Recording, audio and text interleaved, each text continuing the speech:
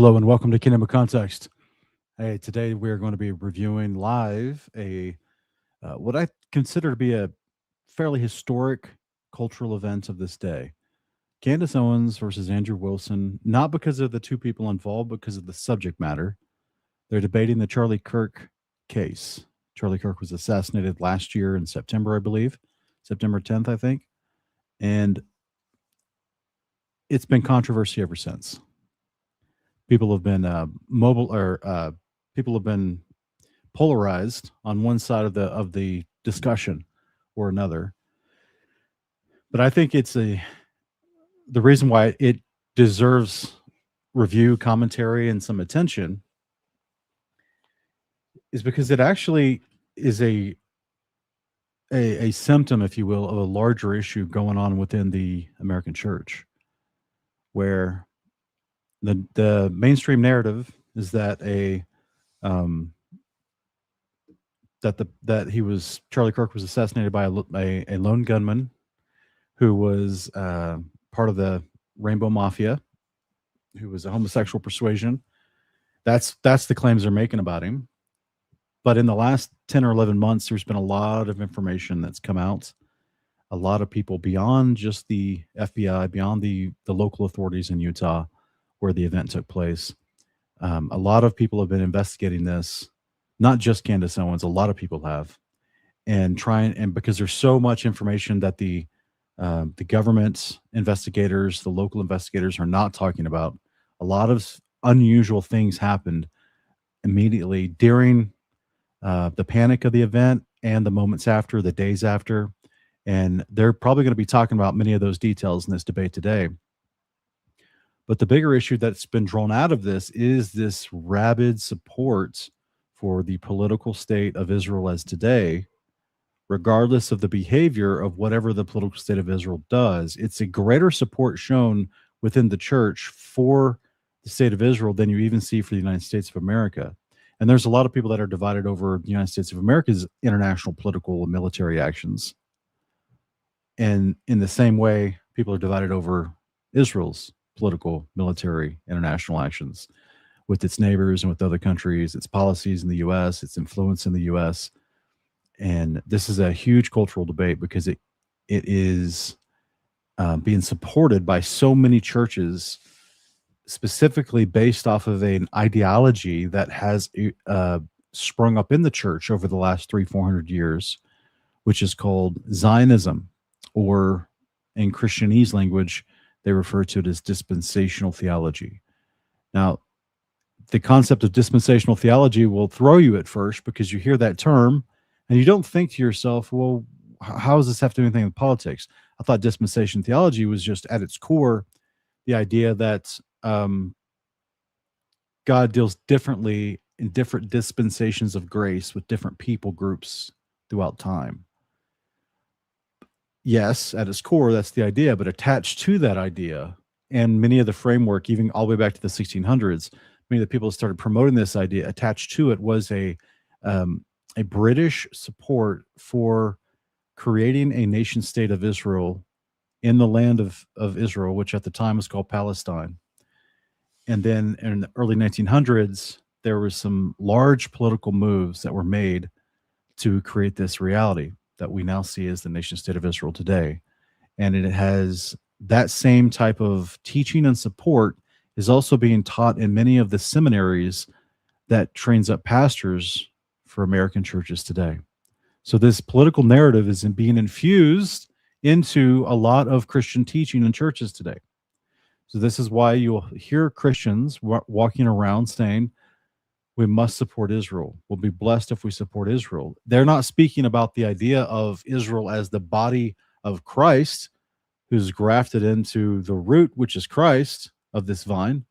But no, instead, they're talking about the modern political state of Israel and all of its interests. And this type of religious cheerleading, if you will, that's built upon this specific doctrine of teaching, overlooks and ignores any and all actions being done by the modern political state of Israel. And the fact that the modern political state of Israel rejects Christ himself, as well as doesn't want you evangelizing Christ over there, and persecutes many Arab Christians in the region.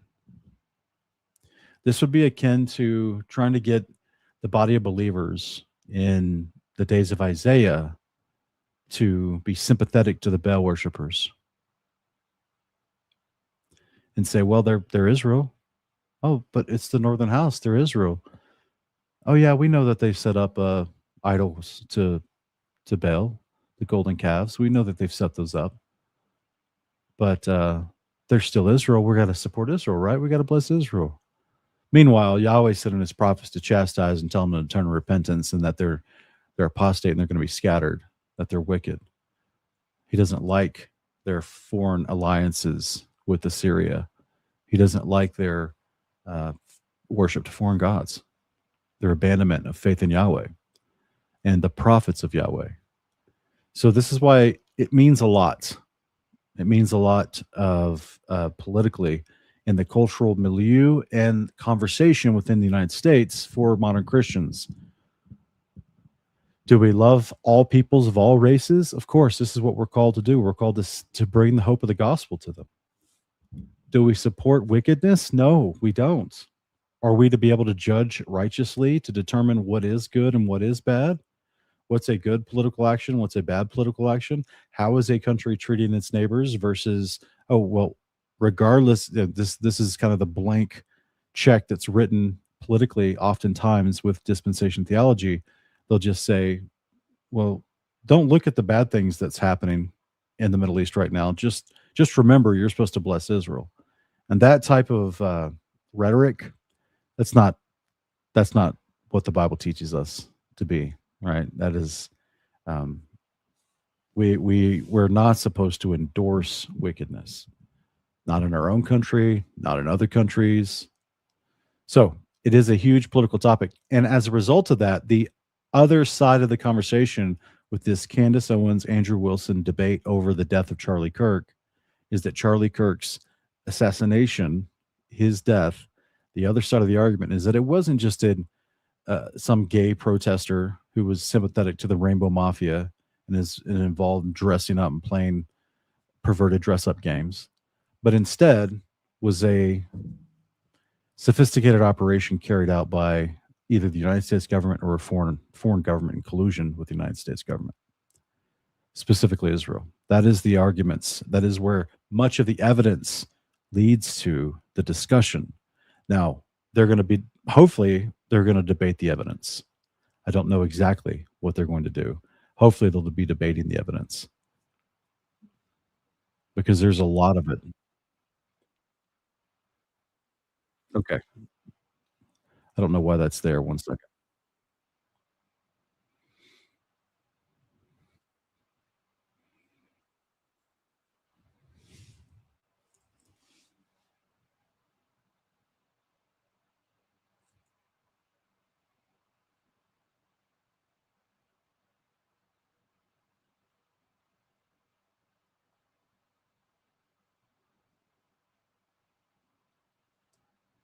Okay. Looks like it's still waiting to start.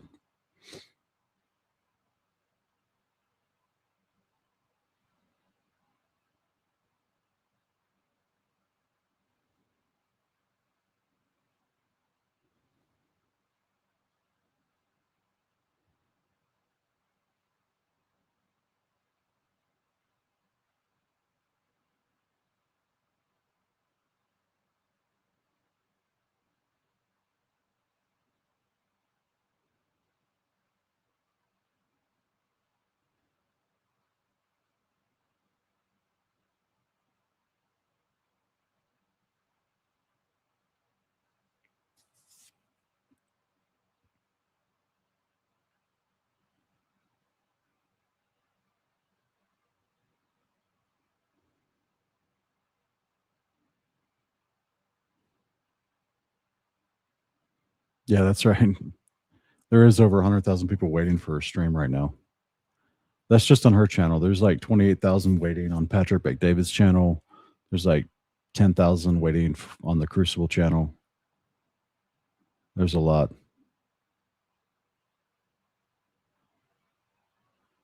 Yeah, military vet. Yeah, I figured, you guys might want some commentary from from our perspective, right? From a biblical perspective on how is this evidence being handled. I mean, there's some massive issues here um, with how the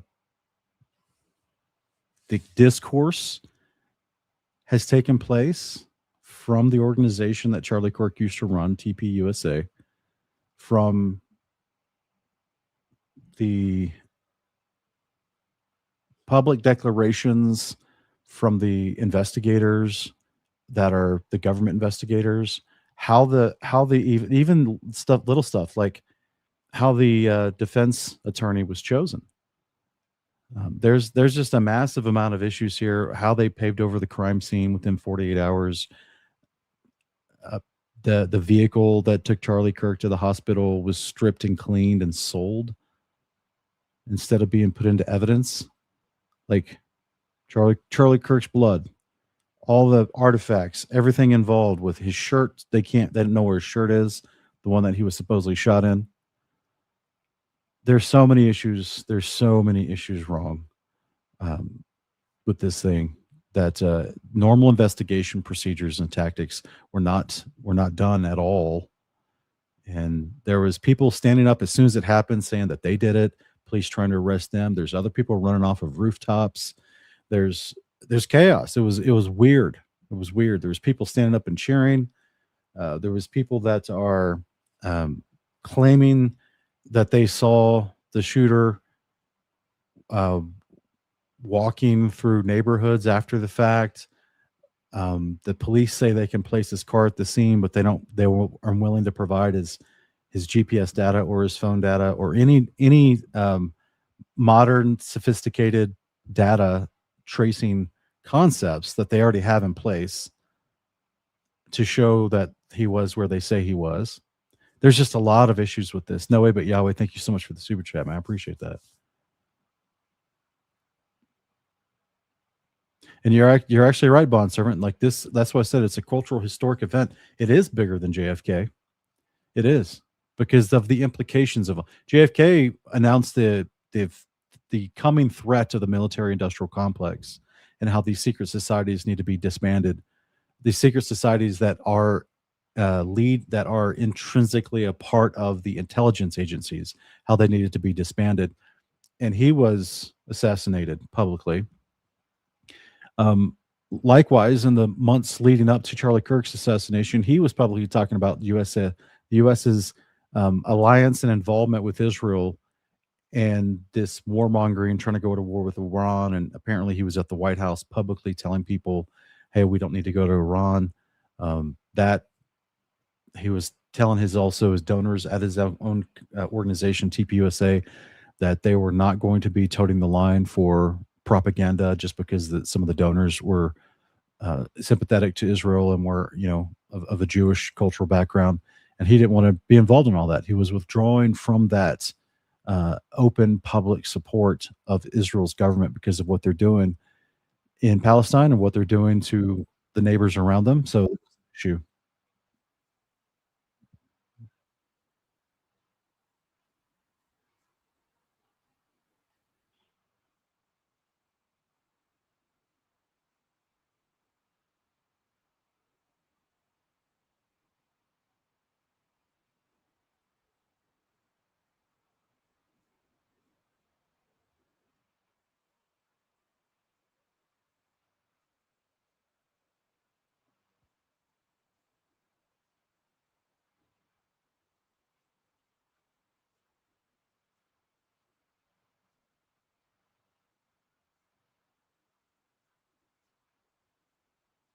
Okay,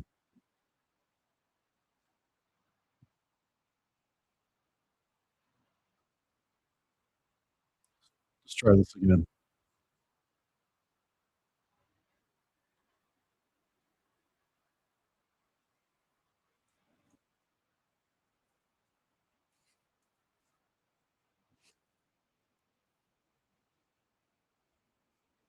Here we go.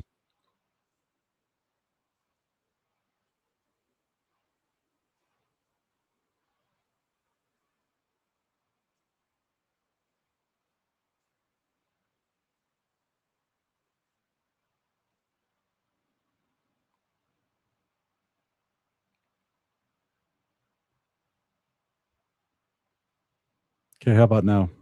Watching as well, and the PBD podcast. The more you subscribe to Can this, you hear the it now? more we're able to deliver these types of conversations to you. And last but not least, it's about the two of you. My goal is to speak as little as possible. 99% of the time, it'll be you guys speaking, and the audience will be able to see it. If I jump in, just so everybody knows on the back end, both have agreed. In the back, there's 3 people representing Andrew and 3 people representing Candace to do fact checking. So at any point, if somebody makes a claim, the other can say, can we fact check this? I can jump in and say, fact check this. Even the folks in the back can say, fact check this. So it is a very fair conversation that we're having here. And so with that being said, kudos to Michael Knowles. Your name was mentioned a lot. You missed out right now. The last 10 minutes, we talked about you. There's a lot of love and respect here mutually from both parties, all 3 of them here. And then, of course, the great Joe Rogan that started this conversation. And he also volunteered, but it ended up being this format that we have here today. So with that being said, Andrew, your claim is overwhelming evidence that Tyler Robinson killed Charlie Kirk. Opening statements, opening comments. Sure. And what I mean by overwhelming is I just find it very convincing. I think that's what most people mean when they say overwhelming evidence. Wow. So I have a brief opening statement. On September 10th, 2025, Charlie Kirk was murdered. Many of you already know a lot about the events which occurred after Kirk's death. You remember the ghoulish laughter, celebrations, and madness we saw from leftists all over, from TikTok invasions, debates, posts on social media, destruction of memorials, and things like this. Within weeks of Kirk's death, a cottage industry began to form, peddling various alternative theories on how he died. What special interest may have killed him, what nations were involved, and was our own government one of them? Because this was the first nationwide traumatic event in Gen Z's lifetime, the demand for answers was severe and palpable. The leading theory from the conspiracy verse is that Israel worked So that's twice already. the United States government to murder Charlie Kirk. Within a day or two of Kirk's death, Ian Carroll claimed that Israel killed Charlie Kirk. And the conspiracy caught on like wildfire. This theory was built on one misleading piece of evidence. That in his final days, on or around September 8th, Charlie sent a text message reading, "Jewish donors play into all the stereotypes. I cannot and will not be bullied like this, leaving me no choice but to leave the pro-Israel cause." This was sent in the context. He's already of a called it a platform cottage dispute regarding industry Tucker Carlson. and the conspiracy From this verse. scintilla He's of already misleading information. It was speculated that Israel placing killed Charlie Candace's Kirk argument in a because he would have pejorative. He's successfully already opposed the Iranian demonizing war. Candace's argument instead of taking Now, that's it a seriously. fun theory, and who doesn't like a good, fun conspiracy theory? I like them. But there is no evidence that Israel actually killed Charlie Kirk. And if Candace has some, I'd like her to actually show it to me. I'm open to suggestions, but to date, there hasn't been any. There is, however, tons of evidence that a leftist killed Charlie Kirk, just as Charlie feared they would. I believe Charlie Kirk, and I have the receipts. No, I didn't have a dream where he came to me and told me that the left killed him. No, he didn't come to me a dream and say, Candace Owens betrayed him. That never happened. This is typical with Andrew, In though. fact, I don't need dreams of any kind because I hold in my possession. Never He before oftentimes seen tears messages down from the Charlie Kirk person's- and security team not on just their September argument, 9th, but the person. 2025. I'm going to share the message with you today, which is the first time this information's ever been publicly revealed. On September 9th, Charlie's security team wrote to him, yes, law enforcement has been fully supportive and agreed to a security plan and posture. Tomorrow's event will be covered by both my team and the campus PD. If additional support is required, patrol units will be available. I have 11 on site. Charlie responded with this, okay, great. Remind them that they are there for one person's security only, because I'm somewhat worried the left is trying to kill me. That was a message sent September 9th. Whatever could he have meant by that? Well, I think he meant exactly what he said, that he was worried the left was going to try to kill him. If you think that Now, we'll discuss this more later Israel on in is the debate, right, and maybe you I have no more clue who never Israel before is. seen evidence They're the that left. exposes They're just how wrong socialists. and, in my opinion, idiotic many of these conspiracy theories have been. But that's what happens when you rely on what's called the evidence of the gaps. In other words, they don't have evidence. They seem to just make up evidence. And what did they make up? Well, in my opinion, kind of whatever lined the pockets. And I think it's ghoulish to profit off of the death of a good man. Yeah, he's appealing But to we came here dishonest today to gain. debate. And so let's get to it. The debate topic today is 1, my belief that there's overwhelming evidence that Tyler Robinson killed Charlie Kirk, and 2, Candace's belief that there's overwhelming evidence that Tyler Robinson was a patsy and didn't kill Charlie Kirk. In sum, the audience is going to decide who has more evidence supporting their theory.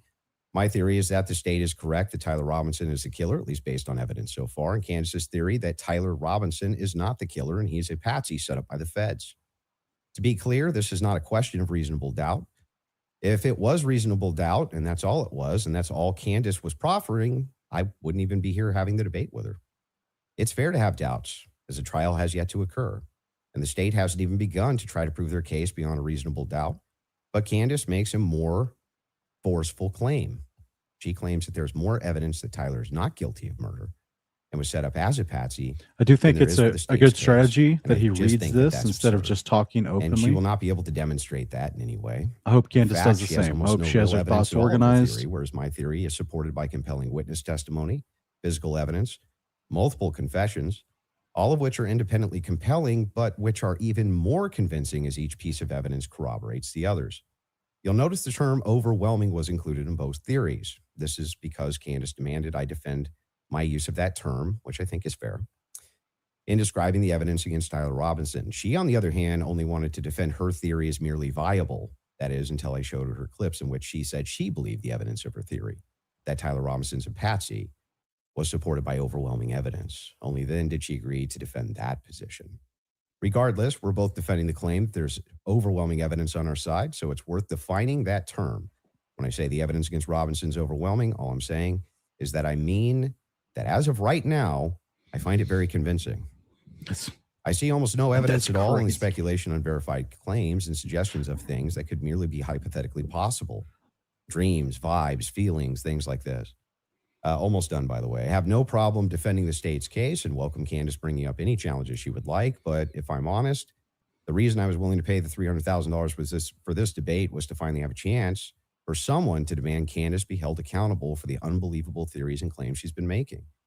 Candace's investigation is indistinguishable from a leftist operation. He's arguing She from couldn't be incredulity. doing more damage to the right if she were trying. She uses her considerable platform to relentlessly attack one of the most influential conservative outreach organizations for young people. And she's making a mockery of the online right-wing commentary class. She's harming Republicans in an election year by dividing them. She's attacking the very organization Charlie spent his life building. And she's attacking the people he loved, including his wife. And it cost me $300,000. But today, I hope that she finally answers for some of that.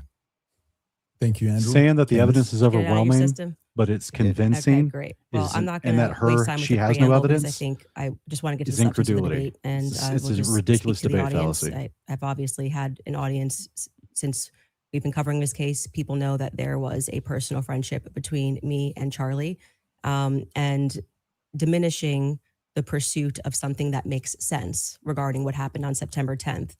By throwing it to this is just people who are conspiracy theorists. These are people who are just trying to generate clicks.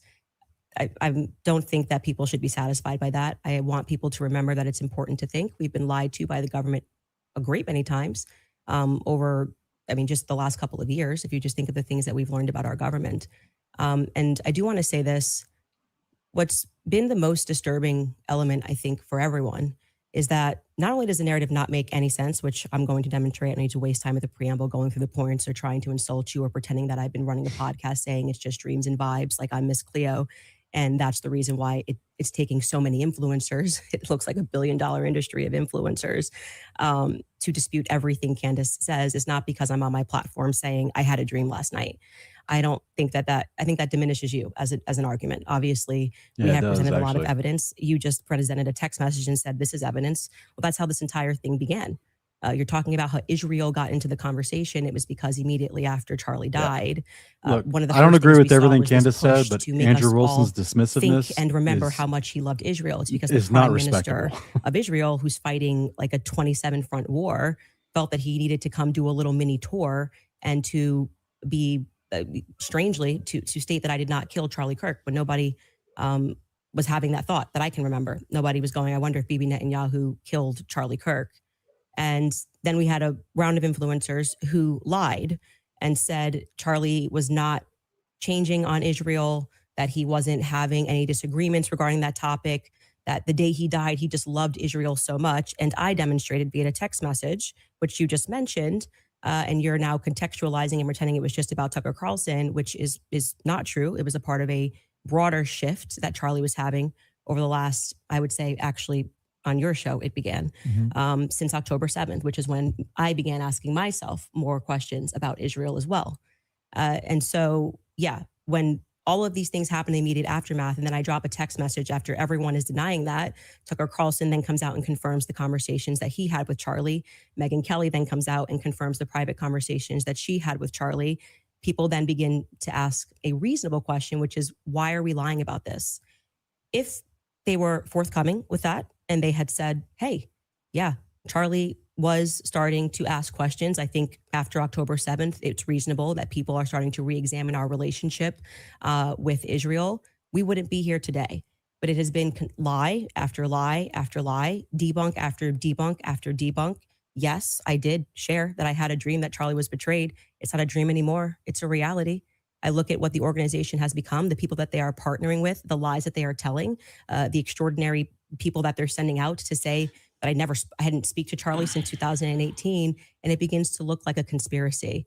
And just as a historical fact, that entire term it is weird was created that by the TPUSA CIA is to now in gaslight bed with people after people the Charlie didn't assassination want of to be in JFK. business with. So it's not exactly one that makes me nervous. Like calling somebody a conspiracy theorist is essentially saying that they demand further answers and they're not accepting the Fed slop. So I'm grateful that you came today. I don't need to, like I said, take cheap shots and discuss your manner of debate or your strategy. And I'm also grateful that you shared that you had that text message today, because everybody watching knows that I have been demanding not a debate, just an open conversation with Turning Point USA. They should be here.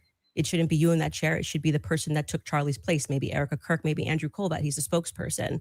And rather than doing that, they send us another influencer. So let's see how it goes. Just out of curiosity, are you between 0 to 100? What is the likelihood that you think Tyler Robinson shot Charlie Kirk and killed him? Based on the evidence right now, I don't know. I'd say 75, 85%. Candace? 0%. 0%. I'm at 0. So with what we've seen in terms of the evidence, I'm at 0%. So not only, that maybe somebody was behind him as a patsy influencing him. You're not even saying that he didn't even shoot Charlie Kirk. Right. I would, if you said, was he involved that day? As Right. I have consistently said on my platform, I would say, yes, he was. I don't know what role he played, but as the shooter, 0%. Do you have any evidence for it? For what? My percentage? The fact that he didn't shoot and kill Charlie Kirk. Yes, which I'm hoping we're going to get to all of the evidence that he feels that he has. I mean, I'm not even convinced that Charlie was shot from the rooftop on Losi that day, based on the evidence that has been. Do you think he was shot? I She just do said, not think that Charlie was shot from a 30-06 from Yeah, Losi. but just shot it all. I don't know. I think that a projectile hit Charlie, and I'm open to other people's presentations, but I have not seen any compelling evidence that Charlie was shot by a 30-06. Can we see maybe if we're going to have an olive branch to each other, if maybe we can establish what we consider the facts of the case to be first? Yeah, sure. Okay.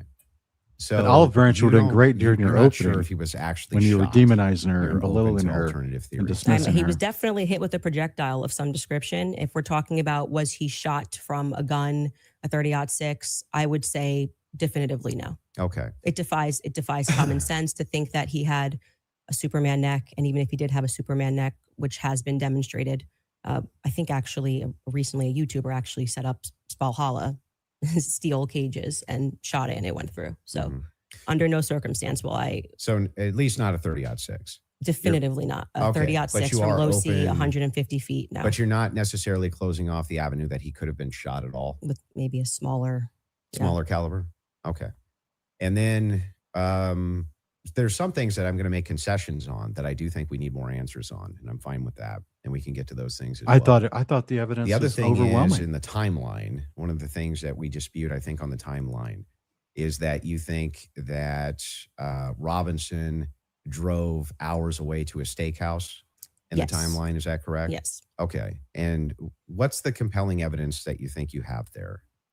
I spoke to the owner of the restaurant Mhm. and I have seen the receipt. I know the conversation that I had. And I think it's enough that, it will be presented. Obviously, if this goes to trial, But yes, I do believe that he was in Panguitch, which is near his grandparents' home. Did he give you an unedited copy of that receipt? I have seen an unedited copy of that receipt. It was not given to me from the owner. But I want to, before we get into like all the timeline stuff, I want to address what you think is evidence so we can keep this on par with what your claim is. Good job. Well, I Candace. think that that's a piece of evidence that's in dispute. And that's why I'm. Yeah, but because if we're not trying to get establishing to the whether there's timeline. overwhelming evidence that Tyler Robinson did this. Yeah, So if you whether wanna then use the starting first- with if you want to use the first part of that for the internal critique, yeah, for like you, we that's should go fine. over the actual Okay, evidence that so we feel. The first reason that I think it's compelling evidence is that Tyler Robinson's rifle was found near the crime scene. So I would consider that to be very good evidence. And also the fact of the matter is that I dispute this claim that a 30. Do you know how many rifles Andrew Wilson owns? I think that that's absurd. What if one of those 150 was found grain near a crime Remington scene? core locked, Would absolutely he convict himself? could shatter when it hits the neck of any human being. When you say that there's some steel neck and it's a smaller caliber, you have to make a counter explanation. Why wouldn't a smaller caliber also go through bone? It could. I didn't say it can't. Right, exactly. So if that's the case, then ammunition is going to be the critical key here. And if we have frangible ammunition, which we do in this case, a flex tip round, well, I'm sorry, not a flex tip, a soft point round from 150 grain Remington core lock, that's just a small jacket that goes around the actual lead piece. This thing could have split apart in air for all we know, but definitely upon impact. And we have the medical examiner who confirms this in a summary. My team can bring that up, the summarization, which means he would have to be a part of some kind of conspiracy as well. Because Okay. bullets so split apart just in the to air. start with your point about saying that the gun was found near him. Near Losey Center, or I guess off in the woods.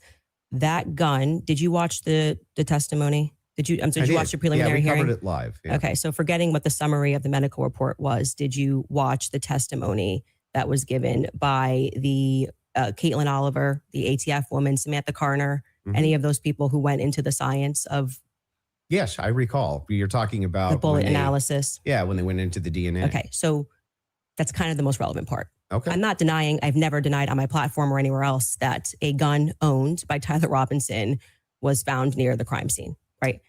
That Okay. doesn't remove, if you think somebody's set up as a patsy, you could take a gun out of this room right now and you could walk out and plant it in the woods near a crime scene. I That's agree. not convincing evidence to I me. concur with the fact that that's a possibility. So you logically possible. I think, have said on a platform that you were a gunsmith. Mhm. Okay. And for how many years? Many, many years. For many years. Mhm. You also said that you were an Army sniper. I wasn't a sniper in the Army. Okay. And I never said that. by the Sorry, way. your wife tweeted that you were Mhm. an Army sniper. Yeah, I don't know. Like 15 years ago, she said something. Does She it said change that it 15 was- years later? She said that it was colloquial. So I Army don't- sniper is a colloquial term? Yeah, I was never an Army sniper. Okay. What did you do in the Army? Did you teach? She then I corrected it and said you taught rifles in the Army? No, I didn't teach rifle. No, I taught rifles as a private citizen. Okay. Mhm. Uh, And I was an NRA instructor for many, many, many Okay. years So, alongside my gun shop. as with your expertise, Mhm. when she gave testimony on the stand, Samantha Carner, that there was dust and there was debris Mhm. that was found in the gun barrel. Yep. And then when we had the person who, and this was, I believe, Caitlin Oliver, who explained painfully about the DNA, the prints. Well, let's start with a No, point no, at no, a time. I'm not done. You said something, so I'm going to finish my thought, right? You don't want to do a point in time? No, well, sure. If you want to respond to, Well, I but wanted I to want you to start respond to with 2 the points. I debris. want you to start with 2 points. Okay. Dust and Mhm. debris in the gun barrel. Yeah. Secondly, the fact that there were 5 sets of prints, 5 plus actually by the end of the testimony, 5 Mhm. sets of prints for which we already had the woman who worked for the FBI forensics testify that above 2 prints, if you're taking a sample, it's no longer a science, right? She's She speaking about testified that when evidence they took presented in the the sample preliminary hearing. of what was on the trigger, they saw 5 plus prints. And among those 5 plus prints, Tyler Robinson's was the most degraded. Mhm. So I would like you to explain how Tyler Robinson's prints could be the most degraded when she said, actually, you could have DNA on something that you've touched. You could have DNA on something that you've never touched.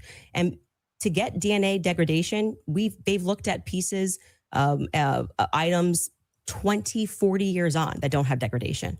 Yet Tyler Robinson's prints, amongst 5 plus other prints, were the most degraded on that weapon. Yeah. So let's get into all 3 of the claims. First, with debris. When it comes to debris, firing rifle doesn't always blow the debris out of the barrel. Okay. That So you think there could be debris and dust. Yeah. He just fired the weapon. Sure. Okay. Not only that, he left it in a forest. Now, I don't know if you agree with me, but if you leave a rifle in a wooded area, it's also possible that debris could get in that way. But I'm not even sure that that's what the case is. I think it's far more likely that he fired the shot. It just didn't blow all the debris out. And it often doesn't. You'll find this if you take Grandpappy's, dirty rifle and it's all dusty inside the bore and you go fire it, you'll often look down the bore and there's still dust. Okay. Happens all the time. Okay. And the prints?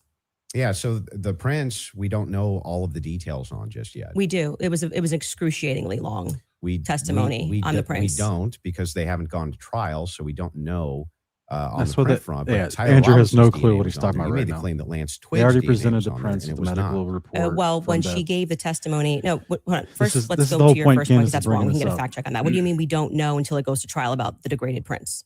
She testified, and Yeah. this is the person who took the prints. Yes, but the problem is that inside of this particular testimony, you agree with me that there's going to be much more of the DNA analysis during trial, right? But you also would agree that her fact is not going to change, that among the prints, his was the most degraded. So I'm asking you to address that. How could that be possible? Let's give it, let's just grant this for a second as a possibility that his fingerprints were degraded. No, it's not a possibility. It's a fact. The person who took hang it. on. I'm just granting it for the sake of argument. You should grant it because it's a fact that she now, presented. So now it's granted. So what? What do you mean, so what? Yeah, so what? What does that prove? It proves that if his prints were the most degraded amongst 5 of them, you're going to have to explain how that's possible if he's the one that recently fired the weapon.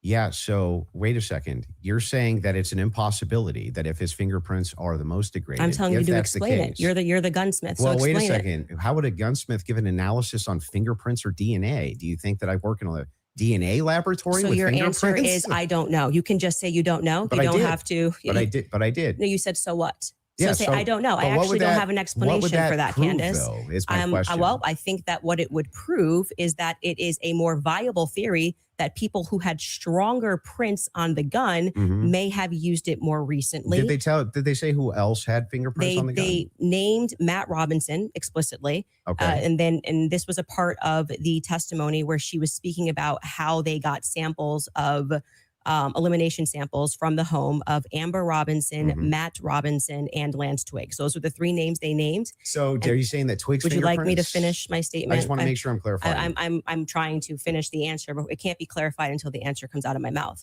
Okay. So go ahead. This is where Patrick this was a McDavid portion should of her step in. testimony where she was explaining how they got elimination samples from the home. And she named Matt Robinson, Amber Robinson, and Lance Twiggs as the elimination samples that she was using. And so she explicitly said, some of them, so we can assume 2 out of the 3, were their prints were found on the gun. She explicitly named Matt Robinson as someone who had prints on the gun, and then said there were 5 people that they had taken that sample from. And again, what's also relevant here is the earlier testimony, which came from the FBI forensics analyst, I believe it was on day 2, where she said that when you're using those mixtures and those samples and you get up to 5+, it's really hard to make any sort of a determination. So both of those things are relevant.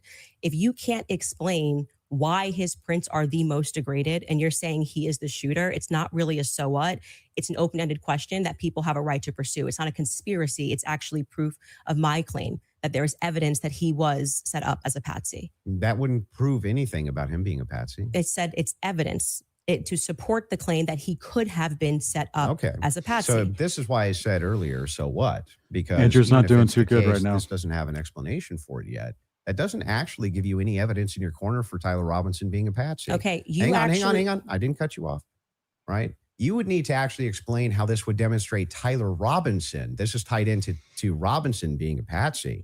Are you claiming that these fingerprints were Lance Twiggs or that he had any DNA there? I'm saying that it could be Matt Robinson. It could be Amber Robinson. That sort of information is going to come out during the trial. How would that tie into the idea that he's a patsy? Yes, though? because if his is the most degraded prints and the information that I shared on my platform is true, that this gun was given to Tyler Robinson as an heirloom. I had conversation with members of the Robinson family, Twiggs family, both of them. You know, like I said, we're not just dreaming. And And if we're having those conversations and they Andrew's told me actually, or that gun was only given to Tyler Robinson because it was a family heirloom. Okay. Candace so it was has his actually done her own grandfather's gun or investigation. great grandfather's gun. Okay. I don't remember the difference. I don't remember which one it was. And so he got it because he's the firstborn. So, but he's not much of a shooter, is what I was told. That's what's so disrespectful And about so Andrew's he has opening. this Just trying to because he dismiss inherited her it essentially. as So a- if I get something from my grandpa and I as put a it up on the conspiracy nut. shelf and I own this, you could see that could be. How do we get to the Patsy part? Oh, you don't let me ever get to the end of the sentence. So how could we get to the Patsy part Okay, if I can't I'll get wait. to the end I'll of the wait sentence? patiently till we get to So the that Patsy could be a part. reasonable explanation as to why there was dust in the barrel, because he doesn't often shoot this weapon and he is indeed a fisher. And it could also be a reasonable explanation for why we have Matt Robinson's prints on this. Obviously, Lance Twiggs, even if he has prints on things, they live together. That doesn't really mean anything. But that could demonstrate that somebody took his weapon and put it somewhere. His prints are the most degraded. Somebody else's prints, there's more presence of somebody else's prints. And that could demonstrate that somebody is taking items from his house and putting it into there's more But it presence also of could somebody else's demonstrate prints. nothing. So And- the problem that you have here is that this is pure conjecture. No, This is not evidence that Tyler Robinson is a patsy. It's only evidence that you have conjectured up that, well, if it's the case that these are the more degraded prints, then therefore that means must be patsy because dad's fingerprints on gun. I didn't say must be Describe Patsy. how this actually links in to Robinson being a patsy. Okay, I just described that for you, so I can explain it to you, but I can't understand it for you, so I'm going to move on from that. But to just go back to your point about this is not evidence, you can't make that claim because the entire basis for why you think that there's evidence for Tyler Robinson being the person that took the shot is based off of a hearing under Utah 1102 rules, meaning that they are doing the exact same thing that I am doing. This is the state. You said you're here to represent the state. Well, did you watch the preliminary no, I hearing? didn't say I was here to represent the state. The state's position you think is strong and convincing. What okay? I'm here to do is represent my own opinion. You which said is in that your opening based on statement, based on the evidence presented so far by the state, the state has that I find it presented convincing. evidence under Utah's 1102 rule. But this doesn't demonstrate any patsy No, that's very behavior. important because that rule is hearsay.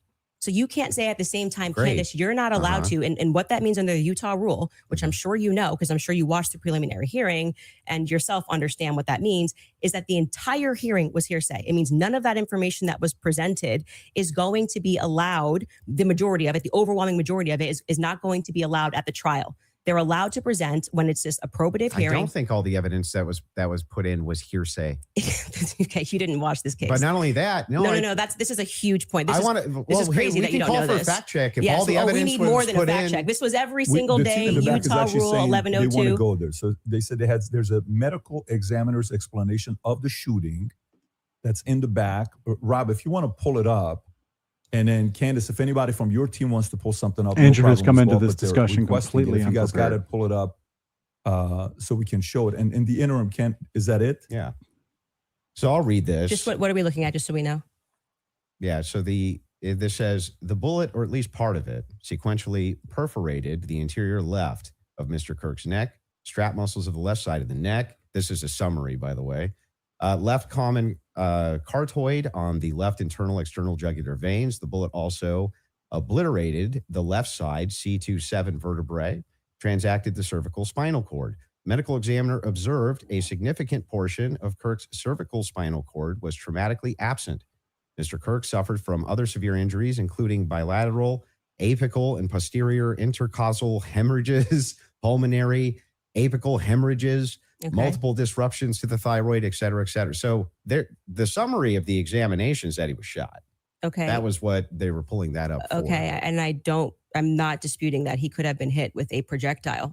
We're not disputing that. So I don't know why this was brought up as a fact check. Could you bring up 1102 Utah rule? Because this is an unbelievable point that you're making by saying that I am not allowed to infer off of evidence. You can infer. I'm trying to follow the inference. But your entire reason, like you asserted that you believe there's overwhelming evidence on the basis of what we saw in the Correct. preliminary hearing. The entire preliminary hearing was hearsay. Yeah, I'm fine with your inferences. No, you just literally said I couldn't do that. Yes, I can. No, I didn't. I'm just saying from your inference, how do we get to Patsy? This is how you got to Shooter. The Tyler Robinson did it. No, the same no, way no, that I you didn't got to get to Tyler just Robinson. Shooter from that. Yes, you did. You again, this is something important. So we should pull up a fact check about what the 1102 Utah, and under their constitution, for the sake of a preliminary hearing, Yeah. they do not have to have hard evidence. They don't have to put people on the I trial. agree they swear don't them in. have to. But no, that's why the entire hearing was basically hearsay. Officer Bagley But was not saying all of it, like I said. the overwhelming And majority. again, no I mean, dispute. outside Yeah, of if anyone's the been following one the that you bricks and don't- minifix that you don't case wanna in get- when you Utah, cut me off. Dispute, though. Outside of is no, that is what's in dispute. completely It means that acceptable your in a entire preliminary hearing, brand of which is saying insane. you don't have evidence, falls apart when the entire preliminary hearing is based off of hearsay. In fact, Lance's testimony before they had about an hour debate, actually maybe it was more than an hour debate before he sat, and they said this is not going to be allowed. You wouldn't even be allowed to do this. We'd be able to cross-examine him. The questions that they're asking Lance are all leading. And what did he say? Well, I'm the magistrate under Utah Constitution, 1102. It is my job to gunsmith allow should know all of this, this. right? We can see if the state has enough here that we can then move to a trial, which will then they would not allow this stuff. They would say we get to cross-examine Lance. Lance But just you're can't arguing willy-nilly things I'm not say, disputing. but the entire substance of your argument is that people can't infer off of evidence. No, That's what you're saying it's to not. me. When you say Candace, Here, you I'll can't give you talk the about the degraded argument prince, which is a now. fact. Yeah, I'm not and then saying infer that. off of that Didn't say that. Tyler could have been a patsy. You're I just am telling literally you, making stuff up. So I'm here's not what the making stuff position up. is. I'm I'm not making asking stuff this. up. Well, I'm I have saying Rule 1103 that ready. I If you think wanna you. read Let's it. pull that up. Let's Pull pull up that up. Rule I'm doing 1102. exactly what the state did. I am looking at a piece of evidence, and I am saying. But you're not showing me how you get there. Can you from the describe to the inference. audience what Rule Yes. 1102 So means? just so everybody who's watching this at home understands what I am saying, even if he doesn't. What Andrew is arguing is that I don't have the right to extrapolate from Never a made that fact argument. like Just making it up. Just purely making it up. I'm asking based Patrick, on David, based get on can I show involved my as the evidence? You moderator. just showed yours. Reliable hearsay. You'll get a chance. Reliable hearsay in criminal preliminary examinations. The entire preliminary hearing that you just saw was on the basis of reliable hearsay. And what that means essentially is the people who are making the statements can just say, Patrick told me that he did this on Monday. Patrick's not here. And that is, they can allow that into the hearing. That's just because it's just meant to be probative. And so it's the state saying, here's what we have inferred. So you are allowed to take a piece of evidence and then you are allowed to infer off of that evidence. Okay. Case in point, that's a demonstration that's a demonstration of what I just did. I said the prints were the most degraded off of Tyler Robinson. And from that, what I am inferring is that it's plausible that Tyler Robinson was set up. That doesn't, that's the point in contention. That's not a point in contention. That's the point in contention. It's not a point in contention. If you're saying it's a it point, is the point in contention. it's not the point in contention. I'm telling you that was what the entire hearing allowed for. So the evidence that Great, he is but describing, we're asking you that now. he is using to argue his case, is all based on inference, not fact. Great. Inference, not fact. We're So what they just- are inferring off of the facts.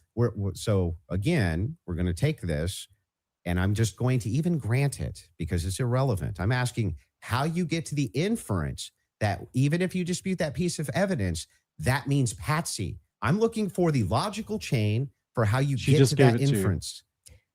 What I am telling you is it's the exact same way that when you tweeted, I think that this evidence is overwhelming. When they say that looks like Tyler Robinson's car, he drives a similar car.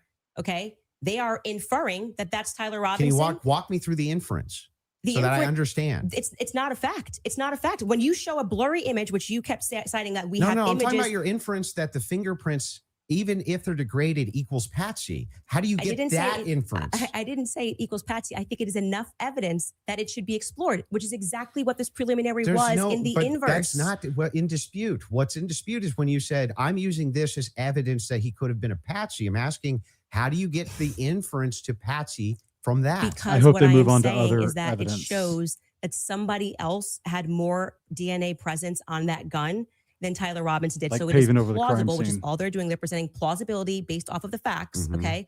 It is plausible that somebody just took his gun and put it there. That's it. Is there equally That's how it works. and is there equally 100 other plausible explanations? No, there's I not. think that's the reason why most people are exploring when things don't make sense. Got it. So, So- yes, at the beginning of that, this is how the court process works. So if, just so there- we're if clear, if this there's is the 100 other state's evidence plausible and their There's not explanations, 100 then, other. Candace, why is it that we should go with this idea that it was a patsy? I'm not saying that we should go with the idea that it was a patsy. I am saying that there is Oh, I Just- thought that was the whole defense, your whole claim no. today. My whole claim was that there is more evidence that he is set up as a patsy. How does that equal evidence of patsy?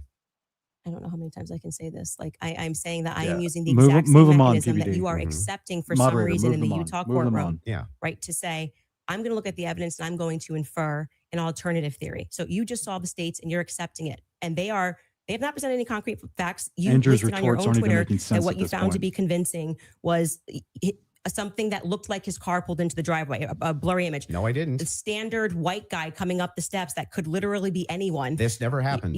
Can we get a fact check on that? Can we pull up his tweet where he goes over I didn't the say four? that's what convinced me. When you actually didn't say it's what convinced me, but you said this is the evidence that you found to be overwhelming, and you named, I believe, actually 5 things. I think you said it was his car. You said it was. Well, there's multitudes of things that I find. You just said you didn't say evidence. it, so we're going to get a fact check on that. You did. Go ahead. You said the blurry images coming up the steps. Quite literally, when Officer Bagley testified, they talk about when I'm talking about making inference. This is the most I thought was the most absurd testimony I've ever heard. And pardon me, it was actually David Hull.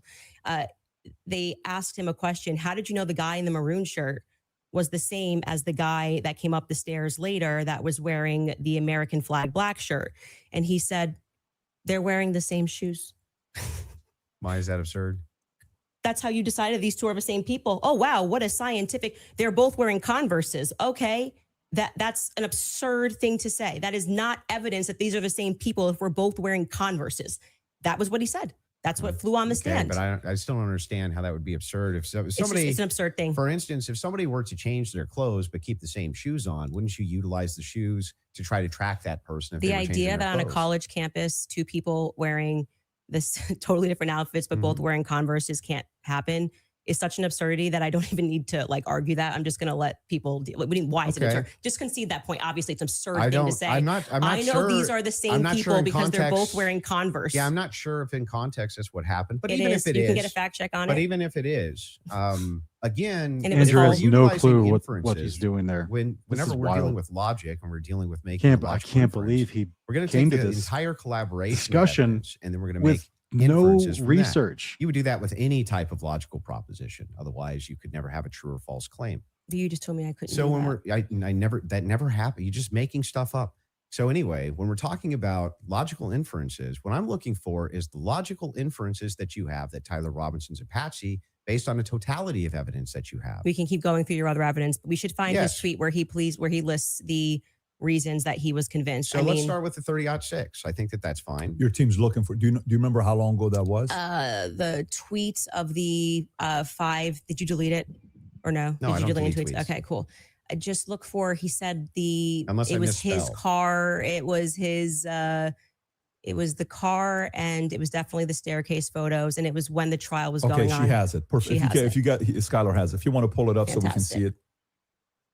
Somebody said, so give me the clear evidence right here. I want you to provide it right here. All I heard from the investigator was, we believe this to be Tyler Robinson. Is belief something you go as a fact? You wrote the car pulling in. That's a totally blurry image. Robinson getting out of it. You have no idea if that's Tyler Robinson. The fact that he is seen 4 other times on camera, the fact being just a standard white boy with brown hair was seen walking up staircase. The DNA on the roof, we should discuss that. And on the screwdriver that he left behind, it's overwhelming, man. Yeah, but that's not an exhaustive list. Well, just so we're clear, you did tweet it. But it's not an exhaustive. Yeah, well, but just you 5 said seconds ago, you should concede. You said I only said this one thing and said that was overwhelming, actually. That's not what I said. It is. You could even Patrick, pull your did own I clip. say that?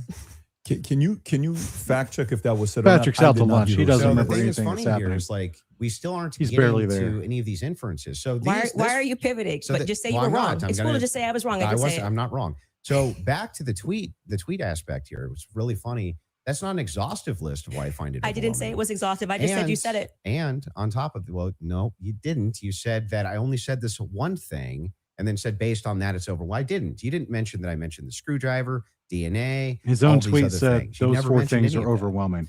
So no, you're actually incorrect there. But on top But none of those that, 4 moving things have over been to the verified. actual evidence itself. Are you Yes, I'm okay. Anyway, back to the evidence if you're itself. okay. Yes, Actually, I'm I'm fine. glad you're asserting that you're But okay. I wasn't worried about your health. I'm just but saying back that to I just this. said you tweeted this. You said no, I didn't. We got a fact check, and now you're just going to gaslight me and pretend that I There's said no gaslighting. it wasn't exhaustive. I never said that. I just said you did say this. Zero gaslighting. I didn't say you couldn't have said more, Yeah. but I would like to address what you this said is in your that tweet. time. If this is how you want to spend it interrogating my position, you can do it that way. That's literally what they're doing. I'm just addressing what you asserted on your Twitter was like the hard evidence that convinced you was overwhelming. That's literally That's your debate not what claim. you said.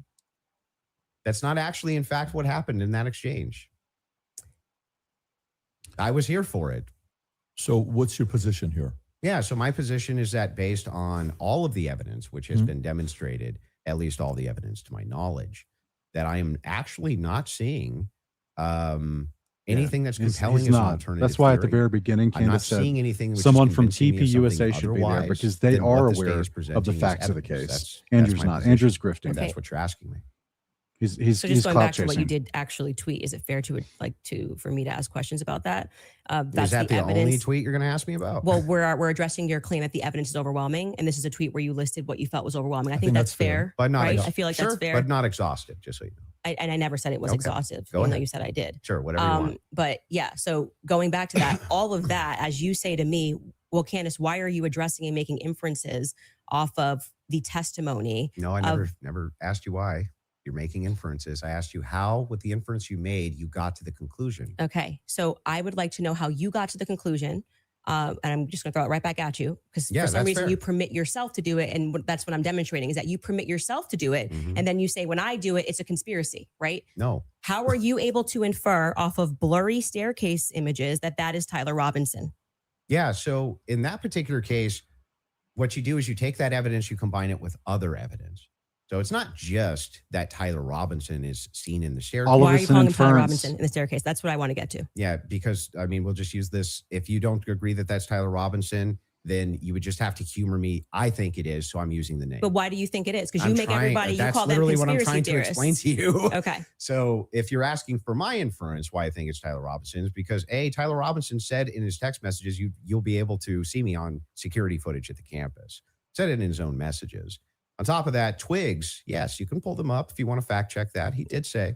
On Yeah, I top would. of I'm that, sorry. I actually think I really did miss that. I'm not saying you're wrong. I Yeah. don't remember him saying you're going to see me in. I'm in paraphrasing. footage. Can but we it was pull that close to up? it. Yeah, If I you don't- may I have think it. that's And by the not way, pull it up. Twigs himself said Wow, that I don't he had remember some- hearing it say he that. So said if he he gets had fact checked some, on this, that's um, crazy. maybe a tiny bit of doubt, but it sure looked like Tyler Robinson inside of this various surveillance footage that he saw.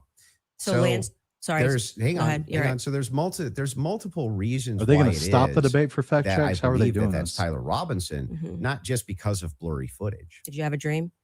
Just kidding. No, it's because I combined multitudes sorry. of evidences. Okay, Wow, so she let's turned the address dream those back on him. multitude of That's- evidences. The first one we're working on a She's fact check playing- on she's because playing I do not ever for remember keeps him here tweeting today, that's guys. me in the stair. I mean, or Well, he didn't tweet texting it. that's me in the staircase. I think that I I didn't say that. I said I literally didn't. What I said is that he texted over, you'll be able to see me in footage at UVU. And I'm paraphrasing. Yeah, I know, That's but Okay. what if he it's a said. Yeah, real time could we get fact a check, fact they need check to on that? stop. You The can second find it. thing you debate, said was stop the Lance's discourse and testimony, fact where, check. and actually what Lance says is, I'm not 100%, I agree. but in terms of what he wears, again, pointing out the absurdity, Mhm. he wears Converses, he wears sneakers. If Mhm. his boyfriend is not 100%, I'd like to understand why Andrew Wilson is overwhelmed by it. That's what I'm trying to get to. And lastly, I would like to remind you that Lance's statement would not be permitted. This was a huge part of the preliminary hearing, Mhm. that they were leading. All the questions that were asked of him were leading, so they would be struck down at the actual trial. Mhm. And also, I would like to remind you that he got use immunity for that. Use immunity, I understand. which means like That happens, by the way, all the time in these and cases. I'm wondering why it particularly happened for Lance in this testimony. And I would also like to point out that something that's remarkable about this, again, leaning to my perspective, that Lance has a lot more, which I have said many times, Lance has a lot more involvement than the feds are letting us know. I think more Nobody is going to come disputes out that either. because they interviewed him Yeah. on September 11th. And then for whatever reason, just ahead of what was supposed to be slated as the preliminary hearing, which was initially supposed to be in May, they bring him back to do this interview, Yeah. which in my opinion should have never been allowed. And I actually agree with the defense that it's a violation of his constitutional rights not to allow them to have cross-examined him. But I understand Utah 1102, do what you do. It's all hearsay. But to allow it in that way, for him to just be able to also have use immunity, knowing that he's not going to get in trouble. He could literally get up there and lie about anything and he's not going to get in trouble because the use immunity was given to him in April, I believe. April 28th is when they gave that testimony to the defense. I think they shot it in like April 20th of 2026. That is not compelling to me for somebody who has use immunity to give a testimony and to say, I'm not really sure, but definitely like he wears jeans and stuff. That's not what he said. He did. Actually, you can get a fact check on that. Yeah, that's Skyler, not, I think he you said pulled much it up more if you than want that. to. So a couple things we have. We have Rule 801, Tyler's messages, that says it's not hearsay. But first, go to what Candace is asking about Skylar. I think you have it. You just texted me if you want to pull it up. You said you have the text. If we can put that up on the screen. Thank you.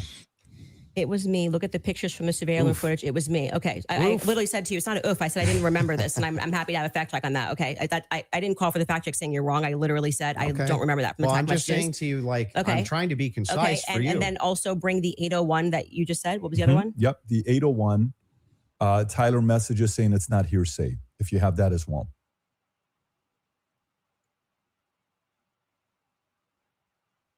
There you go. Wait, what are we saying is not hearsay? Statements that are not hearsay. A statement that meets the following conditions is not hearsay. It was hearsay. They said it in the trial. Hang on. Okay.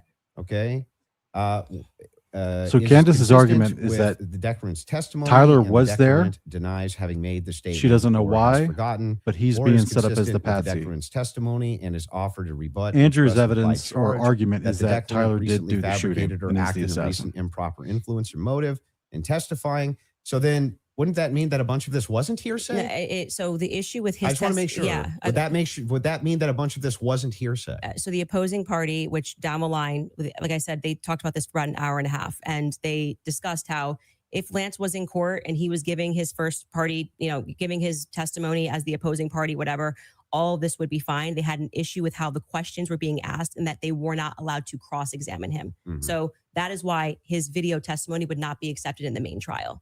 And what I said to you is this entire preliminary hearing is under Utah's 1102. So they are allowed to just use hearsay. And No, so the you didn't judge, say when that. he You said most of it was hearsay, actually.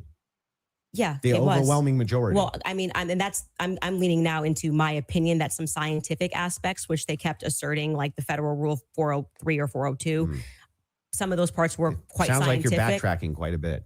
No, I'm not backtracking at all. What do you feel like let me help you. Where do you feel like I'm backtracking? It literally was done under Utah's 1102. Yeah, nobody disputed that. Okay. What the dispute was is whether or not most of it was overwhelmingly hearsay. Yes, is that the case? it was. Yes, Okay. that's a fact. I'm not backtracking on And that what at all. are the things? How many times did you, if you watch the preliminary hearing, it's like they constantly, I'm 1102, 1102, 1102, 1102, 1102. And the reason for that is because it's allowed. I'm not saying it's illegal. It's allowed at this stage, but I'm just reminding you that when you're going to sit across from someone and your claim is going to be, where is your hard evidence? This is what I heard and I agree with what I'm watching. You are watching the state put on a hearsay preliminary hearing. And all of those things are not going to be allowed, right? Even when they got into witness statements and things of that nature. There's a reason why they swear you in and they say, you swear to tell the truth, the whole truth. Did you, write this statement? So it's the overwhelming majority of what you saw was hearsay because other people were representing other people's statements. They were saying they had conversations. We don't know where it came from, all allowed at this stage. Okay. But it's hearsay. So but even a lot of that stuff may not fall under hearsay under what we just read, right? But the evidence that you're speaking about, like when you say that we're going off vibes, you don't know Tyler Robinson. Okay. His boyfriend is not 100% it was him. So I'm going back to your points that you made that this was overwhelming evidence for you. That doesn't make sense to me. Well, overwhelming just means you can't consider another option that there could have been another white guy wearing Converses on campus. Yeah. Do you agree with me that I said that what overwhelming means to me is that it's just very convincing to me? Yeah. And I find it to be completely unconvincing. And that's fair. Because I understand that I looked at those blurry photos that they presented and said, your statement on right now is that he's wearing Converses and he also that's just crazy. But these aren't the evidences that I find the most convincing. Well, you said that in your Twitter. That's not the only thing I've ever said on my called Twitter about this case. Right, but the question that was asked of you was pretty direct. Yeah. Right? What did you find this to is be? not an exhaustive list of all the things that I find Well, that's not what you said convincing. in the tweet. You can tweet longer too. It's not like we're limited now to 240 characters anymore. So anything that I tweet and all other tweets that I've ever made are now excluded because I used the word overwhelming in this one. Well, even though all of this information is I've off said the so rails. publicly Moderator over and needs over to and get over them back again on a is specific what point. informs my position. Now they're for arguing why I'm about the convinced on the argument. case. This is when That's bizarre debates to me. I feel like lost. this is Andrew versus Andrew. Somebody asked you a question. What are the points that you find to be the most overwhelming? And you answered. You mean from that day, from that particular day of the hearing that I was responding to? This is something you find to be more overwhelming? Let me ask you that question. Yes, okay. that's what I was saying. Okay, go ahead. Go on. What do you find to be more overwhelming? Yeah. Can we do this? Do we want to get into it or do we want to do a quick ad break? Are you guys good to keep going, or I'm fine to keep going, but we can would also you like to take a quick break? Doesn't or matter to me either if way. we're going into a different topic, that may be another 30 minutes, 40 minutes. I don't want to stop you guys in the middle of it. Let's So end it what on would you what like you to find do? to be more overwhelming. Yeah. So if for me, it's the confessions, the text messages, all of that is what I consider to be, from my opinion, that's the most. The text convincing for me. messages have Okay, not we been should discuss the substantiated as text message true or real. confessions when we get back, if you'd like to. Okay. That's a good idea. Folks, we're going to take a quick ad break. We will be back in 3.5 minutes. All right. Well, can you guys hear?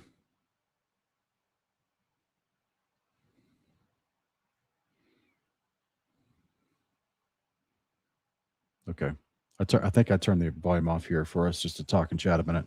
So far, guys, this seems to be like, the first quarter of this game, if you will.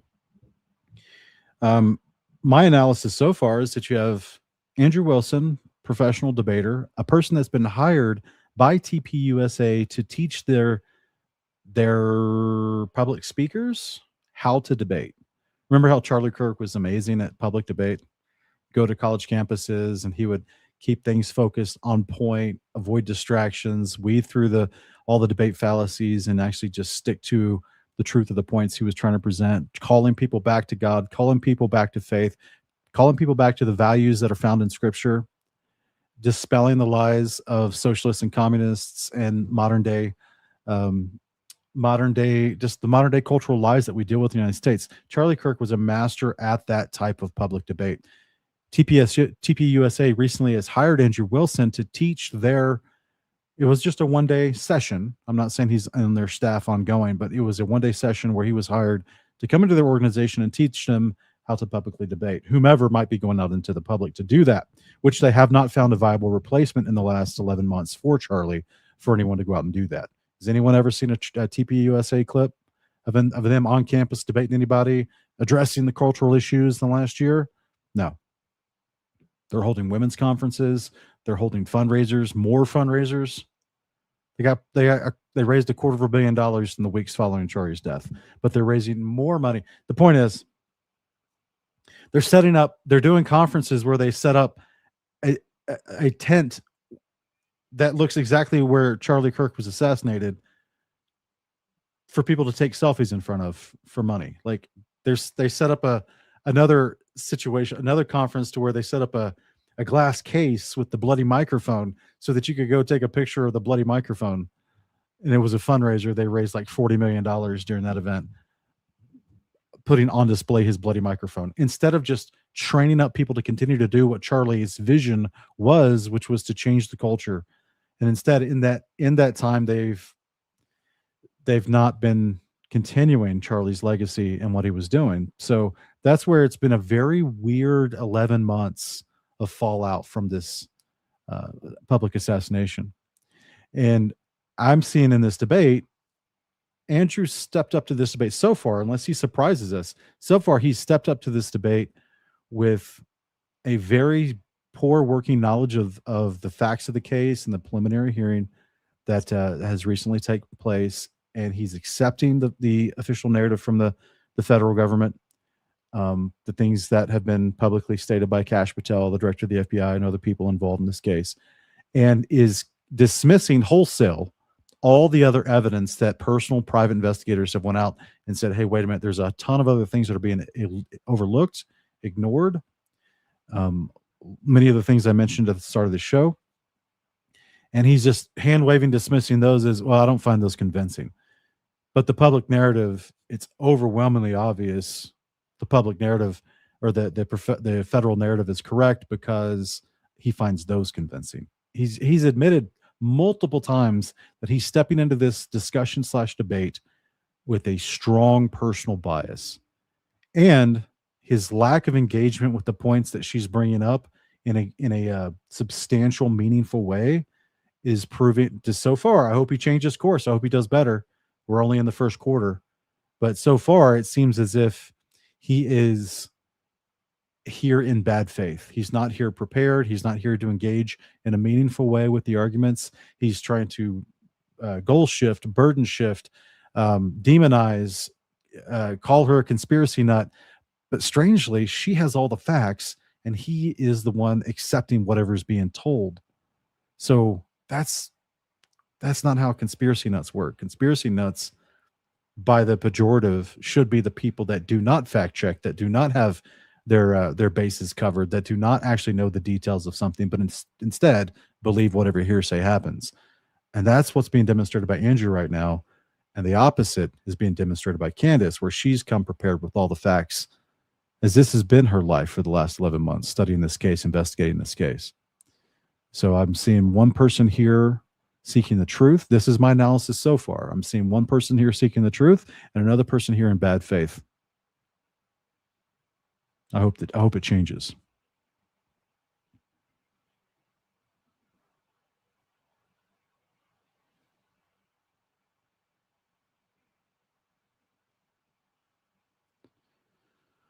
Yes, they did. They took the Bloody Mike on tour. It's crazy. The craziest thing I've ever seen in my life.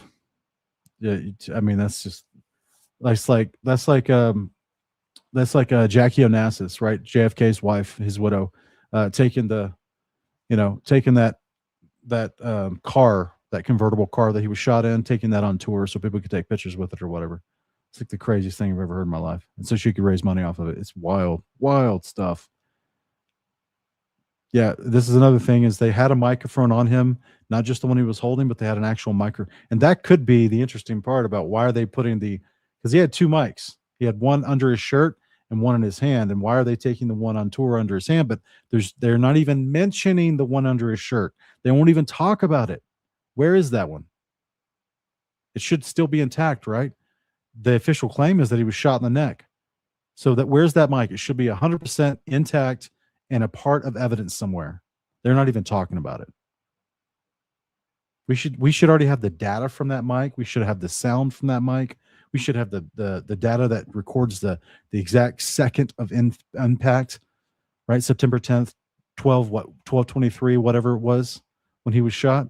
We should have all that information from the mic itself. I have a Rode mic, guys. Look. These are, where'd it go? Did I put it over there?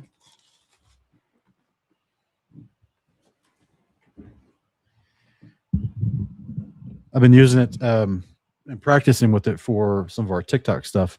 I think it's over there, actually. I'll get it later. But I have one exactly like Charlie Kirk had. And yes, the black glass on the outer casing of the Rode mic matches the photo evidence from the car that he was in before they scrubbed it, cleaned it, and sold it. The car that should be put into evidence, by the way. The car that should be the photos from the car that should be being presented in trial as evidence for this, with the blood stains, with a blood analysis, so they could see if there was anything in the blood, like explosive residue, that could be put inside of a Rode mic. All theories should be investigated. The glass from the Rode mic, the exact black strong glass from the Rode mic, was seen in the pictures from the SUV, from where they carted his body to the hospital. By the way, why did they wave off two medical people at the scene, and his personal security waved off the medical people, did something with him himself, carried his body, and then rushed him to the hospital?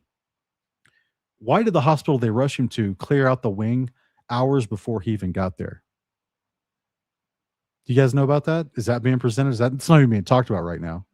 The average person doesn't realize that that's some of the other details, because this is the stuff that people aren't talking about, because they want to ignore these types of things. Why did the hospital that received him clear out a wing and relocate their people just so they could have a special undisturbed area for Charlie Kirk to come in? Why did they do that 2 hours before he was shot?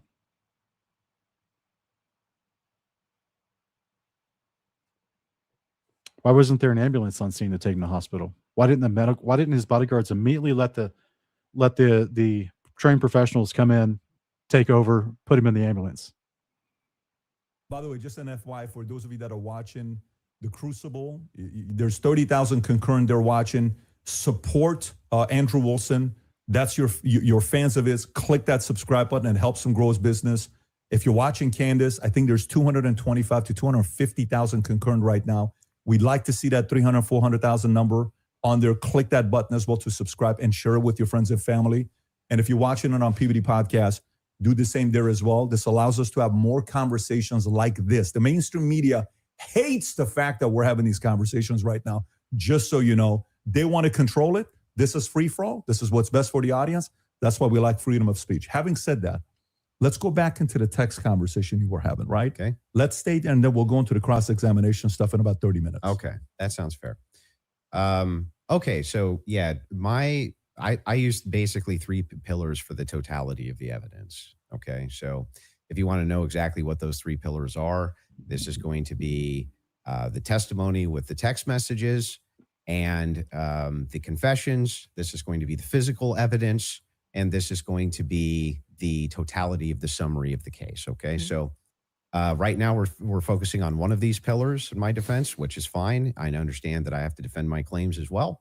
So when we're talking about the messages themselves, they seem totally valid. I have no idea why they wouldn't be valid. And I have not heard any good explanation for why it is that these messages should even be questioned. The defense hasn't questioned them, as far as I'm aware. Nobody has actually questioned that these messages came from Robinson to date, except perhaps you and other people who are kind of in that camp. But why should I question these exactly? I'm not sure. Okay, so first let's just go over legally what the point is of a probative hearing. The defense is not they're not there to say or to argue or to defend themselves at all. They have to address what is being presented by the state. Okay. So they're not here to then say, let me give you an explanation for these text messages. Agreed. The relevant portion of what the defense did do was actually before we got to the preliminary hearing. I had mentioned that it was initially supposed to be scheduled for some time in May. They asked for an extension. That reading through those filings of why they were requesting an extension and why I actually believe their extension should have been granted because they did not receive discovery on their text messages. That was one of the reasons. There were many reasons why they wanted to have an extension, but this was crucial, right? So forget just the general sense that these messages feel off. And yes, you are allowed to have an intuition. You are allowed to have a sense and just go, this is very weird. We're being told this kid had like above a 4.0, Tyler Robinson. He wanted to get away. I mean, the text messages almost run head to head with themselves. Like he wanted to get away with it. So he thought the best thing to do would be to text a full confession of what he did down to what I didn't even remember saying. Yeah. And that's also me in the surveillance footage. It felt a little too on the nose. People have common sense. You just don't text message. But then we're also supposed to believe that he put a note under and burn this and get rid of the evidence. But don't worry about that because I'm about to text you a full confession. That it felt off. It felt weird off the bat. The manner in which they were texting, we're told he's like a gamer who's using a Dremel to carve expressions, catch fascist. But then suddenly he's writing like a 1700 also, as a Helldivers novelist player, he did actually get the 500K code correct. Yeah, I'm not a gamer, so we'll say that if we start debating that, you'll be way over my head. But yes. But my point being is just that first, it's a general sense of why people had a reaction to these messages that seemed like they were written by Jane Austen rather than like a kid who games and writes catch. Yeah, but do you see how that's intuition? That is. I just said that. I said just parking aside the intuition of just something feels wrong here, which you should follow your intuition. You should actually do that. If you say the COVID vaccine is running out, feels like it's coming out too fast and there's too many celebrities telling me to do it, I'd like to take a pause. That's good. That is, you are allowed to do that. I believe in intuition. But hang on. Let me respond a little bit Confession here. Confession notes are questioned by investigators all the time. The first thing is like when people bring up the COVID vaccine, not trusting the COVID vaccine en masse was the science. That wasn't just intuition. That was the science. There was tons of competing science. Now they tried to suppress it. That's true. But there was tons of competing science for why you shouldn't take a risky mRNA vaccine and mass and things like this. Kept telling us was 100%. Now, when you're talking about intuition, though, when you say trust your intuition, I'm actually giving a different message. You actually should be very wary about trusting just your intuition. It is true that intuition can be useful, but it has to be tempered with logic, reason, explanatory power, and evidence, not just intuition. That's why we're parking it aside. Intuition is the first step. Something feels off, right? Okay. That was my first step with COVID. I don't like the way it's being pushed. It shouldn't require a celebrity campaign, by the way. another element of that is why people don't feel good about the Charlie thing. Why do we have so many influencers saying things? It's over. Why are you guys all using the same adjective? Can you switch it up? I'm overwhelmed. Like, chill. Like, you could say, I found some Kind of parts like compelling. I think this should go. Like I found some parts compelling. Maybe we should, see at the trial. That would be kind of. Don't you think Fed slop's a buzzword for the counter industry? But everyone on the same day of watching this trial, which was, I would say, not overwhelming at all. Nobody came in medium, right? No one came in like there were some interesting aspects. This was a little suspect. But I do think it's enough to go to trial. They all came in like they were passing away and we're going to die from being overwhelmed. Well, they're trusting their intuition. Okay. Well, actually, in that scenario, they're looking at the preliminary hearing and have a reaction to it. It wasn't their intuition. But like I said, parking aside, just getting to the substance, parking that aside, because they parking aside, tweeted just your general after the intuition, preliminary text hearing. messages. Then we look at the filings, which came from the defense, and they were requesting an extension saying, we have gone to the prosecution and we have requested all of this stuff in discovery. Yes, you are saying that you took Lance's phone, okay, and that you collected his phone on September 11th and that you sent it off or whatever. You took a picture of the text messages and we are being given these text messages to review. Crucially, Kathy Nestor said, I have not even been given access to my client's phone during this hearing. She said, I haven't been given access to my client's phone. She can't tell you, as a part of their discovery request, it's not enough to say to me, Candace, I just got a text message from Candace. And I say, I didn't send that text message. Maybe that's what her client's saying. We don't know because we're not at the trial, right? Maybe he didn't send those messages. Could there be someone who logged into his Discord? Could there be someone who logged in to his Apple? George could be sending text messages right now. We are married. He has every login that I have. And remember, he's up for a death sentence. So if I'm able to sow reasonable doubt with common sense, he may come during the trial and when they actually have to address these points, say, I did not write those messages. I was here. Lance, my boyfriend, was logged into my phone, logged into my Apple ID and my iCloud sending messages. I know that we have the capability because my husband does it. He has the capability to send messages from my phone. It is not convincing to the public when, for whatever reason, the FBI combined with the SBI, it was not the prosecution's fault. They made that clear during that hearing, would not allow them that discovery request to be able to see where did that message come from? Because you're saying my client was here, right? I want to know if that message actually was generated from his iPhone when he was waiting to retrieve his, rifle, hoping that the pooch doesn't have a bad sniffer, like just weird messages. I want to make sure that, yes, it was actually him. He was holding his phone, and this his is the boyfriend FBI, didn't by the just way, log that just in happened to find his the computer rifle when he was home. after Lance was his the boyfriend. police that is a dog crucial and the fact police here. search crews That throughout the discovery was not campus met by the and time we got to surrounding area preliminary didn't hearing. find the rifle. So I remain unconvinced by these text messages. Just as you feel convinced by them, I feel unconvinced by them. Okay. So then the idea here is the reason that you don't think that these are valid text messages, and you don't, right? It has not been proven that these messages are valid and they don't sound valid to me. Mhm. I don't think anyone, even if someone was selling like a, I don't know, pot on the corner, would be smarter than to write a full-fledged confession. He even writes, I thought I would get away with it, and I was hoping never to tell you until old age. And then we're being told that he wanted to commit suicide. And okay, but he just said he wanted to get away with it, but he's not smart enough to, I don't know, maybe not text it's such a confession like we've never seen. I think this would be like the first time ever somebody has start to finish written an entire, I'm in this surveillance footage and I'm here and I'm wearing my Converse. I'm being a little facetious here, but it was a little ridiculous. It didn't pass a sniff test for me. You have kids and you love them more than anything. I do. If it was the case that you thought that your kid was innocent, wouldn't you be out telling everybody and their brother that you thought that they were innocent? And also, wouldn't you maybe recant and say, hey, he didn't actually confess to me. None of this happened the way that the state is presenting it. What would have prevented the parents from testifying? Well, two things I can answer that. And if you watch my show, I keep telling you it's not vibes. So right after the shooting happened, Lance Twiggs, the FBI put him into a safe house they paid for. They went to the parents as well, to Matt Robinson and Amber, basically said, your life's at risk. There could be somebody who jumps up and wants to avenge Charlie Kirk. Put into a safe house. We're going to watch you. And they went into a federal safe house. What happened next is that they started thinking that the feds were maybe gonna, maybe not as honest as they thought. And how do you know any of that? So you gotta watch the show, right? Yeah, no, how do you know that? I had a source within the Robinson family. You have a source, an anonymous source, of course.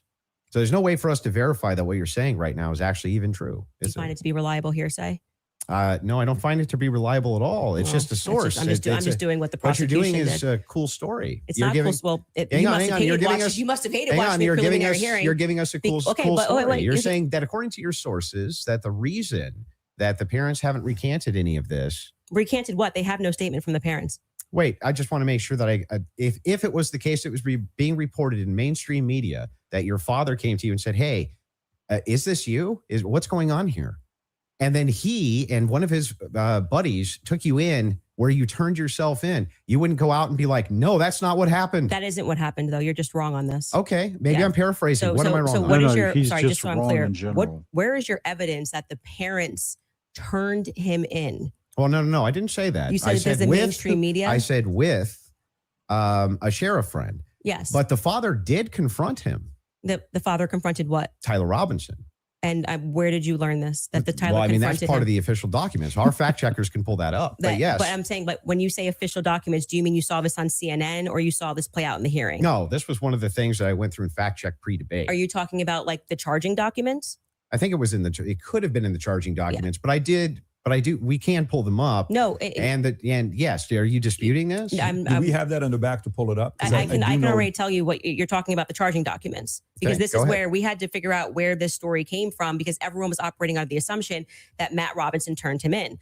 Until we got to the preliminary hearing and we understood, like I said, even for that, when you are charging someone, you can use hearsay. It's all probative, right? Sure. Nothing. So they didn't have statements. It's not like Matt Robinson, even though he was interviewed that night. It's like Amber Reckless Robinson Ben was interviewed that night by a Fed. Separate rooms. Of having meth in his Tyler car Robinson was interviewed by a Fed. didn't. They did not produce They could statements just say saying my son anything did this. to My get you son, in I believe my custody son did this. or to go to a preliminary but trial. what happened was they Doesn't did mean interviews. it's real. But also the crucial person here who you just brought up is Mike Mitchell. Mike Mitchell is the biggest unknown in this entire case. Everyone keeps saying they heard from Mike Mitchell this, they heard from Mike Mitchell that. So when the person wrote up the report that night, and it was Brian Davis who wrote up what became the charging document, he after they transported Tyler Robinson from the Washington Sheriff's County office up to, I think it's Salt Lake City. I think it was 4 a.m. in the morning that they got up there. He then writes the what becomes a charging document. So he's basically saying, we all spoke to a bunch of people and here's the information that we got, right? We've not seen that. So it could have come from Mike Mitchell. Mike Mitchell could be saying, I don't know how this negates the point, though. Why wouldn't the negates the point, because you don't have a statement from the parents. You are going. Why wouldn't they just correct the it's not correcting. That doesn't negate the point. The point is that we now got the preliminary hearing. If the parents were the ones who said, I'm turning my son in because he's guilty. I didn't say they turned him in. I think you're talking about the over. You said it's been the narrative. Everybody's known this. The narrative initially, which I think you agree with, was that, Matt Robinson knew his kid was guilty and turned him into the police station. What actually happened in terms of Sheriff Brooksby, who was present there and gave a press conference, what happened was this Mike Mitchell character essentially peer pressured him. And we can get a fact check on this. We can find Sheriff Brooksby's press conference. And he said, they know it's you and you're going to come in peaceably, or people are going to be banging down your door. He was a undercover cop, which I don't like that. I don't know what he did undercover. It's very hard to find anything about Mike Mitchell, but he worked with them for 20 plus years, the police officers. The reason why Tyler Robinson knew him was because he lived nearby and he was also his Boy Scout leader. How does this negate the parents could write this second? And by the way, if you had the evidence, I'm going to address that point. I'm just saying that your first point, which is that the parents did this. Yeah. We don't know that the parents. I didn't say that they did ever. Never happened. You're quoting the parents as having said, you said that Matt Robinson said that he very much gave the impression that his parents confronted him out. And I'm telling you that we have not seen any evidence that is true. We can fact check that. Okay. We do have it's the evidence. official and I'm saying narrative. it's the charging doc, which could have been derived from a statement Mike Mitchell said. Two things I have ready in the back. One is the charging doc, and the other one is the video of Kathy Nestor saying she hasn't seen Tyler's phone. Okay, we can run Kathy to go back and then just to go backwards to Kathy first in court saying she didn't get her client's phone. Yeah, and then I think we'll go to if you're okay with that. Thing not in dispute. These are all things that I'm not even disputing. Okay, so we don't And have to show it. We never get to the thing that I am disputing. Well, I was just providing an answer. We were coming back in She from a was break just because you rebutting were what talking you about the disputed text messages, something that you felt was without concrete. So a it was fact just my check. rebuttal to you Mhm. that it's not concrete because they haven't had a chance to actually answer that. And she didn't even get to see your client's phone. So that's effectively, again, the state saying these messages are real. You don't get the discovery on these messages just yet. She will during trial. They will It's actually amazing. get Don't discovery you on the think that messages. would make their case fall apart if it was the case that they weren't able to actually pull the data off the text messages? Do you think the prosecution would go to court with fabricated text messages? It's called winners and losers. They may not be fabricated, but by the way, as what they are saying, like I said, if there was somebody logged into his phone, they may not be fabricated. That's the point. So let's get to the They just let's could get be to somebody parents, else. the parents fact check. That Yeah, was so the I other was one, saying, right? I believe what you're talking about was derived from the charging doc, which was signed off by Brian Davis. Let's pull it up. Let's see if that's correct.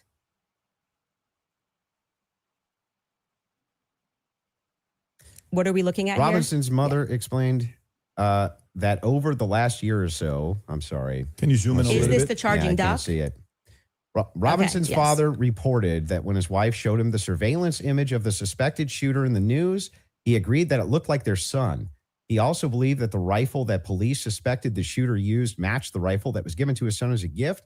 As a result, Robinson's father contacted his son and asked him to send a photo of the rifle, which makes sense with the text messages. Mhm. Robinson did not respond. However, Robinson's father spoke on the This phone is why with she keeps Robinson. saying hearsay. Robinson This is not a implied he testimony planned from to the take his mother. own life. This Robinson's is from parents someone were else able to saying the convince mother him said to meet at this. their home. Yes. So this is proving my point. This is from the charging document, correct? Mhm. Yeah. So what I'm saying to you is that 3 people got interviewed on that night.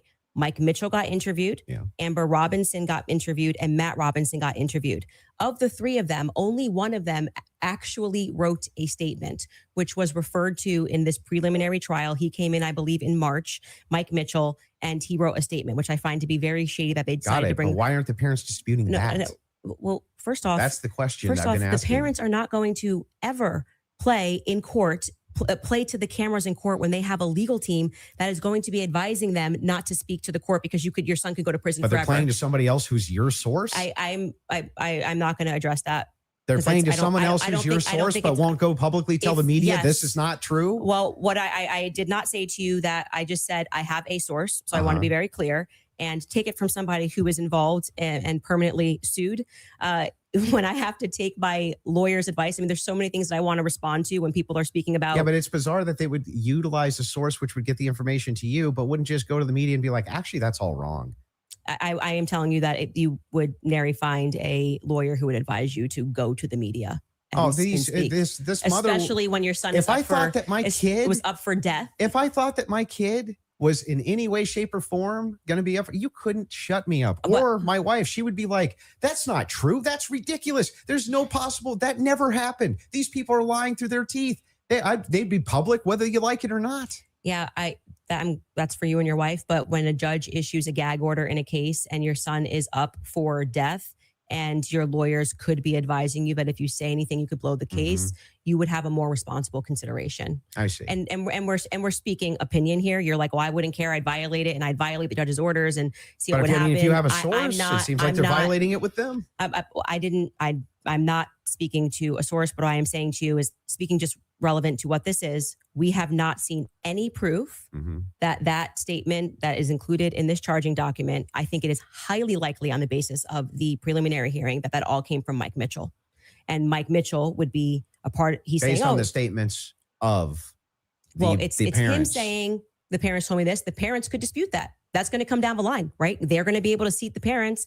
I will say this, putting together context clues. If the state had it on, 100% certainty that Matt Robinson and Amber Robinson said it, a 5-day preliminary hearing would be a good time to say we have enough evidence. And I can tell you why Matt Robinson made this statement, and here is his statement that he signed. That would have been a good time to present that evidence. That would also be a good time for the defense to say that's just totally fabricated. No, it's not. It's the wrong time. Why couldn't they? That is completely the wrong time. Why couldn't they? Because what they're doing is they already said they didn't receive discovery. They literally can't. They literally can't because they can't. They did not You're receive saying that discovery. they didn't receive that information? No. They just received the text messages. But in order to... That's not the text messages.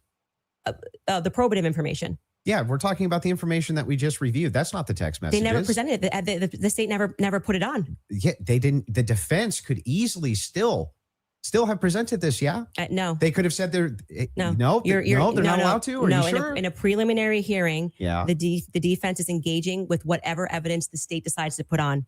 They did not put this on as evidence. Brian Davis was up there. So they're not allowed to present anything?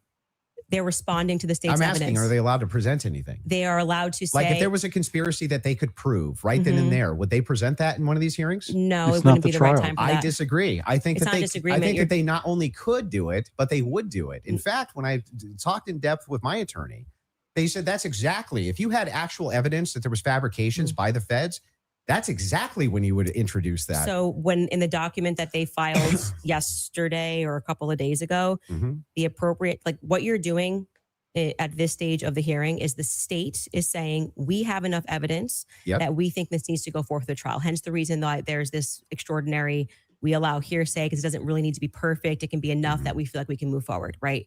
And okay, I disagree with that in general when somebody's rotting in prison, but whatever.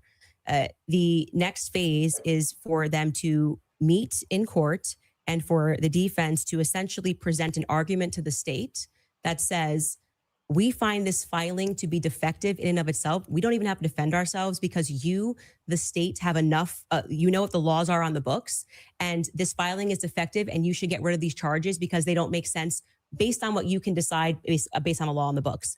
So then that's why they then file the dismissal, right? So in the dismissal, what they're doing is they are engaging, and this is what was widely misinterpreted. Well, yeah, they're engaging as though as it's a hypothetical. If this is Yes. hypothetically Yes. true, then so they're X. saying all of Yeah, these but that's charges. not, I'm not disputing any of that. So that's what I am. you're asking. What I why am. you're saying could they no, just what put I'm out? asking specifically is like, who could shut parents up who are like, no way, She's there's already no answered possible. that This multiple never times. happened. This is ridiculous.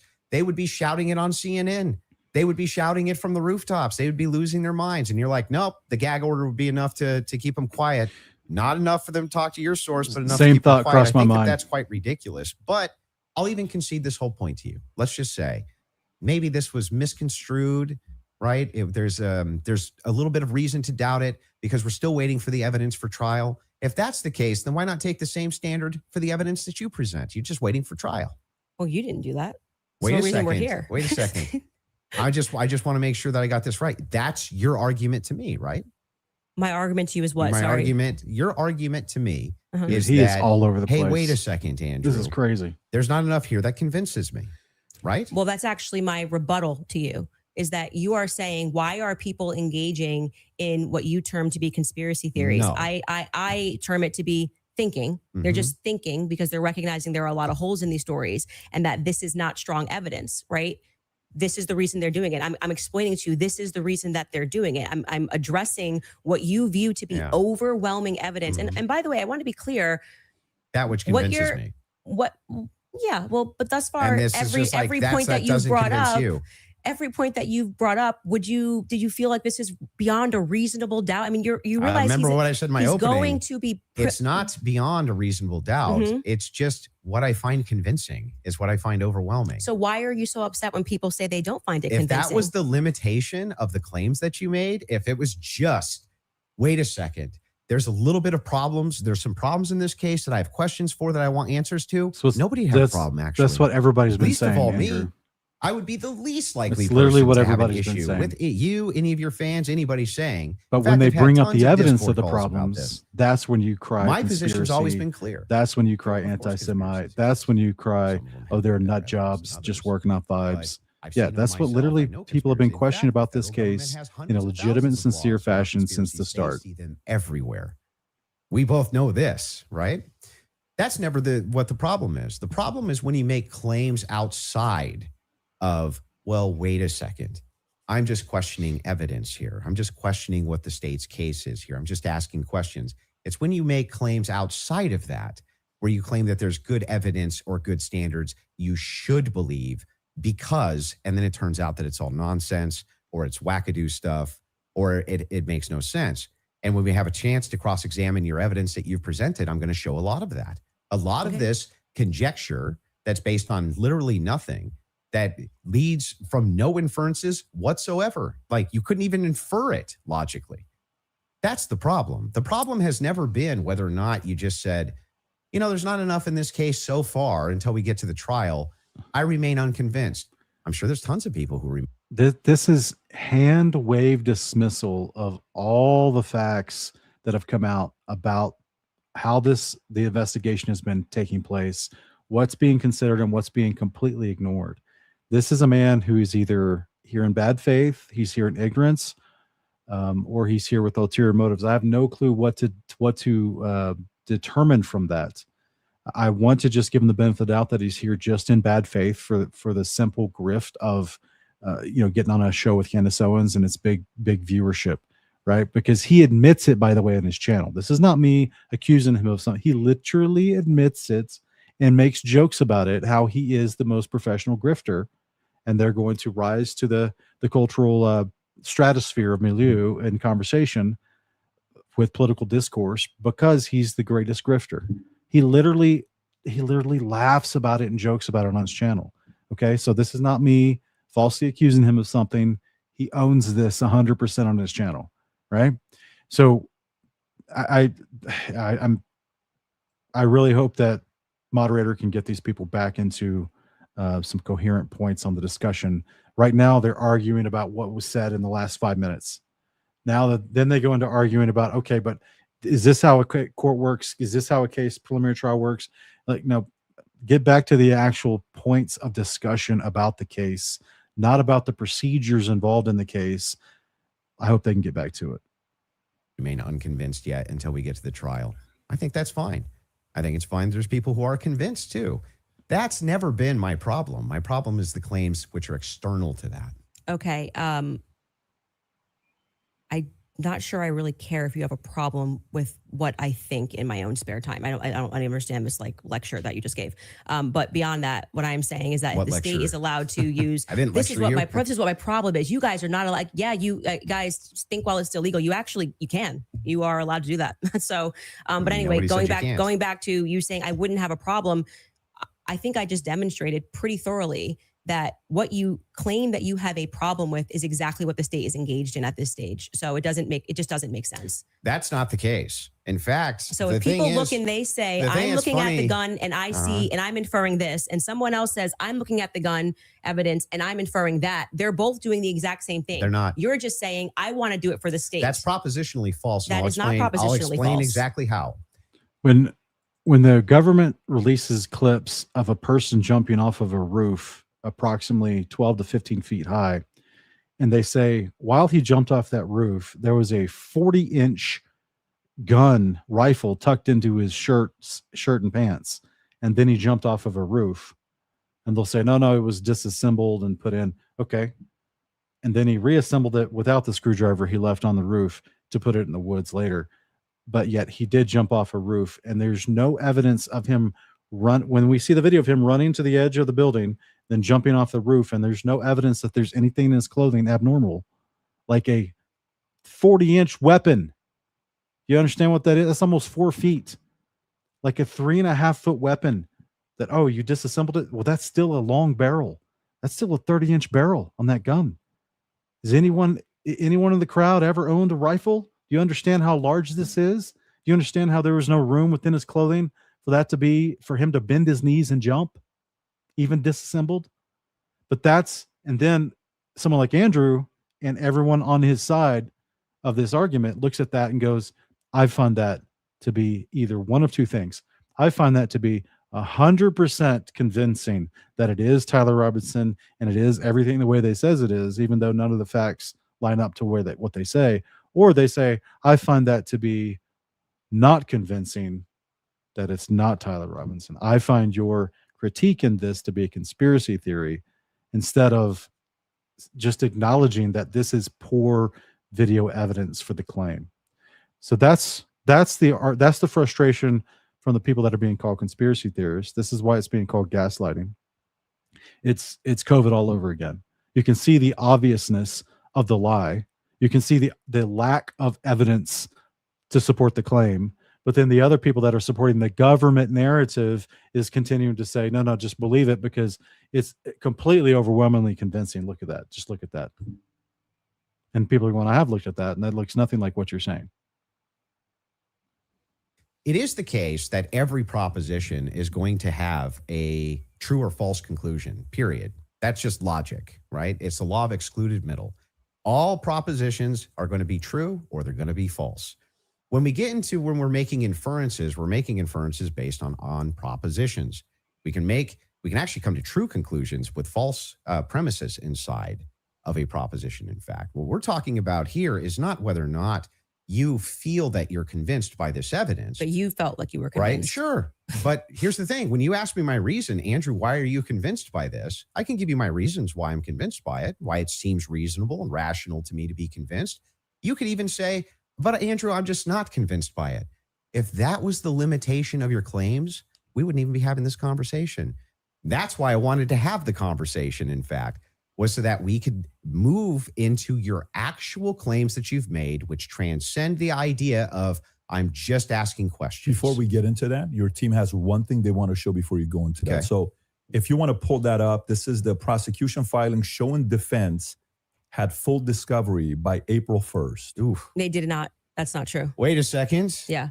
To date, the state's prosecutors have disclosed all evidence that is presently and reasonably available to them as required under Rule 16, Utah R Criminal, to be more precise, as of April 1st. Yeah, that was not 100%. That's why they're caging that by saying what's reasonable. There was an entire, and we can pull this up. Like, we should now play the Kathy Nestor clip because that's from there. So, and they were basically saying you don't need it at this stage, meaning it's not reasonable that you're asking for this when we're going into a hearing that's just going to be based on hearsay and stuff, things of that nature. But of course, by the time a trial comes, you're going to get all the discovery Where's just documents. show cause? Yes. Yeah. So that's what they're saying there. Yeah, I understand. Okay. So that's I'm even fine with it. we all know. And then so if you do understand, then there's no oof, Andrew. This is not a point for your side. If you do understand, then your team should not have brought it forward and acting like it's a big major W for you on this point. It's not an oof. It's like now you're just immediately backtracking when she explains the procedure to you again, which apparently you and your quote unquote team has no clue about what's actually happening. By the way, just now that the hearing is over, and you can also fact check this, they now at the end of the preliminary hearing dropped like an insane amount of the discovery stuff they gave to them like the week after. You guys can give me the exact amount. I don't want to say because I don't know my I don't remember how much it was. It was an absurd amount of stuff that they gave to them right after the preliminary hearing that they had been asking for. Because that was one of the things that I kept saying on my show is as we were watching that preliminary of the preliminary, why not just give them the stuff now so they can engage in these arguments? Because I feel like you, it's like, I want to hear what they have to say about the text messages. Why can't you just give them what they're asking for so that they can actually engage you? And it didn't happen. So, but the judge ruled that it wasn't necessary at this stage. And that was the whole point of that because it's preliminary to the preliminary. Yeah. Would you like to play the Kathy video? Well, he's saying he's not disagreeing, so I don't think we need There's to. no point here. There's no Okay. disagreement Yeah. Right. that she said that. Yeah. So Yeah, Ripcord, this is the point of the Candace's argument that she's claiming Tyler Robinson is being set up as a patsy. That inherently involves the idea that whoever is accomplishing the assassination would be trying to set things in motion or plant types of evidence either to be found or to be seen, like you're talking about, that they can then point to Tyler Robinson. So that's the point of the patsy accusation that she's putting forward and Andrew is trying to negate. So so I guess the disagreements now would move into the evidences that you have stated on the record, which transcend elements of reason. Why are we having a transcendental conversation now? Because I mean, because they're all related to this case. Your entire thing was about looking at the evidence, which never made sense to me, again, because all of the evidence that you felt to be overwhelming was hearsay. That was bizarre to me. You told me that I could take as much time as I wanted to question you on these things. I'm just asking you just to lay the groundwork of what you're saying is because problematic, that many, you decide that claims, it trips into something else. And I do still want to hold you for going through, because we've discussed the gun, we've discussed your... and you can hold me to those things, but I would like to get into the things that you said. We should discuss the screwdriver as well. So, and I'll explain exactly what the groundwork is. When you make claims which pass the idea of I'm just asking questions because the state's evidence is not convincing, I think you have to answer for those claims because they are in regards to this case. You're saying, I have a claim. It is in regards to the assassination of Charlie Kirk, which is what we're talking about, not just the case of Charlie Kirk, his assassination.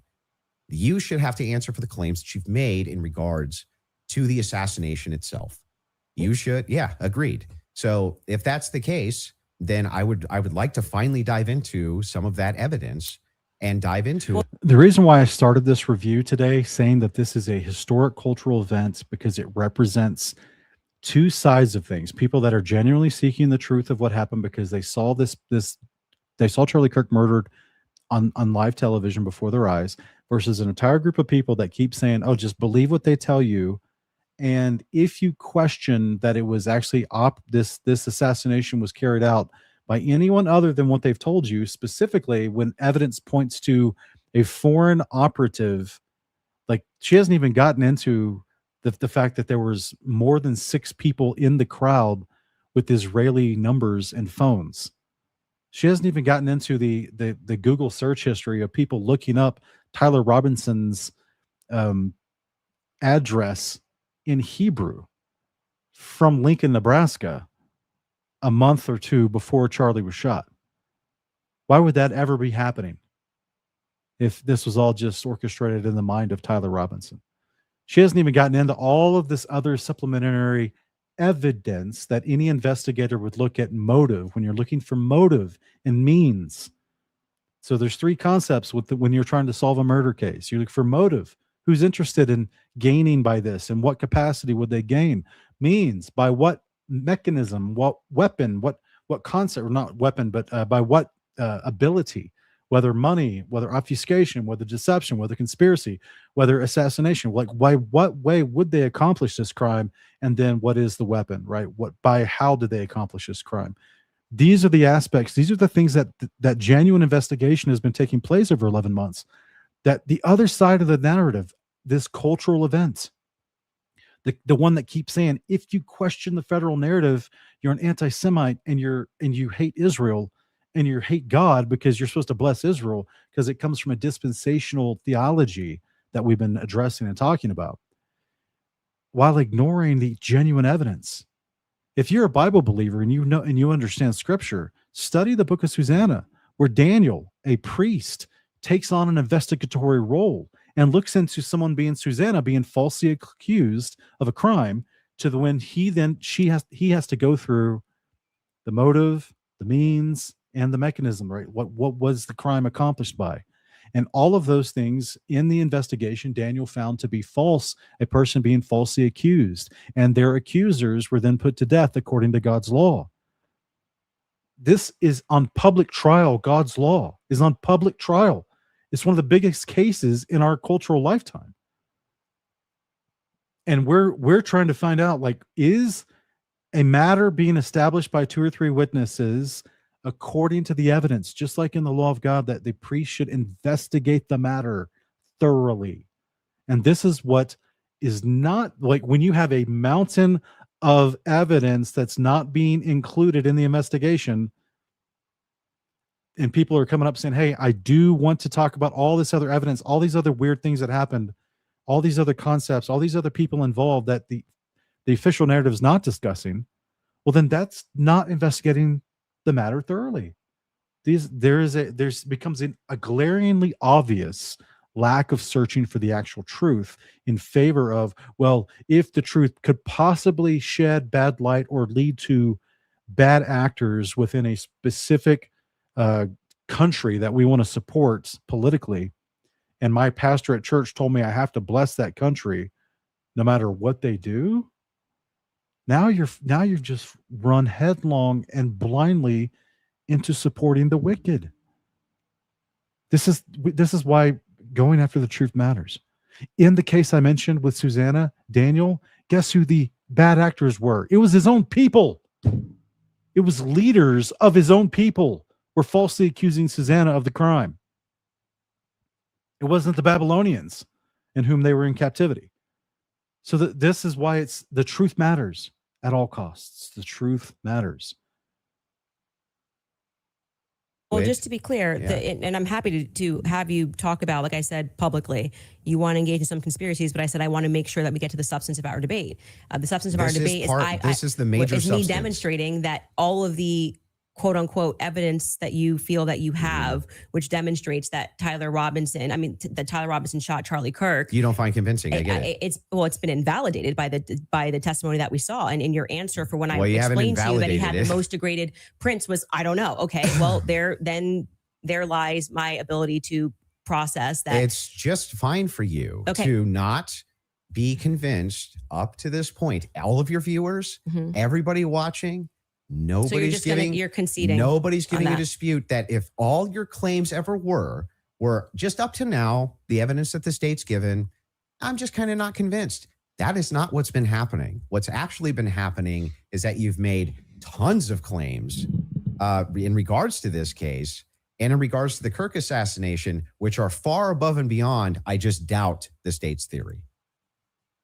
Okay. Yeah. I mean, sure. And those are the things I do doubt the state's theory. I also am welcome to say what I think. If you want to move into opinions, if you want to talk about Erica Kirk, if you want to talk about Turning Point USA, I'd like to talk about all of it and get into it, I'm totally happy to do that. But I just want to say that, like, I do not feel, because I've said what's important to me is that we exhaust this topic first of our actual debate claims. I do not feel that you sufficiently have argued that the evidence is overwhelming. Sorry, Candace, question for you. But I am sorry you feel that way. Candace, one question. What evidence do you need to see for you to say Tyler Robinson killed Charlie Kirk? That's a great question.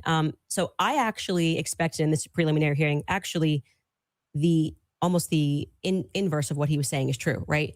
So this is now the time the state is putting on their evidence. That's the purpose of this hearing, right? The state is using hearsay, but they're also putting on their evidence. So I was just expecting some sort of a slam dunk. Like, we got him on camera taking the shot. At least we have him clear on camera. You're telling me this guy drove 13 hours all around. Like, we can definitely show you a picture that it's going to be beyond a reasonable doubt before we even get to the trial. People are going to see and go, oh crap, like, it was really Tyler Robinson. I was expecting to at least see evidence that, because I had reported early on that the source was saying that Tyler did not step foot on campus that day. It is my perspective that he had something to do with something. I do believe he was disposing clothes at this stage, at this phase. I do believe he was disposing clothes. He was involved somehow. I find Lance to be more suspicious, if I'm being honest with you. And also, like I said, the use immunity that was given to Lance by the feds, the fact that the feds didn't ask him any questions, the fact that I spoke with Lance Twiggs' family, and they were like, it's very weird that the feds are not asking him more questions. He's exactly the person that I would imagine to be involved in some stuff. Allegedly, I'll say allegedly. But when we got to the preliminary hearing, there was not a single piece of evidence that I felt was slam dunk. I was waiting for that, a photo. I mean, anything would have made me go, all right, I think this could be the guy. If they had handed over the discovery on the text messages, since that was their big ta-da, we've got the text messages, that would be the first thing that I would hand over. But actually, who was holding them up? Like I said, it wasn't the prosecution. They're right to say we were handing things over, and we heard the defense argue on behalf of the prosecution, saying it's not them and it's not the SBI, it's the FBI that's holding on to things. Is the FBI took everything. The FBI took the gun. The FBI took initially the screwdriver. And then when I heard testimony about the things that they found that were suspicious, example being the backpack, that's something that really bothers me, that they say they traced the shooter, they traced the route that he went on, and then there was an we know it looks like he's wearing some sort of a backpack. We know that there was an abandoned backpack found at the bus stop in front of a library, and they felt that this should be taken into evidence. They took it. The FBI, this was the testimony of Amanda Baker, I believe her last name is, but you might want to fact check that because I think I'm blending last names. She was the forensics for the FBI. And then she says she gets a call on the 13th and they stop testing on this backpack because they find that the backpack actually belongs to somebody on Charlie's team. But if you know the map of the layout of the campus, you're going, well, what the hell are they doing all the way up? This is nowhere near anywhere. And by the way, that's not an acceptable answer for why you just gave it back. That's like, why would you give it back? You're acting like no one's ever been killed by somebody on their team before, right? So I found that to be very strange that it was on the exact route that the alleged gunman ran, and that their excuse was, we just gave it back because we heard that this belonged to somebody on Charlie's team. So that to me is, this is why the investigation itself feels underwhelming. When you learn, and this is completely crazy to me, that some of the artifacts that Charlie was wearing were immediately returned to Erica. That's absurd. That is absurd. Everything should be in evidence. When you learn that the car that they carried Charlie in to go to the hospital, they had immediately towed, cleaned, and back up for resale, that's absurd. that should be sitting in evidence. And any police officer that you speak to will say, or a person that's been involved in a crime will say, I didn't get my stuff back for years. That had nothing to do with anything. It was just around. And they kept it into evidence until the trial was over, and it has to be approved. I think somebody said by the attorney general has to sign off on giving you those objects back. And we were told this is all fine. And we see, this is just one example, Erica holding the crucifix. That should be in evidence. Irrespective of if you feel bad for her and think she should have, have it and it's sweet, that should be in evidence. Immediately paving over the crime scene. Is this like the craziest thing ever? This like defies common sense. You immediately, and when you heard the guy who did it actually go up on a podcast and explain, I got the call. They said it was a paver emergency. I've never in my entire career heard of a paver emergency. They had already had someone come up and dig up the dirt. So by the time he got there on Sunday, the dirt had already been dug up for him to lay down pavers. That is what people are looking at and going, this is weird. There needs to be answers for why this was done. And he tells us the call came from the feds and the governor's office. UVU's washed their hands of it. And what he's saying sounds true because we heard during the testimony, one person described the regions of who was in control of everything. Mm-hmm. The feds were in control of the courtyard. So in order for anybody to have paved anything, that was federal territory, so to speak. I'm maybe not using that in the best cop term, but the feds were in control of the courtyard. So these are things that I think should be answered for. Why are we doing things differently than you would in any other criminal scenario of keeping the evidence? I was thinking the same thing. Why isn't Andrew objecting, the various interjecting? Decoys. I did it. It just doesn't look right. Okay, so go back to the question. So what would you need to see for you to say? Something, if they had, I was expecting, here we have him, he took the shot, here it is. And then I'd be like, great, a clear image of him on the staircase where I'm like, that's definitively Tyler Robinson and he was on campus. Because they have the video of the person getting onto the roof, laying down for about approximately 90 seconds. And then the moment that the moment that the death blow went off, this person gets back up after 90 seconds and runs off. Doesn't disassemble a rifle, doesn't drop a screwdriver, doesn't stuff anything in his pants or a bag, just immediately gets up and runs. They have the exact moment of the exact location and supposed person they claim took a shot, disassembled a rifle, stuffed it in his pants, and jumped off a roof. And it doesn't show any of that stuff. This is why people are asking questions. Got nothing. We got literally nothing but hearsay of people saying. But you basically get no case. What? You basically no case on planet Earth. You get the, sure. Oh, we got a picture. Okay, here's him with the murder weapon. Right. Here's him taking the shot. Most of this doesn't take place on a college campus that has surveillance everywhere. Yeah. One clear image of his. But I don't understand when you're his asked, car plates. If you're asked the question, what would it take to convince? It'd be the same question be asked to me. Andrew, what would it take to convince you that the oppositional is true? Right? That he's a patsy or something like that. Just good, clear, concise evidence that's been presented, right? And is being presented that I could go through and link all together to see if there's actually some clear picture of there being a patsy. That's what it would take for me. Okay. I don't disagree with that. We haven't heard the defense respond. A good evidentiary standard. And then, of course, I would change my mind. So just to qualify this, so there is a possibility in the next few months that you may come out and say, guys, it's done. Tyler killed him. Yeah. So you're saying yes to that. Yeah. I think it's very important for the audience here. Without question. For you, is there anything that you could see for you to say, yeah, this guy was a patsy? Of course, I'm going to always follow evidence. Perfect. So my whole thing is just this. It's really important. Sure, bud. Sure. I don't mind people being truth seekers and justice searchers, and the internet has helped solve tons of crimes. There's no ifs, ands, or buts about that, right?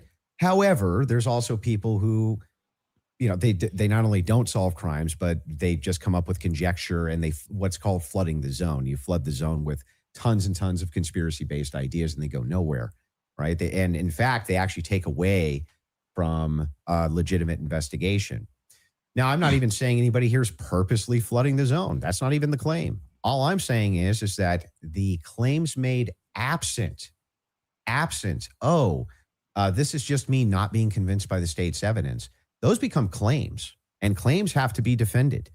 Just like mine have to be defended, yours have to be defended. And that's what we're going to get to now, yeah? You want to get into it?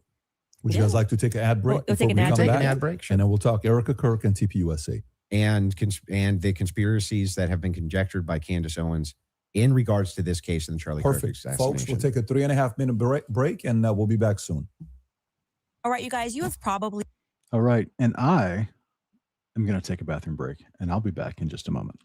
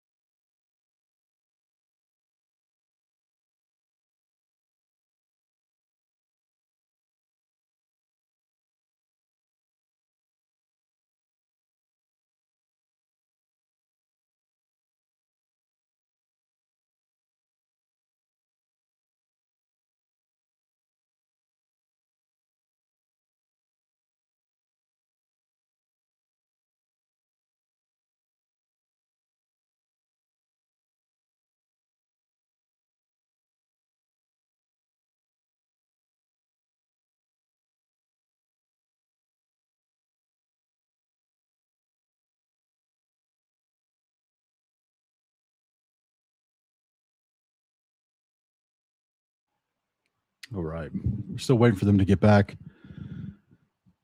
In the meantime, just as a reminder for all of you who are joining late, the point of this video is because this is a historic cultural event.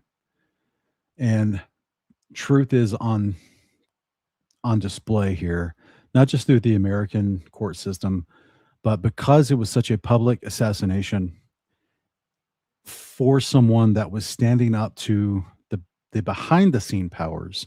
Not only did Charlie Kirk address and argue against the trickling machinations, the systems of deception that work into the culture by addressing the bad cultural arguments, the socialist communist propaganda that tries to divide into groups, specifically with the Rainbow Coalition. He addressed all those for sure, but then we find out right before he dies that he's also addressing the behind the scenes issues as well. And he was being groomed to be a president. A lot of people don't understand this, but that's my assessment of all the things involved. That we don't have time to go into all the stuff today, but he was being groomed to be the next president, probably 2032, maybe 2036.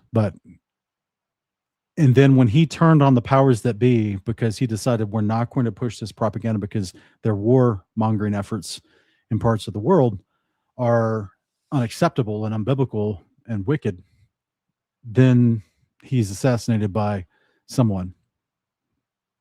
And so the evidence that came out in the months following, a lot of people were going, wait a minute, why, like she just mentioned a few things. Why are these things happening? What's going on with people pulling the SD card from the camera literally right behind him? And then when the feds received the data from the SD card, they didn't receive the SD card, they received a copy. Do you guys know that? Does anybody know that? Why would they receive a copy and not the actual SD card? Why would they not prosecute the man for disturbing the crime scene immediately?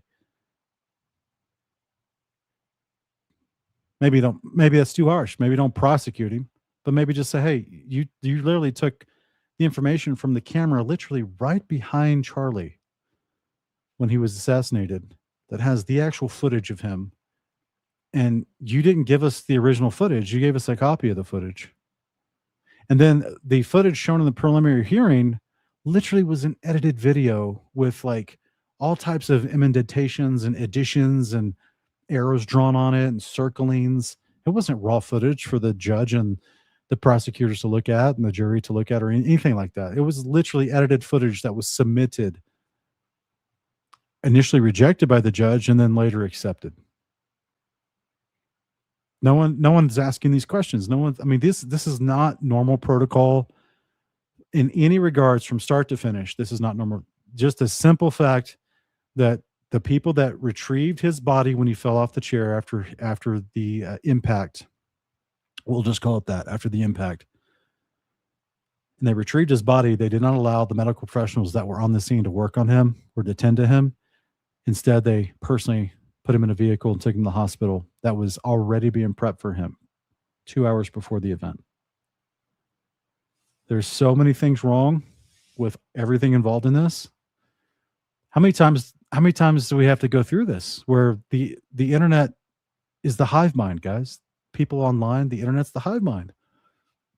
They can look at evidence, discuss evidence, talk with people, testimony, and then all gets pulled together in real time to make better determinations than just, in case you guys don't understand how courts work, the judge and the prosecutors, they'll bargain over which evidence, not the judge, but the prosecutors and the attorneys, they'll bargain over which evidence gets allowed into the case, just like they bargain over which people get selected for the jury. And sometimes the judge overrides. Did you guys know I was up for jury selection a few months ago? It's a wild story. I had to go in for like 6 hours one day and sit during jury selection. After I told them the reasons why I couldn't do it, because it was interrupting our religious holidays that we were observing at the time. This is during last year, during Tabernacles. The judge dismissed that. Okay, so what? Come in on your religious holiday. I'm just not going to pay you since you can't receive payment on your Sabbath. That's what the judge told me. And it was only until I said, well, hey, I have a bias in this case because it's over a medical situation, because I have personally been affected by vaccines, and my brother has severe medical issues, which the hospital did not take care of. It was a medical malpractice situation. Okay, so that my brother was left with, because he, in his situation, was left without recourse for his medical situation. Okay, and I've got, from vaccines as a child, I've got a massive scar, and I was partially paralyzed when I was younger. Thankfully, I got my mobility back. It was only like a few days, but the point is, like, there is it took me convincing the judge why I'm not right for that jury with way more personal information than I ever wanted to share with the 100 people sitting in the room. And I watched other people get denied. I watched other, so even with jury selection, there's a judge involved. There's both attorneys vying for who they want. Same thing with evidence. So it's not the greatest system, to be honest, but it is what we have. It's what we're dealing with. But none of that's a restraint when it comes to online and the world that's out there. Investigators and reporters have been going to the campus and looking at all the camera angles and counting them and documenting them with video and doing reports on them and going, why don't we have 100% clear video of who took this shot? We should have 100% clear video of who took this shot. This isn't even Candace Owens I'm talking about. There's been many, many other independent personal investigators that have gone to this crime scene and go, the crime scene's been disrupted. Well, that's crazy that they just came in and paved over an emergency paving. Come in and issued by the governor of Utah. Well, we really got to pave over that crime scene. Hurry, hurry. If that's not the most suspicious thing you've ever heard, and if you're just going to ignore that, why, if there are dozens of cameras that recorded every possible conceivable angle of this event, why is that footage not readily available? Who told the man in the audience to stand up and claim, I did it, a man without a weapon?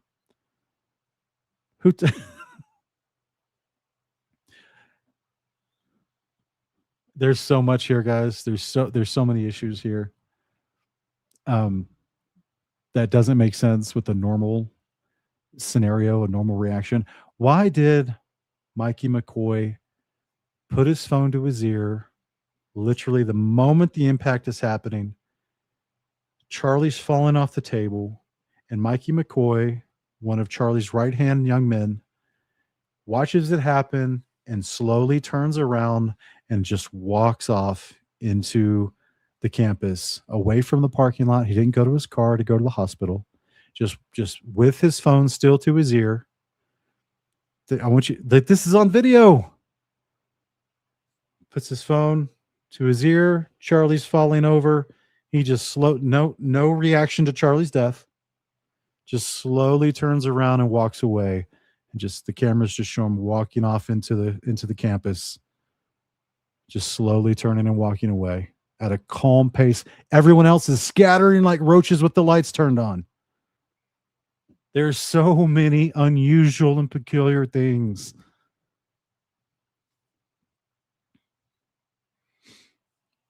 So it should not be called conspiracy when people bring up natural questions. And it just paints very disrespectful, bad faith, bad impression for people to come in and hear me like, well, I don't find anything you say to be convincing, or it's very underwhelming. And I think just the fact that you're asking those questions, you're a conspiracy nut. Like, bro, are we still here? It's 2026. We've been through how many times have we gone through this now? How many times do we have to do this now before you, like, these people start to, like, I mean, Andrew Wilson, you're about my age. You're actually younger than me, but you're acting boomerish right now. You're acting like you haven't been on the internet for the last 10 years. Are you serious? Do you not know how information passes super fast on the internet? Anyway, I'll stop my ranting. Other issues you want to talk about? Is it fair to say you're good defending your position of the overwhelming evidence? Yeah. Okay, beautiful. You take the lead. Go for it. Yeah. So I have a bunch of questions for you, and I want to make it super painless, right? So no traps, no gotchas. I'm just going to ask them direct. And I think that as long as they're not loaded, if they're loaded, you should not respond yes or no. But as long as they're not loaded, if I just directly ask them, I'm hoping that you'll just give me a direct answer. So here's the questions that I have. Wait, before we get into that, I would like to just reply to that. Mm-hmm. So just to be clear, we agreed to debate our claims, and then I agreed publicly that I have no issues having a conversation with you about other things that I've discussed that were outside of the court hearing and things like other evidence that's come across our lap and things that we've been speaking about. But I just do want to make it clear to viewers that for whatever reason you think that you have a right to sort of depose me. I'm not deposing you. I just want to ask you some questions. You literally said that I want to be able to question you. This is a meta conversation. Right, but okay, so now we're transcending. Like, let's use a word to use a word that you're saying. But this is what you're doing, right? Okay. So this part to me feels like a bit of am I allowed to ask the questions? I've already said you can ask questions, but I made it very clear to you via email and with you in conversation that we should be speaking. This Yeah, I isn't know, like but you I get to wanna- sit. I wanna if ask said you if you some wanted questions. to depose me, you should join I'm not Brigitte deposing Macron's you. defense team. This But is you're part- like, I'm this just is going a to ask questions. legitimate Can part- you answer it? Blah, blah, blah. Yeah. It's like, I don't know what you're going to ask. And I I'm know. going to answer And if as you I have see issues fit with it, because I'm not. I get it. Yeah. Okay. I get it. Just If- so we're clear. Usually in the debate, if something's not loaded, I'm just direct with because the you kept question, saying with I'm the Joe answer. Rogan. They have no evidence. They have no evidence. And now Mhm. you're like, let's move away from the evidence. You Just talk about actually, transcendentals. yeah, okay. Anyway, so direct question, super easy. Was Lance Twiggs DNA on the rifle, as far as you know? We can't say that for certainty. As far as you know. I already answered that in the first part. We can't say that for certainty. I told you the context of which they spoke about those things. So was- no, as far as you know. we can't say that for certainty until we know what other the 5 sets of prints were So on that there. would be no, as far as you know. We can't say that for certainty. You can say no, as far as I know, for certain. We can't say that for certainty. I actually, You can say just so that you for know, certainty. if your energy here is going to be like you're my dad and you can tell me how to speak or what I'm supposed to say, you're just going to come up against the wall. I'm Okay, familiar with but- this debate strategy. But I like, am just yes or no, telling yes you. or no, yes or no. We're not debating anymore. We're having a conversation. So I already addressed that in the first half of this about why. No, we're still there's- definitely debating. This is still. No, it's not a debate. this is Now inclined this to is you your- saying I want to probe Yeah. things that sit outside of the evidence. I actually already That you've addressed this. stated. You asked me. Uh-huh. You're not going to go like where you're Okay. sitting and I'm on trial. I'm not on trial. Okay, great. So let's you talk can about have a the, conversation let's as talk we've about the agreed French. to. Let's talk about the Foreign Legion. Sure. Was the Foreign Legion, do you believe, trying to kill you? Yes, that's why I reported it to Mhm. the correct officials in government. That's what I was told, and I handed over that information to Tulsi Gabbard's office. What's your best piece of evidence? Candace was doing so well. She was doing so well. She just told him, I'm not going to sit here and let you depose me about things outside of the evidence of this case. And then she immediately starts indulging him by answering a question about something about her own personal life from like a year and a half ago. That's she fell for it. Thanks for that. Well, it was Positive evidence. It was told to me Mhm. by somebody who is high up in the French government. I passed off that information to Tulsi Gabbard's office. I also passed it off to Trump's office, Donald Trump's office. Mhm. And that's all I can tell you. I wouldn't be able to probe any evidence because I don't have the power to do that. I'm not the federal government. And I would also like to say that this becomes this other piece of what you do, which is when people say, this, I was told this, and this is the evidence that I have, and I'm willing to have that conversation and write the email to the correct government body that deals with this. Like, I can't hack into Emmanuel Macron's bank account and say whether or not the I information agree. but then you go, well, where's your evidence? It's like, well, my evidence is that I reported it. I did the right thing that you're going to do. So if somebody calls and says, hey, Andrew, there's a viable death threat against you, and that person definitively has the rank to be able to tell you this, and you say, well, what I'm going to do now is I'm going to report that to the feds. And then I go, what's your evidence? It's like, well, I got the information and I gave the information that I got from who I got it to the right body of people.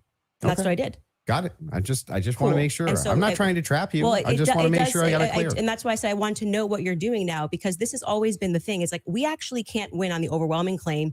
So we're just going to go and bring up everything that I think can try to embarrass her.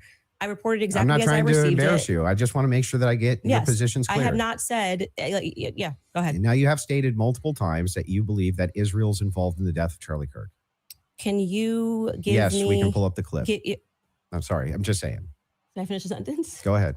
Can you give me the context for what are you talking about? Like when I say, generally speaking, why people think that Israel's involved? hmm Okay, where's your question? Yeah. Do you have any positive evidence whatsoever that Israel killed Charlie Kirk? Well, I couldn't say Israel was on the ground and shot and killed Charlie Kirk. I would say that there are various things that we're trying to establish, one being a motive. And since I don't believe that Tyler Robinson and his transferee is a convincing motive because he was fired up about politics, which Lance testified that he never spoke about with him, nor do I believe that he was so into LGBTQ issues, since Lance testified they never spoke about LGBTQ issues, that he stopped and ate at Chick-fil-A, which if you are into LGBTQ issues, wouldn't be your lunch before you go kill Charlie Kirk for LGBTQ issues, because, Yeah, but do you have positive evidence? I'm answering the question as I feel like I want to answer it. Like I said, you don't get to for an hour and a half. But the question I'm questions and asking is tell me- about positive I'm evidence. telling you that in any case, establishing a motive and Mhm. and again, I already explained this at the top of the show. But the reason why people find Israel to be an interesting question is because, truthfully, Charlie's perspectives were changing on Israel. Sure. And he was starting to realize how much pressure was being put on not just our government to constantly fight their wars, but also being put on his organization personally. If people had come out and been honest about that, rather than rabid claiming he never flinched and everybody's lying and this is not true, you would probably have people that just go, that's life. People change their opinions. I understand. And then there was the rabid, I mean, not even that. It's like everything was about trying to convince the public how much he liked it. So then loved other Israel. than intuition, how you feel about things, do you have any evidence Israel was involved in killing Charlie Kirk? I have already said, and if you're watching my show and the context of what I said, this is the general sense of why people think Israel's involved. Nobody has made the claim that Israelis, there were also, obviously Ian Joe Carroll Kent. made the claim. Well, Joe Kent, who I think would have the right to assert it, noted that there were 12 Israeli cell phones on the ground that day. I think most people would like to probe that. Now, it could be maybe they were students, and they were Israeli students in Utah that day. But we'd like to probe that narrative because what we've seen after coming from the Israeli government, the Israeli prime minister, kind of denying that he did it, which wasn't really necessary. He was quite busy. The phone call that happened, which no one wants to discuss in the Hamptons the week prior, or not the week prior, I think it was around August 5th or 6th that took place. And again, the almost desperate lies about Charlie shifting opinion on Israel lead us to believe that there could be an Israeli angle in this. But we cannot say for certainty that Israel called the shots and this is how it happened. But it is definitively, I think, a thread that a lot of us would like to see. There's no pulled. positive evidence. Whatever you want to say, however positive, negative, however you want to say it. Well, positive evidence I can just would have be a conversation. Material evidence and other evidences, which would what point we've said you to is on our show is what we said, which is this feels like a conspiracy building. There's no reason to lie about these things, and yet people. She hasn't dismissed the idea outright. She's talked about the evidence doesn't match the claim. Not only that, the evidence of Tyler's life, that he was not that he was not even gay, by the way. That's the evidence that's actually coming out. But that's regardless. Let's say he was, but his all the evidence that has come out about his online life and about he wasn't politically motivated, he wasn't a part of this, he wasn't. So the point is, she hasn't dismissed that it could be someone from that persuasion within that political ideology to do that. But all the details of the case, the events of the day, doesn't lead her to believe that this young 20-year-old did this on his own and just escaped and evaded so easily all law enforcement, all detection for so many hours and had to turn himself in, even though he was driving around the state everywhere, even though he was going and eating at restaurants afterwards in a leisurely manner, even though so that all the evidence doesn't match is what she's putting forward, that he's a patsy, that he was there for other reasons and they're just blaming him. So that's, she just admitted a few minutes ago, okay, she weren't here, that if it comes out in a few months that Tyler Robinson is definitively the shooter, she'll concede and say, okay, fine. But as it stands right now, all the evidence does not point to him in her understanding. People are lying. BB ain't acting right. The Hamptons thing was weird. And the way they tried to shove the Israel narrative down our throat immediately. I mean, the day he died, posting a picture of him with an American and Israeli AI'd photo on the president's feed doesn't feel right. So, do you have any evidence that Erica Kirk or TPUSA participated in the murder of Charlie Kirk? I've never said they participated in the murder of Charlie Kirk. So how could I say that I have evidence they participated in the murder of Charlie Kirk? Okay. So then you don't believe that they did? I never have said that statement. So I'm not going to get you to ask me personal questions about things that I've never said on record. Okay, fair. Your team is sending messages in the back saying they have a video they want to play. Okay, go ahead. I don't know what the video is.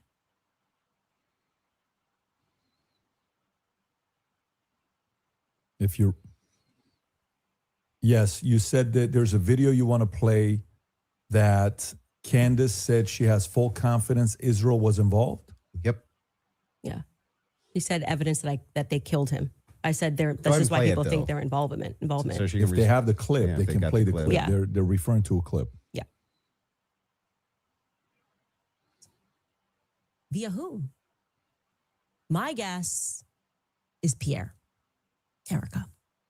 I think that there's a reason Pierre knew that Charlie was dead first. I think there's a reason he was a priority. How? Why? I think France and Israel are involved in Charlie Kirk's assassination. And I'm going to put that out there with full confidence. Okay. I also Involvement. I understand. Yeah. So you That's- think you with full confidence, you think that Yeah, I think that Israel's France involved. and Israel. Yeah, I mean, the person that gave me that thing that I reported said that French Foreign Legion were on the ground that day. Mhm. Again, this would be at a professional limitation for me to then go and probe that information that I handed over. I can't do that. I'm not But the you United don't have States any government. positive evidence of Okay, that. okay. right? Liz, I don't. Can you just stop? It's actually just like annoying to hear you keep saying positive evidence. I've just asked me what I think, and I just tell you, yes, I think they are that's involved. a claim. No, I said here's what I think. I have every I right think- to ask you about your claim. Yeah, but and if I there's said positive evidence in for this your statement, claim. I literally just said I think, and I am allowed to think. And yeah, you you're keep allowed saying, to think, do you have but you're positive making a evidence? claim. I have tons of positive evidence that I'm allowed to think. Yes. I agree. You're allowed to think. Okay. So Nobody's disputing whether or not Yeah, but Candace like Owens is you're- allowed to think. What I'm asking is but you have what's your issue then? positive What is your issue with the statement? evidence. I think uh-huh. that Israel is involved. That's I not do. that's not just what you said. You said I that did say I it's think. with full confidence. Yes. You That would I think that if you had full can you have confidence confidence, to think when you think? if I said, for instance, I think I'm going to be late to work, right? With full confidence, I would say my evidence for that is that I'm 20 minutes away and I need to be there in 5. Andrew. That's how you would know whether or not you had full I'm just going confidence. to tell you something. Hang on, let me finish. Sure. Let me finish. If it was the case that I said I have full confidence I'm going to be late to work, I would say my evidence that I'm going to be is that work is 20 minutes away, right? And I have to be there in 5. So I have full confidence. That's why I would think that. So I'm asking, if you think that Israel and France were involved in the assassination of Charlie Kirk, and you say with full confidence, I'm just asking for the evidence, or at least walk me through the mindset of why it is that you could think that with I actually evidence. don't have to walk you through why I think. I can give you something that I think with full confidence. I think with full confidence that you know you lost the substance of this debate, and now you're moving toward things that I have said that I think, which I can do. I'm They're allowed to think pertinent to this debate. it's not exactly pertinent to this It's debate. 100% pertinent. It's not pertinent because our debate These are claims claims made about Charlie Kirk's assassination. That's the complete but substance of the debate. no, actually, would you like to remind him of what our debate claims actually were? And would you like to remind You that you said- said I could ask you about any of these things I to my said heart's feel content? free, but you do not get to structure how I'm allowed to reply or ask me I'm why not are you allowed structuring to how you're think. allowed to reply. I'm just asking you direct questions. I have full confidence that you do not feel that you represented your claim well. And so now what you came That's prepared nice. I to just do is wanna to know- present yourself like a professor of I fallacies just want to know. and to say, you're not allowed to say that. You can't. It's You my can say podcast. whatever you want. Well, I Nobody's said it. disputing that. I'm It asking. seems like you are disputing I'm it. asking I think that specifically when why this is you all think said that. and done, I've already explained to you. I explained at the beginning of this Mhm, why I think Israel is ultimately going France. to be proven to have involvement in this. mhm. I just explained to you in the middle, and now you're wanting me to structure the sentence or provide evidence. You don't have to. You're just allowed to think. And I've explained to you my thought process. I don't need to structure it in a sentence. If you feel like a professor today, you picked the wrong day. Don't you think that like tens of thousands or hundreds of thousands of people would want to know what Candace Owens' positive evidence for why it is No, I that don't- Israel and France were involved in the most traumatic public assassination of Gen Z's life? If you have been watching and keeping up with any of this to be here in good faith, Andrew, you would know why she thinks this. She's been reviewing the evidence of why she thinks that for like 11 months on her show for 4 days a week. You're making much ado about how little prepared you came into this debate. Now, I don't like Candace. I don't like everything that Candace has said on her channel. And in this moment, I wish Candace would just go back to the points of the discussion about whether or not Tyler Robinson's a patsy and the points of the case, because they're still just having meta narrative, meta argument. And this is a debate tactic to waste time and to demonize. So I would pray that both of them would snap out of it. The moderator would step in. We'll see. Lifetime is? That's why they watch my podcast. So you're just going to drip to them? Like, here's why it's I not think dripping. that? Every time we come across any of these discussions, they're watching this in context and they know why I'm saying it. So, for example, when you're bringing up, well, Candace, where's your evidence for France doing this? I just told you someone who was high ranking in the French government, right? Who's nameless? Of course. Of course. Of course. Of course. But So there's good reason to so it's not doubt a conspiracy, though, if I then took it to the federal government. Like, you can't just go out there making a claim to the federal government. You get in trouble for making false statements and things of that nature. So, and then you go, well, I'm going to probe that. Well, how can you probe that? This happened I to can me. ask you, well, This that's is not my what I'm probing podcast. specifically. This is my podcast. I am sharing my life and my experiences and what has happened to me. Mm-hmm. And you're basically coming in like you're going to, regulate how I'm allowed to say Nope, it, if I'm I'm not trying allowed to to regulate say it. anything. I'm asking Well, very you're pertinent sounding questions. a bit like a professor trying to regulate and say, Candace, You sound very can't say, I defensive think. and like you just don't want to answer questions. I did answer your question 3 You times. I just literally- didn't say it in the way that you wanted me to just say kind it. of obfuscate and you run away Moderator, from it, but I would jump like in. for you to Let's just actually go through focus every on it. clip that you guys have prepared, because it's pretty. I think with full confidence, people will recognize the strategy that you're trying to employ. So let's get to the next clip you have prepared. Sure. They can pull up whatever clips whatever they want. it is Yeah. that you guys have prepared. So But I would still, on this point, I just want to make sure that you have full confidence that France and Israel were involved in the assassination of Charlie Kirk. I think in and the you end, have no evidence for it at all that you'll give us. well, I already did tell you where it came from. Like I said, I can explain it to you. I can't understand Did it that for same you. So if higher you up need to- tell you if that need he was to- going to kill, or that France killed Charlie Kirk, or just that you were in danger? They said that the French Foreign Legion was involved and on the ground that day. I've already said that. You just don't like hearing it. No. Candace, just out of curiosity, Yes. when you pass down that message to a Tulsi or Trump, Tulsi's office, yes. Tulsi's office, are you giving them who told you that, or you're just saying, here's what I heard from And somebody? I have this information. Sure. And of course, if they wanted to open a file on it, which I thought was quite mysterious, that Trump's office never got back to us. It was kind of weird about maybe they're not the correct office too. I did receive a response from Tulsi Gabbard's office, but I don't think there was ever any investigation into what I Got said. it. So the call was, hey, I've been Emailed. told the email. Yes. Email was, I've been told I have somebody information, that the French Foreign Legion was on the ground during Charlie's assassination, and that, I mean, it was a lot of information, but Well, you didn't give specifics who it was from. not in the first email, because I figured they would Perfect. Yeah, So if they do contact you, 100. are you Yes, comfortable giving 100% who it is? I would absolutely give them as much information can I as ask a possible. question? If whoever's the U.S. government, why are you not? Yes, it's very strange to me. You know, so if that's the case, now they may respond back and say, we did, that's their position. I did. That's why I did it in writing. And so I'm glad that's the case, Yes. because so if they And do right ask away in you- Trump's office, Margot got right back to me. She said it was on his desk. So he has that. There's no. And if you do say that and they Mhm. contact that individual, obviously you don't have to leak your sources here. Mhm. Is there enough credibility where that person would be willing to talk to them and explain to them exactly what their sources Yeah. are? Not just a few miles away, but also the Israeli airplanes that have been following Charlie Kirk and Erica Kirk for months, of one of which is at Lincoln, Nebraska, literally on the day and at this exact time that the Google search terms in Hebrew were looking up Tyler Robinson.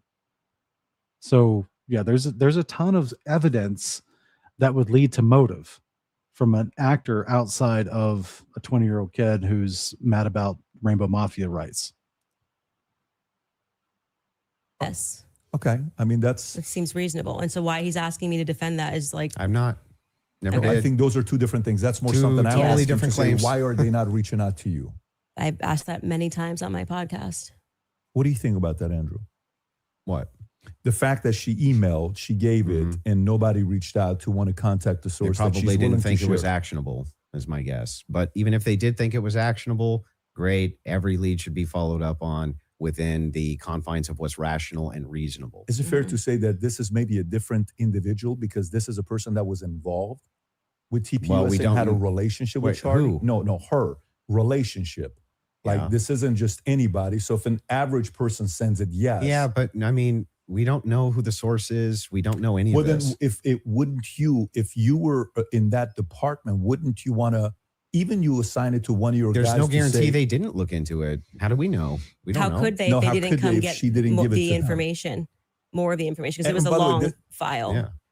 This is a separate, this has Did got you send nothing to them do the with the guy's debate. name? This is more on Well, I sent the email assuming that's you kept saying like you go and you make a report, you think they're going to come back to you and say, hey, what's more information? We're investigating this. And that didn't happen, and which is what I raised. No, I I'm found asking, that did you send them the especially source of because the this was at a claim? time where they were saying that They wanted to explore every possible lead. I even texted Dan Bongino. But did you? So actually, it was three offices: Let me ask one the question. executive and then I'm gonna come to you. office, Dan Bongino, and Tulsi Gabbard's office. Okay, so a follow up to that is the following: Mhm. if they contact you to say, is that specifically to the French government or Israel's involvement in the killing of Charlie Kirk? That wasn't about Those Israel. are two separate things. That wasn't about Israel. Okay, It was they were got it. saying the French foreign, that person as a part of it was saying that it was the French Foreign Legion that was on the ground that So day. I'm surprised they haven't called you. Then I find that to be very strange too. I do as well. Because who would want to make a report? Like, I mean, I've never But- made a report with the federal but Let me when government. he ask one did- question. but Let when me he just did ask one send question. it- Mhm. Let me just ask one Okay. question, and then I'm going to bring it Okay. to you. Sure. The question is in regards to, I've not seen that clip, so I'm seeing it now. Mhm. I'm full confidence. I believe that Mhm. Israel and French was involved. Is that also based on a source that somebody told you that Israel was involved in the assassination of Charlie Kirk, or is that a gut feeling? So in terms of Israel, I mean, what I've said is what I publicly have said here. I do think that at the end of this, we are going to find that Israel was involved. I do. Now, in terms of any of the hard evidence that's been presented, I think this has been a huge problem that a lot of us have had is that Mhm. they won't even explore anything else that was going on in Charlie's life personally. So if we're not satisfied that Tyler Robinson did this in any way, then every alternative theory should be explored. Other evidence should be brought forward. We've done that in our capacity. Like when people keep saying she has no evidence, it's kind of crazy. I think we've broken like more stories than any news source in the world. I mean, down to pictures, details, police officers, what the dog's name was, because we're not the only people that believe there's a conspiracy here. The police officers that were involved, the many police sheriff's offices that were departments that were involved that day, all believe there was a conspiracy. Down to the U.S. Marshals believe there was a conspiracy. They were my sources at the U.S. Marshals were saying they were basically sent on a wild goose chase that day. But do you see how you say my sources?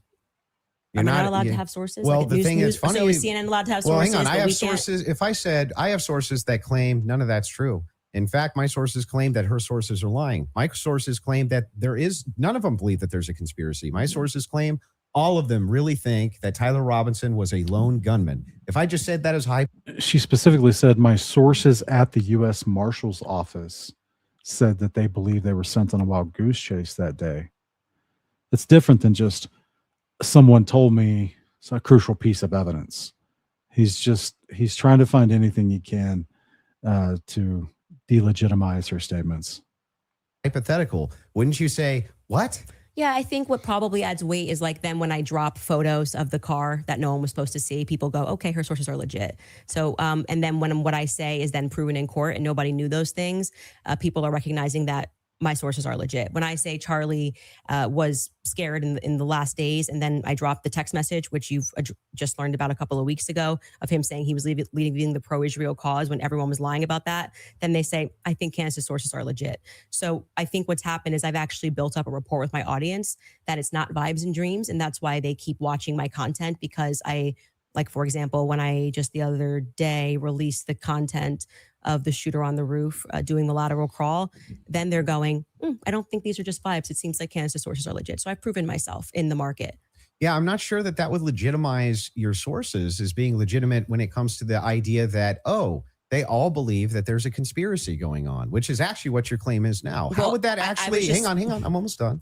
How would that talking to PVD? How would without that me. legitimize? Well, it's not his debate. How would it legitimize these sources that even if it's the case that you get some court footage or some things like this, why would it legitimize that your sources are telling you all the marshals believe it's a conspiracy, all the police believe it's a conspiracy, everybody believes it? How would that legitimize Well, any what of I that? am saying to you, and you are not forced to believe it. So let me just explain what I was answering here, and I think that you understood what I was saying.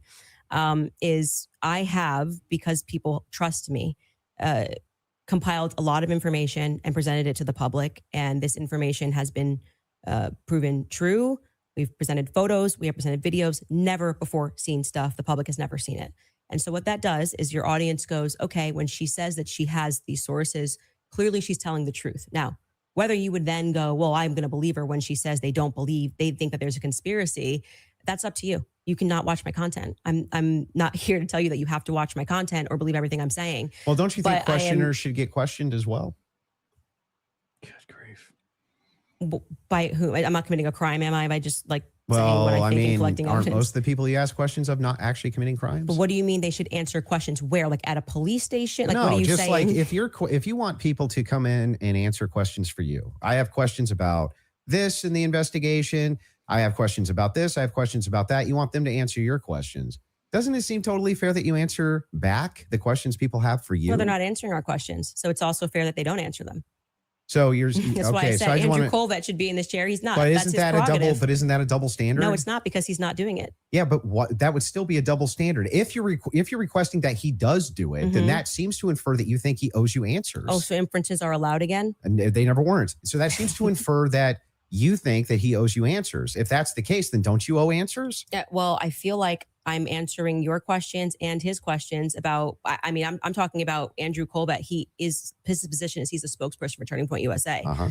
So when the crowd turns against Turning Point USA on the basis of a lack of information, or because there has been, I don't know, seeds sown of distrust, I would imagine, and forget answering my questions because it doesn't need to be me. But aren't you sowing a lot of those seeds of distrust? Well, I think they're doing a pretty good job themselves, if I'm being honest. You can blame it on Candace all you want. Well, people love to do that. The thing is funny is people act like I'm I think ground their zero. PR, I'll be fair with you. Ground zero of people not trusting Turning Point USA. I think that there was some PR there. I think there was some PR there. Sure, they could have done better. Absolutely. I'm not disputing any of that. One thing, though, that I want to just directly ask you is, do you actually believe that anybody in TPUSA or Erica Kirk or Erica actually participated, had foreknowledge of, or facilitated the murder of Charlie Kirk? I'm not going to get myself into a legal pickle here. Everything I've said is on my podcast. I think firmly that if I was the investigating officers, I would seat them all and I would ask questions. I would at this phase. I would. Okay, so what does using that a hypothetical, mean? Does that mean that you do think so? I think it was not a sufficient investigation into what we know to be true of 80% of homicides. It's usually conducted by someone you know, right? And the fact that was never even considered, that like I said earlier, the backpack was returned. How do you know that was never considered? Because they gave back the backpack as just one example. They gave back the backpack. They gave back the... that doesn't show a conspiracy. Well, I mean, it shows that the police trusted everybody and didn't just hold things up for a second. They ruled them out as suspects. That quickly, I'm not comfortable with that investigation. It's a pretty big organization. There's a $100 million incentive. This is... What $100 million incentive? What I'm saying is his organization, it had grown to, I think it was 100 plus per year. Charlie had requested an internal audit of TPUSA just months before this happened. After Charlie passed away in the following week, that internal audit at TPUSA was disbanded and never took place. That motive. There's lots of investigatory avenues to seek motive.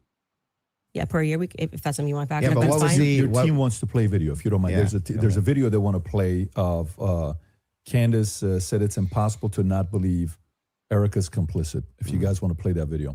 Yeah, could also just ask. And so right now, their guys are going out and they're going to look for evidence. And then by May, which is fortunately around the corner, then she'll see what they found.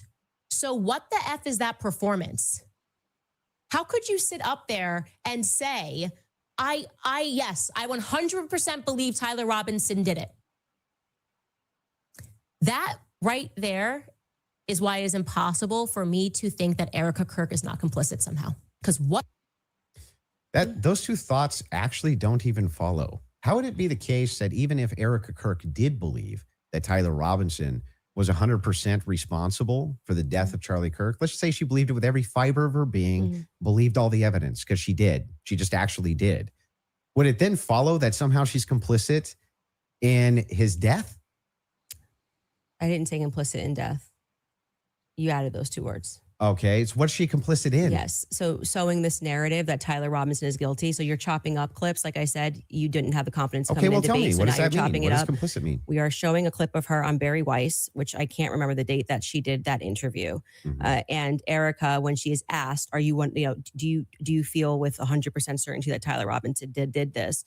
And she says, "I do."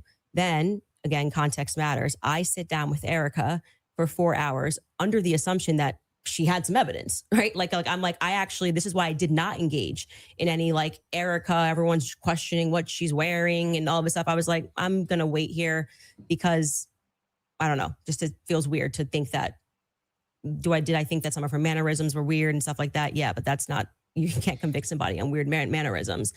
And then when I sat down with her and I was expecting for her to say, well, you know, I'm obviously the victim on the case and we got to see the shot, you know, taken or this or that, whatever it is. Great. You know, that's why she has that much confidence 2 months ago. And when I sat down with her, it was nothing. It was nothing. Okay. So this is a conversation. How would that make her complicit? Complicit. And again, you said complicit in the death of Charlie Kirk. Complicit in what? Yeah. Well, if you let me finish my sentence, I could tell you that. But my point being is that then you take a look at this and you go, okay, well, this is weird. Why would you have this confidence? And then when you sit across from somebody and you say, okay, great, I want to go out there and defend you now. I want people to know that you can't say this stuff publicly, but you know more things. And she just blanks. And then she says, well, I'm going to call the lawyer. And she called the lawyer. Again, all of this is on my show. So out of context clips is not going to work because I know what I say on my show. Okay. So we call her lawyer and her lawyer says to us, she calls him on the phone, pardon me. And it's me, her, and Justin Strife. And I'm like, okay, great. What do you guys have? He goes, well, we don't have anything yet. We're not at that phase yet. And I'm like, well, what do you mean you don't have anything? And he says, well, don't you know how it works? It's a probable cause hearing. So basically the state says that they're going to bring this forward. And now our people go out and they look for the evidence to assert that Tyler Robinson is guilty. And so I asked her directly, her lawyer directly, the phone's in between us. I'm like, wait, so just so I'm clear, you haven't seen anything that the public hasn't seen? And he says, no. So I'm going back in my head and I'm going, okay, so why is Erica saying with such a degree of certainty, like she was sent out to convince the public and people bit, by the way. I remember even Megyn Kelly was like, let's wait. She's going to have access to things. I did think she had access to things that we didn't have. Why express that confidence to the public as opposed to just being like, we don't know yet. I feel confident he's involved. They made an arrest. I don't understand. How would any of this make her complicit and in what? Well, I've already told you. She's complicit in trying to fool the public into thinking this is some open and shut case. How is she trying to fool the public into this? If she believes don't look anywhere else. If she believes that Tyler Robinson killed Kirk, if she believes that, how would that be complicit in anything? I do. Are you saying that you think she doesn't believe it? I don't believe that at that stage she sat down with Barry Weiss that's what she believes. No, but that's my opinion. Right. But so when you just say complicit, you just mean she believes that Tyler Robinson killed Kirk? That's it? That's what we were talking about. That's why I said if your strategy was to dice up clips and take it out of context and make it seem like I said she was complicit. Everything. Yeah, but then why not just play the full thing? Like why? Because we don't have like infinite amounts of time, I'm guessing. You probably don't want to watch. Well, I'm going to go back to my theory that you didn't feel confident that you could defend your claim that it was overwhelming evidence. So now you're trying to move towards doctored clips and getting me to respond to it. There's no doctored anything. I'm just making sure that we got this right. Yes, that what you're actually saying is that Erica is just complicit in believing it. When I re-examined her actions backward, because I did not have this perspective of her at the beginning, which is why it's so funny to me that you guys make it seem like I'm ground zero. People thought Erica was sus from day I forgive him. And I was not a part of that. I did not lean into that. I did not contribute to that. I was getting actually terrible messages from my fans being like, Candace, you and Charlie always say to go with your intuition. You won't address this, how we all feel about her. Things changed for me when I saw that Zoom call. I will tell you that. For sure. And the fact that she lied to me. So I sat across from her and, I wanted to have that conversation publicly, but they're probably grateful they didn't do it publicly. She told me some lies. And so the next thing that happens naturally when somebody lies to you, when any person lies to you, whether it's a toddler, people only lie when they're trying to obscure something else. Have you addressed what that lie was? Yeah, I've talked about, we have a list of lies that we've been told by Charlie. We can find that, I'm sure. In the meeting with her? Well, no, I didn't want her to cage up. I didn't want to do this, and because I didn't know what to expect. Like I didn't know if she was going to be like, I'm so overwhelmed with everything, and I don't know who to trust the organization, and I don't know what I'm doing. Like I didn't know. I didn't want to. Just out of curiosity, before anything happened with Charlie, how close were you and Erica? Not very close. So there's not a relationship. No, there. I mean, there. I would say it's totally normal. Like, it's not like there was any issues at all.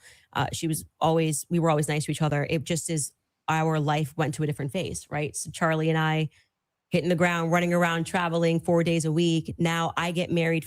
I find love of my life. I get married and I get pregnant. I've been pregnant. I haven't stopped being pregnant. And what you want out of life changes. You don't want to be running around for 4 days a week and traveling on a plane nonstop. You suddenly want to start building at home and live. I was desiring that suburban life. Did you guys ever do the double dates? You, George, her, and Charlie? Was there ever double dates between the four of you? I was engaged to George quickly. We were planning our wedding. I was kind of in my bubble with George. George traveled with me and Charlie, but Erica and him were just starting to date at the beginning of 2019. George and I were planning our marriage. So George really got to know Charlie. I wouldn't say that I really got to know Erica. I was just rooting for them because I knew how much Charlie wanted to, find love. And so I was kind of his wing woman throughout that phase. And I was just happy. And I never was under the impression, obviously, that they were going to get married when they were dating. So it wasn't like I was conscious, I really need to get to know this person. And so it was just kind of normal that by that time, because of where I was in my life, that I wasn't spending any time getting to know Erica per se. So the complicit part about Erica to you, is that a gut feeling? You think it transformed when she lied? You can take the lead. I'm just asking questions. Yes. Go for it. I actually I still don't understand what do you think she's complicit in? Yeah. So when I say Erica's complicit, that's my opinion. When you tweeted Erica's too retarded to kill her husband, would you like to explain how you developed your evidence, your positive evidence for the fact that Erica was retarded? Yeah, sure. So I just think all women are retarded. Oh, so you're allowed to just say stuff. Who knew? So, what dramatically transformed your opinion of Erica after? This ain't the Whatever podcast, Andrew. And this is definitely not your channel. That is like the worst response you could have made. This is not your audience. You're not playing up with misogynist jokes. Like, this is not the red pill space. That's the word. Like, as far as how you're presenting yourself to the audience to take your side of the argument seriously, that's the worst thing he probably could have said. And furthermore, about Erica Franzwe, all right, the idea that she has a huge history before meeting Charlie Kirk involving with her mother in overseas organizations for nonprofits in Romania, all of which have massive ties to the U.S. and foreign international intelligence agencies. And then, in case you guys don't understand, and then suddenly Erica, after the death of Charlie Kirk, is nominated by President Trump to be a part of a council board for the Air Force, for some sort of board with the Air Force. You don't get that position nominated to you unless you're not already working with the government in the armed forces in some capacity, like her mother is part of the CIA. The same mother that's running and on the paperwork with her for these intel agency backed orphanage in Romania. Like, that absolutely got this crazy, like in its second year of operation, got this crazy funding for millions of dollars that that any nonprofit would be ecstatic to get in its second year, having no proven results yet. And I'm talking about my father, who's run orphanage organizations in other countries in Ukraine for a long time, in Philippines and India and other places, South Korea, Mexico, the Philippines. And nobody looked at him in year 2 and said, oh yeah, you want to take care of some orphan school? Here's millions of dollars. So you guys have to, there's a whole nother rabbit trail when you go into the history of who is Erica Kirk. How did she actually meet Tyler Robinson? Or excuse me, how did she actually meet Charlie Kirk? What's going on there? And why, now that Charlie Kirk has passed on, is she immediately supporting, promoting, and going into, like, literally had Ben Shapiro on as the first speaker of the conference right after Charlie's death that they had. And Ben Shapiro gets on there and starts trashing all of Charlie's interests and desires in public text messages that have now been made public after he, like that. So it's super cringe. The idea of, like, her behavior doesn't match pre-Charlie Kirk death and post-Charlie Kirk death. Her behavior doesn't match. And then when people start actually looking into who is this Erica person, found a whole history there with the intelligence communities. Her family is a part of it. And then suddenly she's being nominated for a position that I didn't know she was at an active service in the armed forces. I didn't know that, but she's being put on the board for the for council for an American Air Force council. What is going on? Who is this? Who is this woman? It's strange. It's a strange concept. Going to the headquarters, because you were pretty hostile about. I wasn't hostile towards them. You don't think calling somebody too retarded? No, come on. That's like normal tongue-in-cheek stuff for me online. Okay, to the absolute doldrums in my live chat that want to make personal ad homs toward my wife, you'll be removed forever. Do you understand that? Don't be stupid. Oh, you're being tongue in cheek. Usually when I call someone retarded, I'm being tongue in cheek. Yeah. Like for instance, you got supporters. I mean, if you want to use the same exact argument, you would take a supporter like Owen Benjamin. He called you bad names and called your husband bad names. You're just like, well, it's no biggie. I've never answered him on anything that he said. I'm saying that you now are her biggest defender. So do you still think I'm not her biggest defender? Do you still think she's too retarded?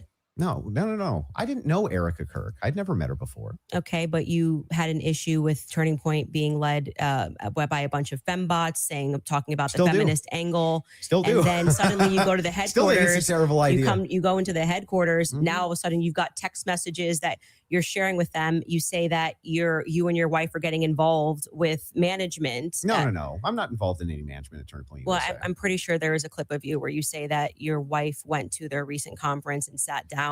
And then when you were on Joe Rogan. No. Hang on. I'll explain what happened just so that you understand. Yeah. So I was invited there to do some debate training. That's literally what I was invited there to do on recommendation. So I went down and did some debate. That's the first time I ever met anybody at TPUSA. Okay. And then you said you sat down with Erica. Well, I didn't sit down to her. I talked to her in a hallway. So you didn't sit down and speak with Erica? No, I didn't have like some sit down long conversation. We talked in a hallway. Okay. Is that when you gave her the hug? Yeah, gave her the hug right there. My wife did too. We were both very sorry for what happened. Okay, so at what point did you start receiving text messages from that you cited in your opening statement? I just reached out to TPUSA and said, I'm prepping for a debate. Is there anything that's pertinent that I can use here? Do you find it interesting that people have been asking for, basic answers to questions, and you're saying that you walked into their headquarters and reached out and they instantly... It's amazing, isn't it? If you reach out in good faith and you're not demonizing them and saying that they're complicit in the murder of people's deaths, that perhaps they're actually willing to release things to you that are pertinent, other than thinking that, perhaps you're diabolical. Well, I don't know. I feel like if I was going to release that information, I didn't demand that it be released to me. I actually never demanded that it be released. I just simply said that this is what was going on in the last 48 hours. Maybe to the media, they could release it. They could release it to PBD. They decided to release it to a guy that called Erica too retarded in June. So what? Yeah, I just think it kind of shows that Turning Point is sending you as their horse. Well, I don't know where they don't have the courage to have the conversation. If they were just releasing something in good faith to answer questions. Do you have any evidence of that claim? It's not evidence. You're sharing your opinion that she's too retarded. I can't share my opinion that I think it's going to register as really obvious to the public that rather than presenting that throughout the course of everybody wanting to know what Charlie was going through his last days, they decided to give it to you to come to my house as some sort of a surprise. Well, do you think the public's not smart enough to see through that? Do you think that if you talking about terrible PR, if you know that there's a huge debate that's coming up that's going to be probably one of the most viewed that year, and one of the debaters calls you and says, I'm taking this position. This is the position that I feel like there's the most evidence for. And Candace also agreed to answer many of my questions in regards to this. So if you got pertinent evidence here that I can use, I'd definitely take a look. It was actually amazing to me. It really was actually amazing to me how if you approach people in good faith and just say, hey, I'd actually like to know what the facts and details are around this, they actually do talk to you.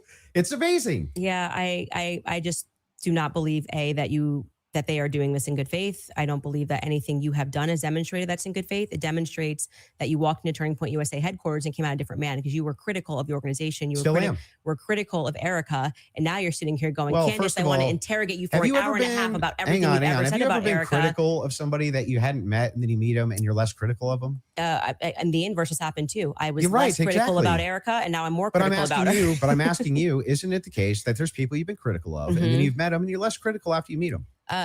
Too retarded. I feel like if you think that she's dumb and let's just talk about your record. I mean, you're a person that has spent time in what most people would term to be the manosphere, talking about Kind of. well, yeah. I you- debate back to- against the get back to the Against facts. feminists. and red pillars. Back to the Okay. And a facts. lot of the actual. So I'm a Christian ethicist. I And then always you take go the on to ethics Joe position. Rogan and you're Mhm. like soft explaining away why Erica had to take over Charlie's company when they don't have a parent at home. So now you're a feminist icon. Like you just go into the headquarters and you just shift all of your perspectives. That's a bizarre criticism. Like nobody's in the bigger girl boss position than you. Yeah, I'm actually no. You're in the this is- biggest of the girl boss positions. Like you don't have to do this. Look, You just do this. You could definitely not do it at all and be fine, right? But I you don't- still do. I would say that you are making a comparison that cannot be compared because Erica's husband was just assassinated in front of the world. Which the makes sense. Why parents- she would take the organization No, over? that it makes sense why you would go home to your kids, just so you know. Wait a second. That's bizarre. Yeah, You because wanna they don't have a protect- parent. They don't have a you wanna parent, and they've protect- just suffered a trauma. You don't Yeah. go into the office. You want to protect your husband's legacy, Yeah, right? No, And you're trying to find some the new legacy normal. is his children, not the organization. It's both. No, Yes, it is both. It's totally rational and reasonable to Nope. believe that it would be both Turning Point USA, that is part of Charlie Kirk's legacy. He worked his whole I life think for this it. is why people think she's sus. and his children. Now, for you though, to say that anybody's a girl boss, right? That's like the pot calling the came out kettle of- black. That came out of your mouth. No, that was you. You brought up girl boss. Girl boss came out of your mouth.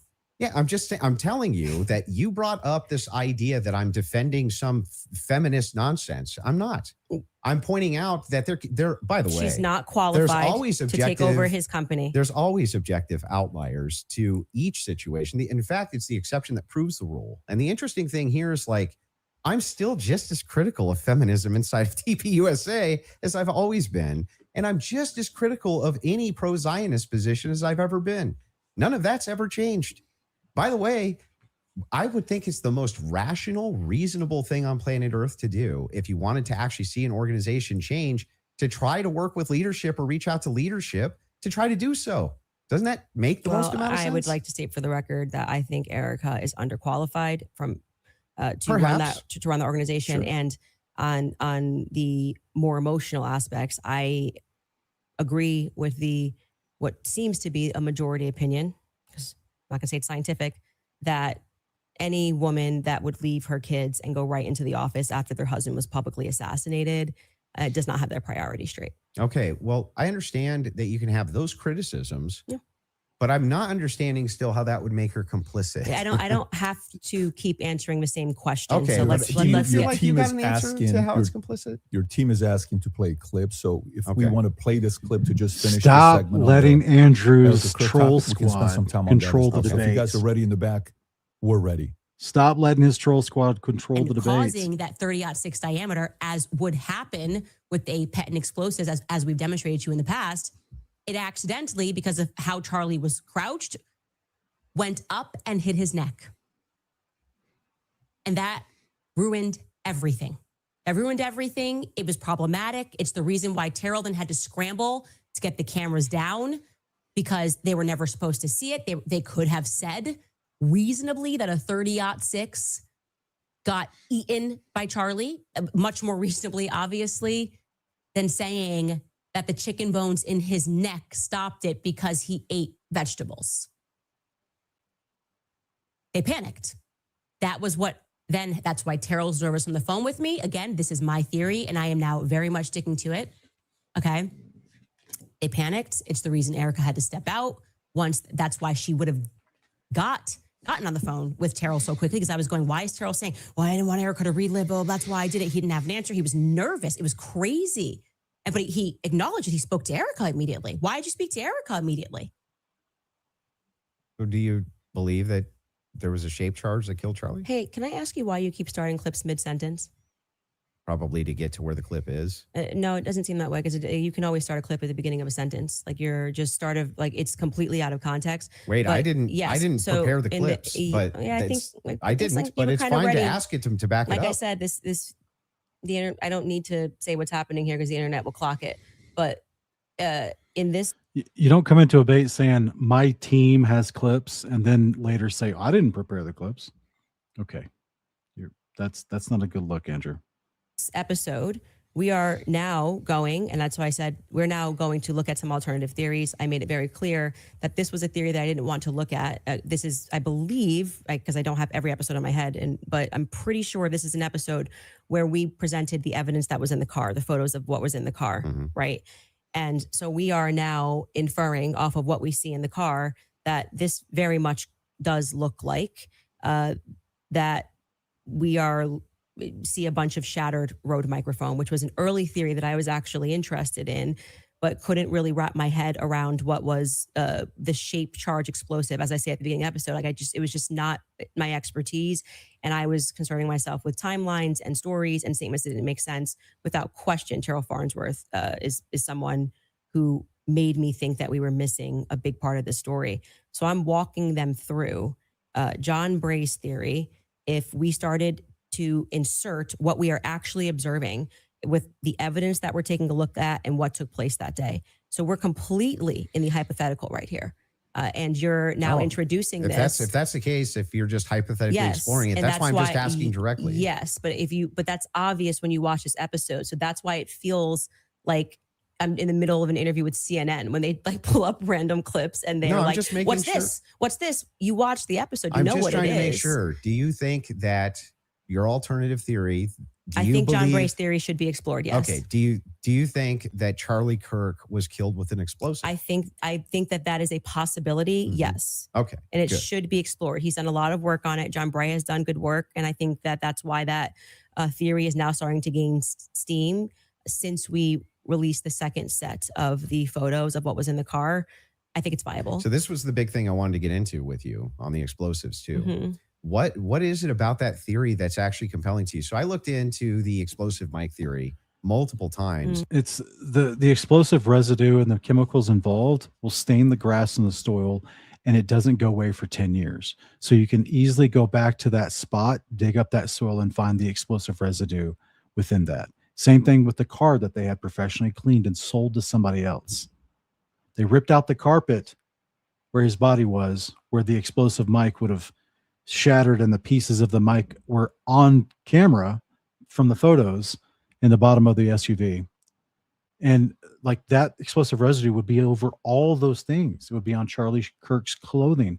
It would be on the clothing of the people that were holding his body. So this is why then they found the gloves, the photo of the black Sparrow nitrile gloves in the side pocket of the door of the guy that was supposedly tending to the wound and trying to assist Charlie Kirk's dead body on the way to the hospital. And why is he wearing gloves? Where did he get those gloves from? He's not a EMT. What's going on? Why is he putting gloves on? Nobody else put on gloves.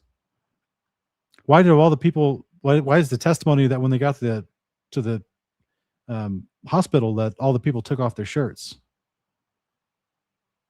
Where's those shirts for evidence to test them for explosive residue? Same like with the car, same with all the soil that was dug up 10 inches deep and then paved over completely with an emergency paving. Yeah, that's what leads to the theory of, wait a minute, his body didn't move like he's being shot. His body moved like he had an impact in the chest. And we're dealing with the same people who were infamous for having exploding pagers.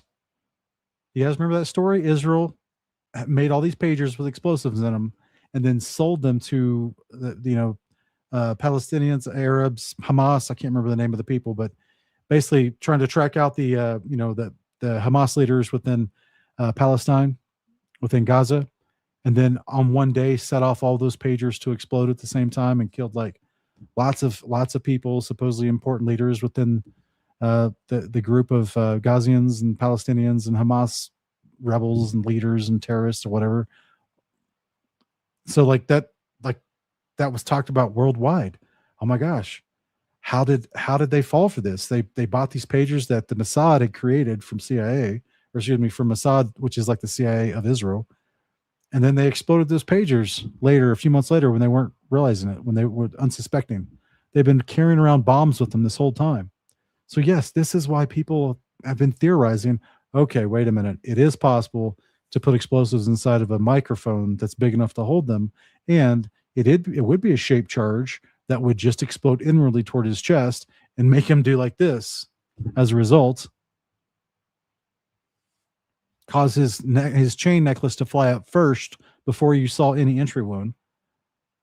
You would see an entry wound being, they think it's the shrapnel went inside of him and popped out of his neck, basically. But that's why this claim is there. The covering up the crime scene, not even considering the evidence that would lend to, oh, wait a minute, what if there's explosive residue on the people that handled him, on the ground that he fell on the stage that he fell on. Did they test the stage? The chair he's in? Anything? Did they test anything? It's crazy, guys. This is crazy. We've all watched way too many,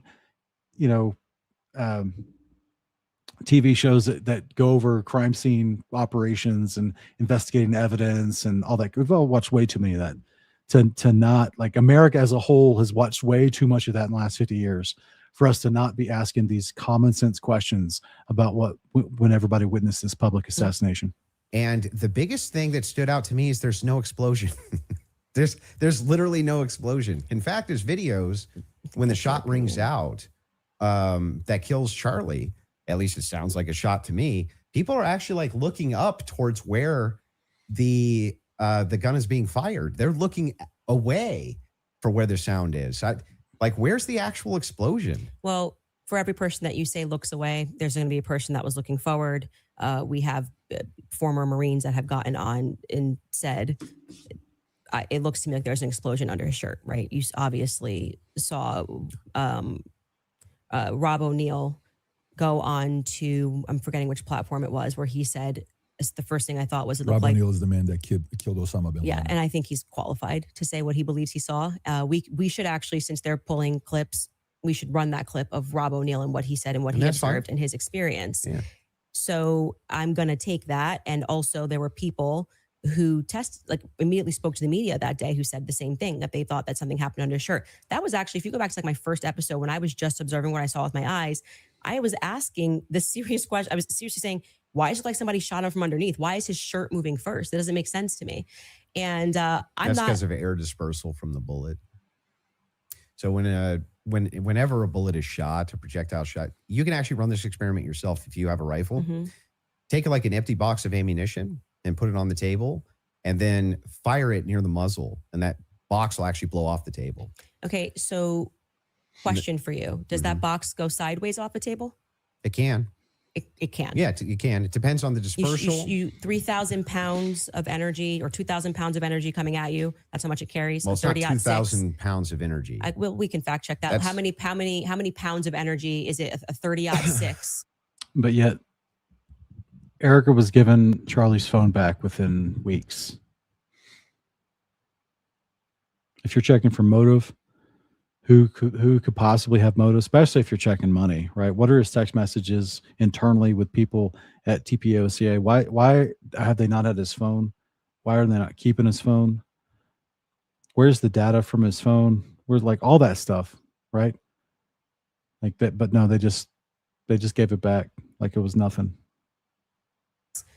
Being shot 150 yards away? That's a great question for Grok. I'm going to say when we looked at it, it was between 1,500 and 2,000, I'm pretty sure, pounds of energy coming at you, and you just go upward and to the side. I don't really buy that. I'm going to just say, I just think that that's not possible. It doesn't go through on top of that. So there's another miracle. You didn't get blown backwards. It didn't go through. But I also want to say that you're saying this can happen, and Rob O'Neill is infinitely more qualified, I think, to speak on that. Why? And because he's actually shot and killed people. Why would that have anything to do with anything? Because did he slow down all the videos of the people he shot to see if their clothes moved? Well, why are you able to assert your position as a fact? Because I'm gonna tell you how projectiles work. He's not even gonna I guarantee you this guy's not even gonna disagree with what I'm about to say. If it is the case that you have energy and you have mass and the mass is moving in the air has to go somewhere. It doesn't have a choice. I think you're totally BSing right now, man. Not only am I not BSing, I'm telling you the truth. If a bullet is moving in air has to move out of way of bullet. But maybe not at the bottom of a shirt here. I don't know. I disagree with that. I'd like to say for the record, I've watched some of you do these sorts of things where you assert something with a lot of confidence, and you can fact check it. Your check if bullets displace air. Not about whether it displaced air; it's where it dispersed the air. Underneath his shirt here. It's not underneath the shirt. But bullet's this big, and you're telling me it's going to hit his neck, Candace, and then it's not underneath beneath the his shirt. The it shirt starts cuffs. up here, and the collar's moving, and then you see the wave here as he's moving backwards. No. Yeah. That's not true. It's not. And we obviously can't show that clip. I disagree with you. Okay, I understand you can't show it for TOS purposes. Exactly. I disagree with you. People can go watch and make up their own minds. We don't need to debate it. Whether or not that was the first thing I said was, why is his shirt moving first? That didn't make sense to me. It almost looks just like this. It goes across. His necklace breaks first before Charlie even reacts. If you watch it in slow, his necklace breaks first, which I thought was very odd. And then you see a puff here, and then the next thing you know, there's the entry wound on his neck. I would not confidently assert that I see smoke. I've never said it on my platform. Do you think that an explosion generally has smoke? No.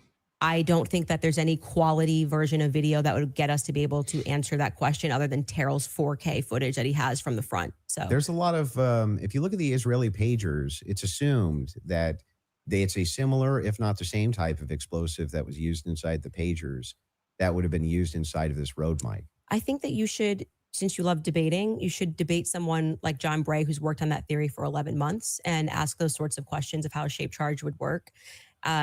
I presented the evidence of what was in the car. And I also, at that episode that you're clipping, said John Bray has done an unbelievable amount of work on this. Mm-hmm. And I think he has debated a ton of people actually regarding this topic. So that's the route that I would send you on.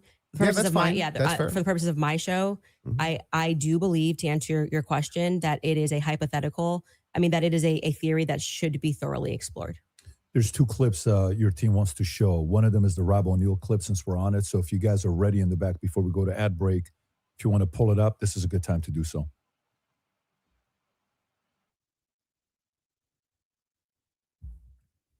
And good to see you, General Holt. A lot of things bothers me about this.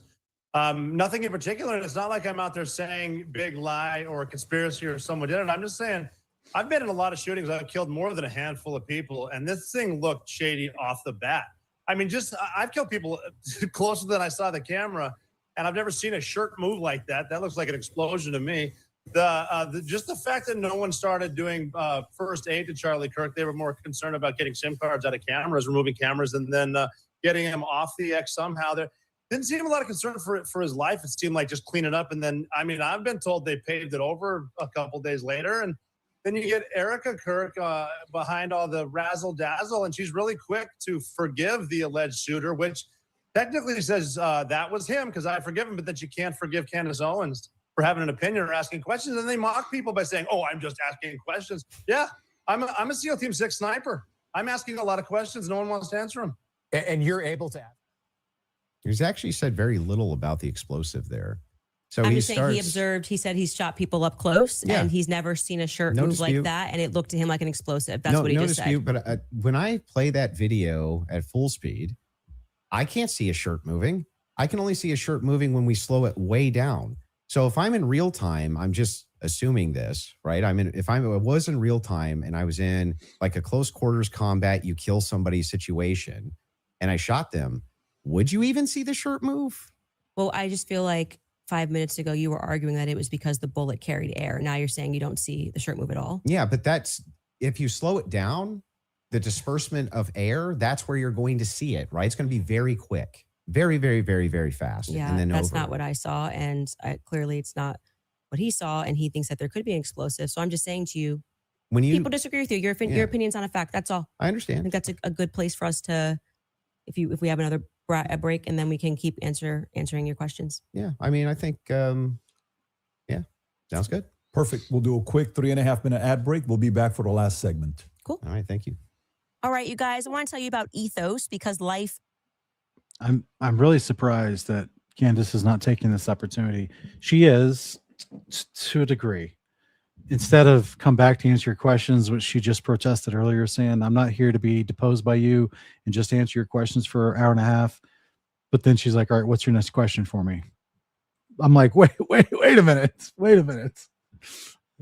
Yeah, we're not sponsored by Ethos, so we're not promoting them. But the point is, what? Like, why don't just take this time, Candace? Hopefully you got your list ready of the 11 months most impactful, significant things to be considered and thought about that the public needs to know, especially if you're going to be seen by a bunch of people that don't regularly watch your channel. So now you have new critiquing eyes on you that are looking for validity in your statements and validity in your argument. Well, bring forward, go down some rapid fire points or something, man. Talk about some more points. Stop just letting him control the narrative with, you said this, how dare you? And then you return back to him. Well, you called her retarded. How dare you? Like, what?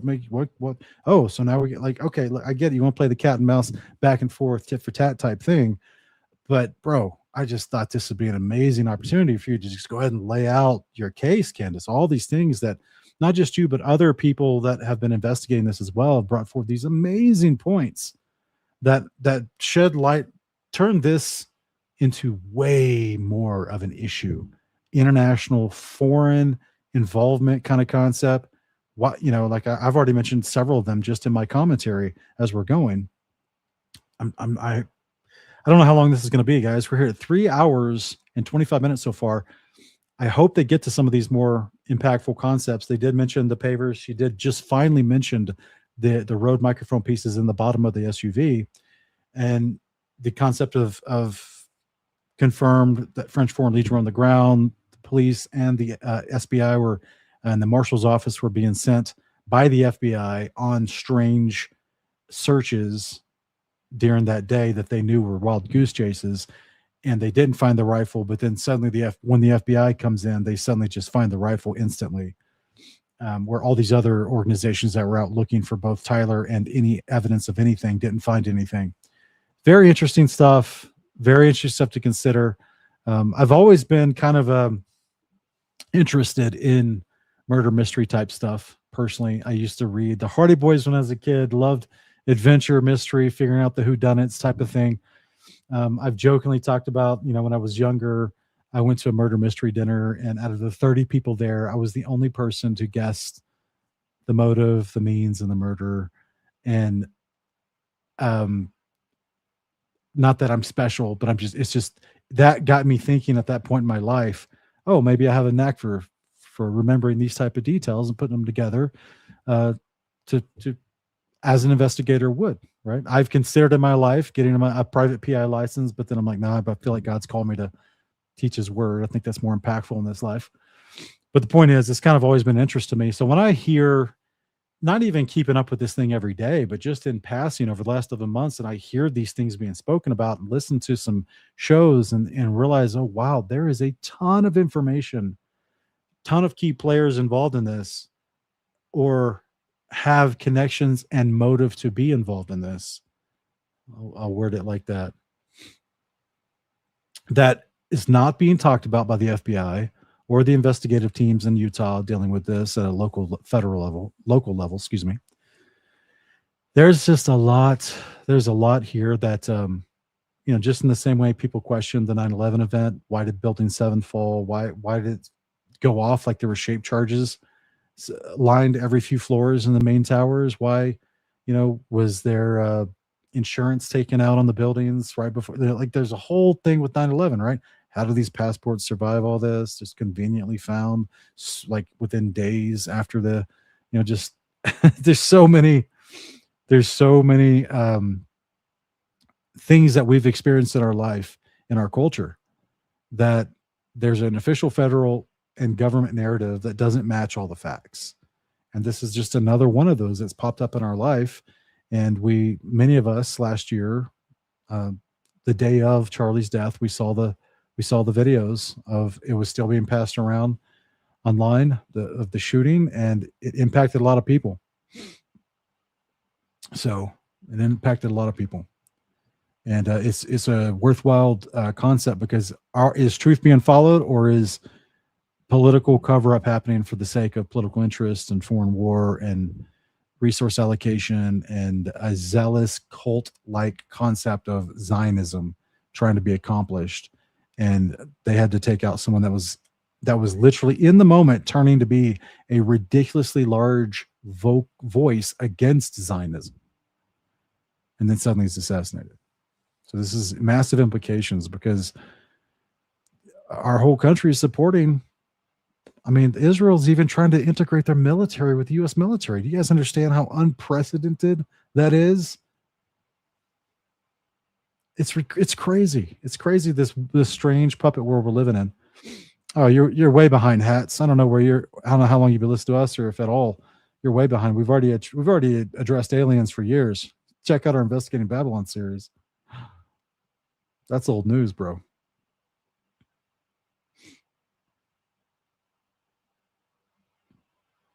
Hey, Andrew he may be having a cigarette during these commercial breaks, guys. Yeah, I keep thinking he's gone 3.5 hours without a cigarette.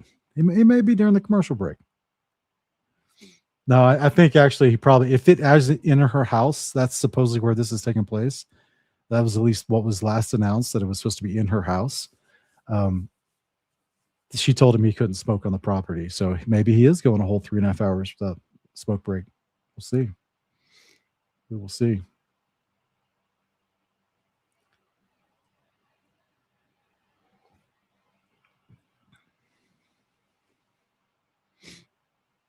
Oh, I don't put that past the U.S. government, bro. I don't put that past the future deception of aliens, that there will be an actual introduction. In fact, that's part of my theory on our 42 series, that there'll be an actual introduction to, oh, these are our progenitors. You know, this whole panspermia thing. These guys seeded life on the earth thousands of years ago. This is where we came from. They're much more advanced than us. They're going to help us with cancer and other diseases because they're so amazing and benevolent, but it's all a deception.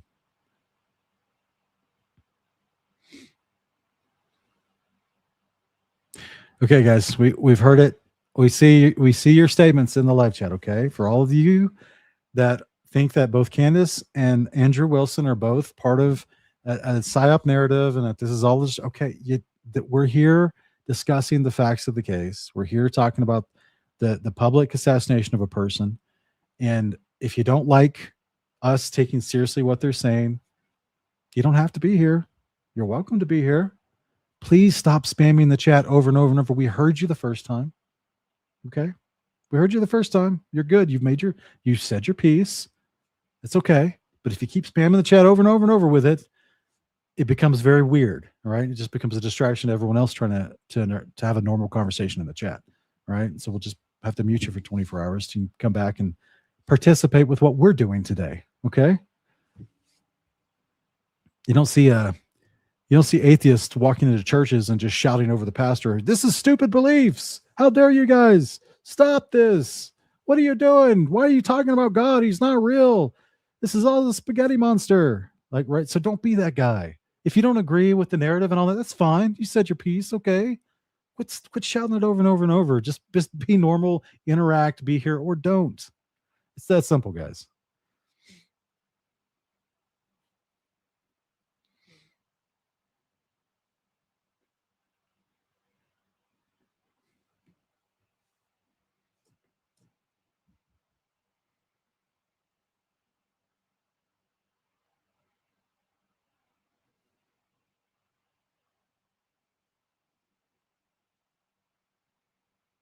Yeah, that cross that was Charlie's necklace that they gave to Erica.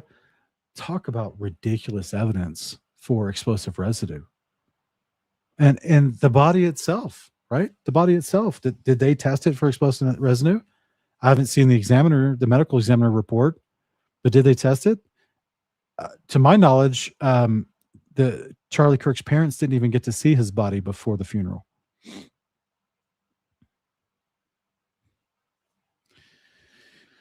Yeah. It's there's so many things. There's so many things wrong with this, guys. Yeah. If we truly want a revival in this nation, get people to believe the truth of what the Bible says. The concept, the theological idea being taught at seminaries that's interwoven into politics, this idea of dispensational Zionism, it has to be approached, it has to be addressed, it has to be talked about, it has to be exposed for what it is, it has to be revealed to the public. Hey, wait a minute, you've been sold a very skewed interpretation of the Bible to get you to give money to a foreign wicked government that has that wants nothing to do with Jesus Christ. So this is why this has to be talked about.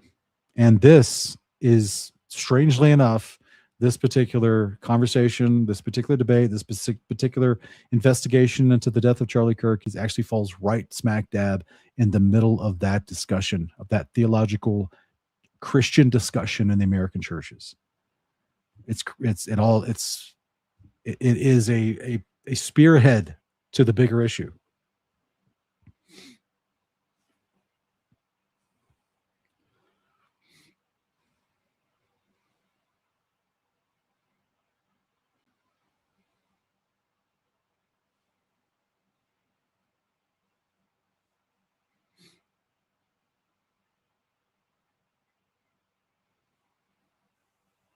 They don't have any intermission music. It's just no sound.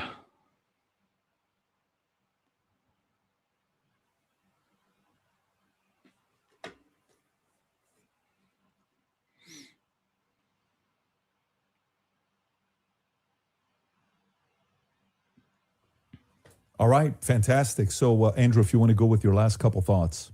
Yeah, so I just have two more clips to play. Okay. Right, and then we can do final thoughts. I'm guessing. I feel like we got where we were trying to go, or at least for the most part.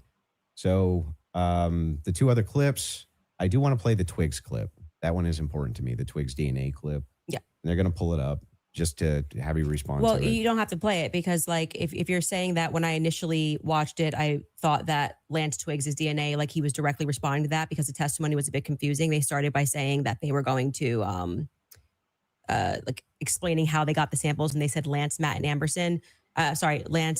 and Amber Robinson, how they got their DNA samples, and then they started speaking about the gun and said, multiple prints were found on them.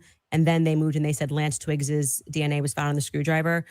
When I went back and rewatched it, I realized, well, they haven't officially said that Lance or Amber are on the gun. So I think I've already conceded that we don't know that. So I think, like, but if you want to play the clip, this is directly you saying it is on the gun. Twiggs' DNA I'm saying is that on I the feel gun. like I've already said to you, like, I've made that concession. But just to be clear, whenever I make a mistake, I just correct it. So that's why when you were asking me 3 times, I've already said we don't know yet, and I've corrected that mistake. So if the purpose of you showing this is to demonstrate that Candace makes mistakes sometimes when she's taking in a lot of information and she's reading through legal documents and she's trying to remember 9-hour testimony. It's to demonstrate something else. It is, in fact, the case. We're all going to make mistakes. Yeah. I'm going to make mistakes. And I've already You're going to make mistakes in the case. Yeah. But in this case, you were very adamant that his DNA was on the gun itself. Yeah. So I'm just saying that it's not ruled out. We know that there's 5+ prints. I've said this so many times. I had to rewatch the testimony again. It's like 9 hours a day. It got very scientific when they were speaking about this. And I think I wrongly extrapolated that they meant all 3 of them were on the prints when the only person they officially named was Matt Robinson. So we don't know yet if Lance Twiggs has his DNA on the prints, DNA on the gun officially just yet. Okay. I've already conceded that. Sure. So that's fine. And then the last one is one with Erica Kirk. Sure. This is like the Erica Kirk. All right, Well, Erica. You could just sit down with me, Erica, but we could do it this way. This goes back to a previous claim that you made. Yeah, sure. Bringing it up. Straight to jail. For questioning, at least, Erica. I don't care who's mad. I really do not care who wants to be upset after this episode. Really, you will be wasting your breath. You can spend $1 billion on influencers because this is all becoming increasingly inexplicable. You are asking me to be an idiot, actually, and I cannot do that for you. Someone once commented beneath this show that if the situations were reversed and there were this many verifiable lies, So straight to jail. yeah, so that's the show intro, and straight to jail is a monopoly term. Okay. Like, you know. So do not pass go. Yeah. Do not collect $200. Yes, it's You're going straight to obviously jail. tongue in cheek, and then we explain that actually I think that she should be brought in for question. Yeah, I would actually like to hear the rest of that sentence. Actually, if this many lies were revealed about anyone else in the case, if they didn't already have dismissed all other people, and you found out that the wife of the person that was murdered was caught in a whole bunch of lies, or the company that was at odds financially against the president of the company was caught in a whole bunch of lies, they would be still considered viable suspects in any other normal investigation about a murder. That's what's so crazy about this. Like, they would 100% be considered like, oh, you think a Rainbow Mafia lefty shot him? Okay. Maybe a lefty did shoot him. But why? Because the lefty wanted to? Do we find evidence of that? If no, well, then maybe someone put him up to it. Yeah, the idea of hiring someone is a normal thing. It's literally the idea of getting a paid assassin to do something for you. So the assassin doesn't always have to be a trained professional who's ex-military. You could just easily just pay someone that's not right in the head because of their ideology and give them the means and the opportunity and the funding to be able to carry out their wishes. Like, so no, I'm not saying TPUSA hired Tyler Robinson to do this. I'm just saying all these things are the normal investigatory paths in a murder case. Oh, when you go interview, did Candace Owens sit down and interviewed Erica? Like, did the police sit down and interview Erica? As far as pertaining to, can you prove where you were at the time? Can you prove I'm not saying she took the shot, guys. I'm not saying that's her we saw running and jumping off the building in the video. I'm literally saying, like, but the point is they would all interview potential suspects and then you rule out suspects.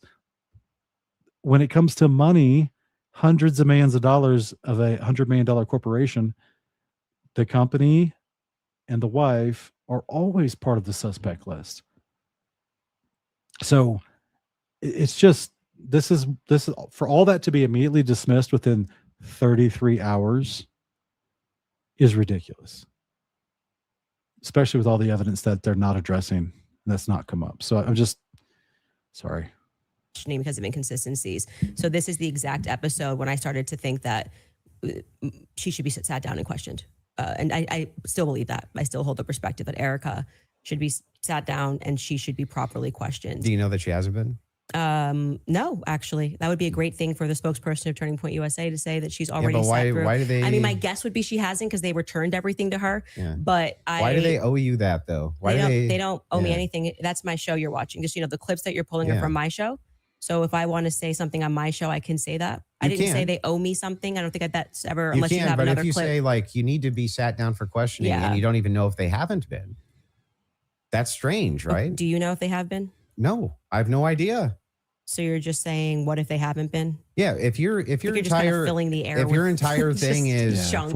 No, it's not junk. if the query is, why is it that Erica Kirk's not being sat down for questioning, but you have absolutely no knowledge whether or not she's been sat down for questioning or not, what that does is it creates an innuendo. It creates an inference. It creates out to the ethos that this should be happening because something's wrong here, when you actually don't. That's what I just said. They already declared they have the shooter within 33 hours of the death of Charlie Kirk. Erica was ruled out immediately. They were manhunting for the shooter, whom they already knew who it was, even though the video doesn't show his face and they don't know, what I'm saying. They were manhunting for him already. They never even ever announced any other suspects. And within that first 33 hours, they did not go interview her as a potential suspect. Have the knowledge that anything's wrong at all. I just think that my opinion is that she should be sat down and questioned. But you're not sure if she hasn't been. Yeah, and you're not sure if she has been either. So, like I said, I feel like now you're just kind of filling the air to with my nonsense. knowledge, Because this Turning is Point's to- like, we want To my make knowledge, sure that you go in there and you nobody- defend Erica. And I have to say, I don't think you've done an extraordinary job Great, at that. but I'm not here to defend Um, Erica. The Yeah, thing well, is, I though, would is say like that since 4 out of 5 of the clips that you Yeah. had on the ready when we asked you guys ahead of Mhm. time, I mean, I want to just assert how professionally we have dealt with this debate. As you can see, we have not planned any gotcha clips for Andrew. I expressed to him that what we were going to do was just to use people for fact checks, and because I might not remember something, or I do remember something, and you're saying no, and that is what I think will register to people as very wait, fair. I expressly We did not take out of what? context clips of Andrew But to I try to repair. expressly said Please that don't I cut was me going to off. bring claims. We did not. Right? No, when you said you were going to bring claims Your that you would want me to claims. speak to, you didn't say, I intend on sitting you down with out of contexted clips to which we said to you before in an email. Any clips that you want to share with us, send it Mhm. over. Let's assert a debate claim so that we can both be ready to respond to it. This just That's not really what happened. well. What didn't yeah, happen? this the way that you're framing the exchange. That's do you not mean? that's not actually what happened. We were negotiating. It is true we negotiated out the claim itself, right? Which one's going to take which position? I wanted to make sure that I had at least an hour and a half on mine, and you got the time for yours to question me. We did. We got through your hour and a half on mine, roughly an hour and a half now on mine. That's basically how this went. But in the beginning, I did not take an hour and a half to just pull out of context clips with Andrew. I actually debated the substance of what's going on in this trial and this hearing. And I do think that I think you fell short of that. There's nothing And you- out of hang on. And There's I did nothing not here say, except I'm holding just you to gonna account get for you your to say claims. yes or no. Well, hold on. We Yeah. were supposed to be debating the case This and is whether part or of the not case. there was overwhelming evidence. These are your claims about the case. No, you then admitted that now you're getting into another sphere and you want to talk about the transcendentals and things that I've And said. we got through. And like 4 Yeah. out of 5 of your clips are about Erica Kirk. So the general I perception don't think 4 out of 5 even is were. your Turning Point's horse. Oh, I so think you just- quite just- a few you of just- them were. you Was just- there 3 just made it Ericas up? or 4? So you're just making stuff Can up. we get a count of how many were about Erica? I feel I like think it was Yeah. 3. 3. 3. Okay, Yeah, 3. I 3. said 4. But those are extraordinary sorry. claims. That's which is why you're asked Okay, about them, well, right? okay, but the point being is now you're veering into trying to get me to defend my opinions, and then you completely shirk responsibility Your when I claims. point out yours. No, they're not claims. When No, you they're tweet claims. Erica is too retarded, you go, that's just whatever, and then you move That's on. a claim that and I'm responsible for the claim.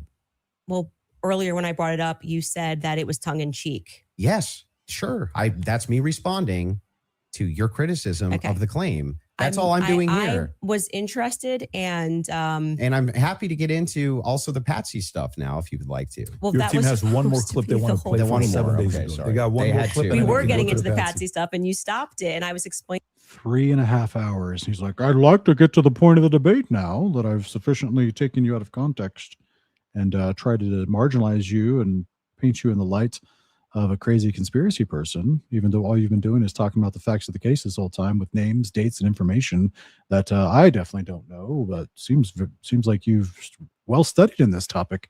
And I came here unprepared. Like, bro, this is like, I've never been a fan of Andrew Wilson. This is bad. This is really bad. This is really bad. Candace is enduring this bad faith debate for approximately $100,000 an hour. Explaining to you. Oh, they have one more clip. Okay, let's go. They want to hit the minimum of 4 clips you were saying with Erica. So 100%. This is absurd. okay. And this is the one you're saying from 7 days ago.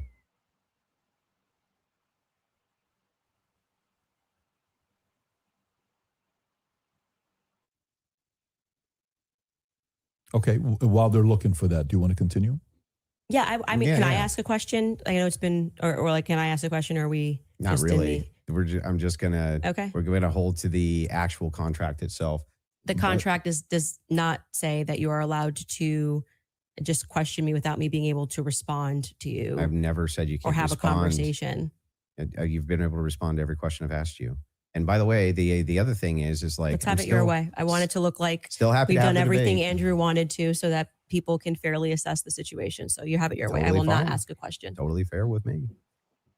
So are you good with her asking a question or He no? said no. Waiting for the clip. Okay. I wish they would post the contract online for everyone to read. Okay, so you want to wait for the clip first. Okay. You guys have it in the back? Okay, beautiful. Sig, bro, I tried to give you a fair warning, like emphatic fair warning for like 5 minutes. About 20 minutes ago, I spoke for like 5 minutes about this. I get it. I heard you. Stop it. Stop spamming the chat with this. We get it. You don't like what you're watching. Okay, bro. No more.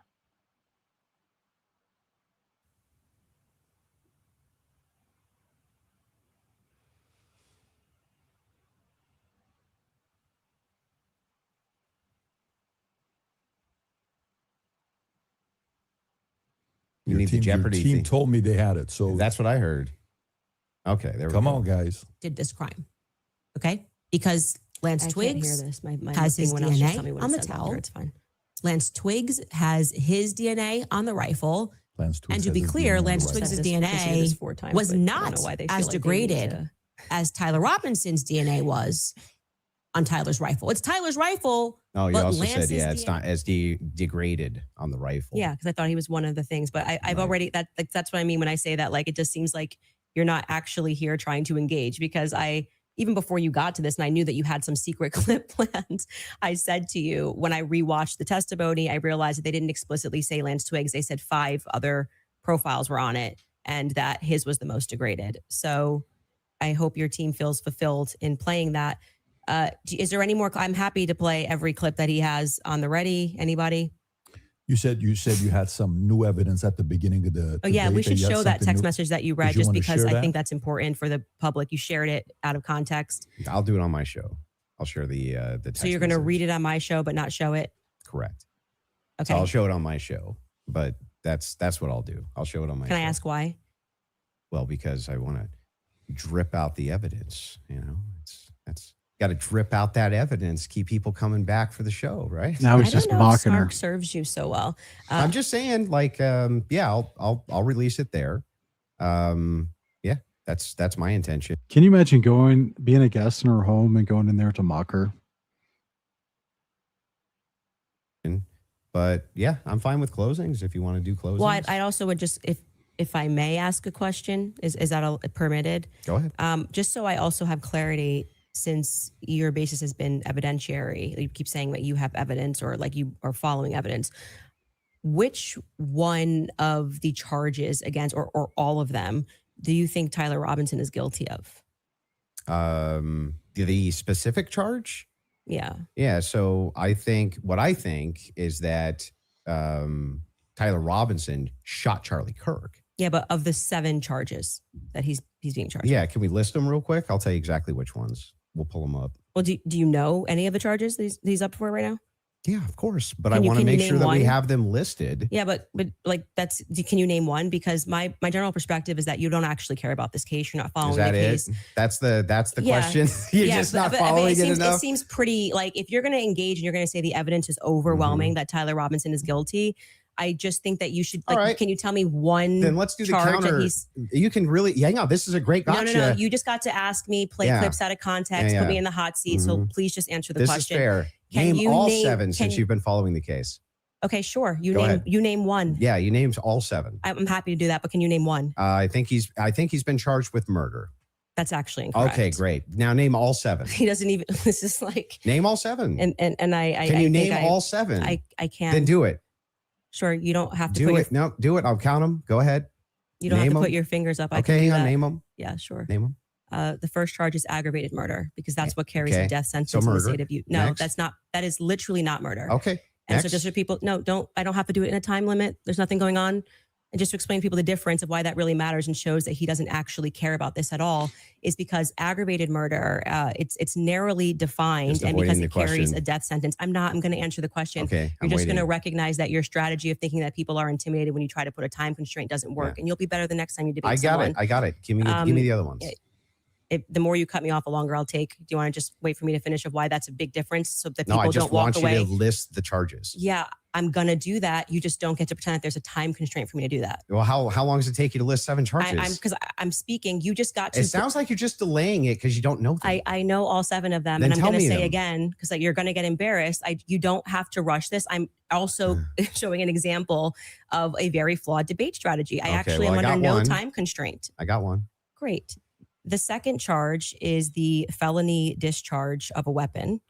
The next 2 charges are for obstruction of justice. Okay. The next 2 charges are for witness tampering. And the What's final, the specific charges, though? that is them. Obstruction of justice, Both of obstruction those- of justice, witness tampering, witness tampering. Okay, and there's no other specifics to them.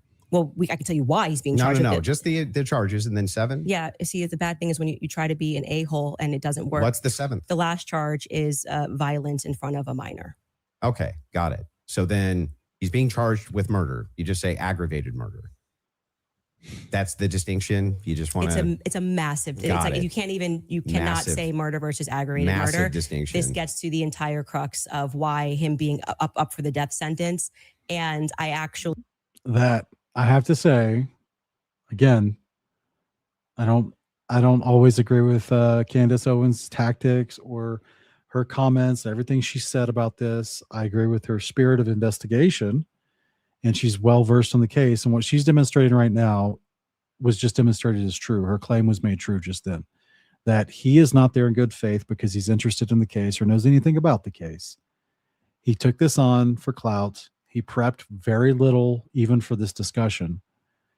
I really don't believe he thought it was actually going to happen, to be honest. And when it comes to things like this, she knew exactly what the charges are for the case. He didn't know a single one. So it is, that's rough. really find the defense's filing about why this is not aggravated to be very compelling of why it's not aggravated murder. I actually think if the state was going to even try to pull this off, they should have charged him with just murder. And then I do also, again, want to stress to audiences that debate strategy of thinking that you have to speak faster or somebody puts your hand up and they try to pretend like it's some sport. I think he thinks it's a blood sport. It's not. It's about being right and being principled when you're engaging. And you can make mistakes. I make mistakes all the time, but at least be genuine in pretending that you care about this case enough to know one of the 7 charges that are up against Tyler Robinson when you say the evidence is overwhelming that he's guilty. If you would like to move to final statements, I'm fine. I want to make sure Andrew has had the time that he has requested. I think your team would like to pull up the 7 charges that he just asked you about. If you Sure. guys want to pull that up just to confirm the 7 you went through.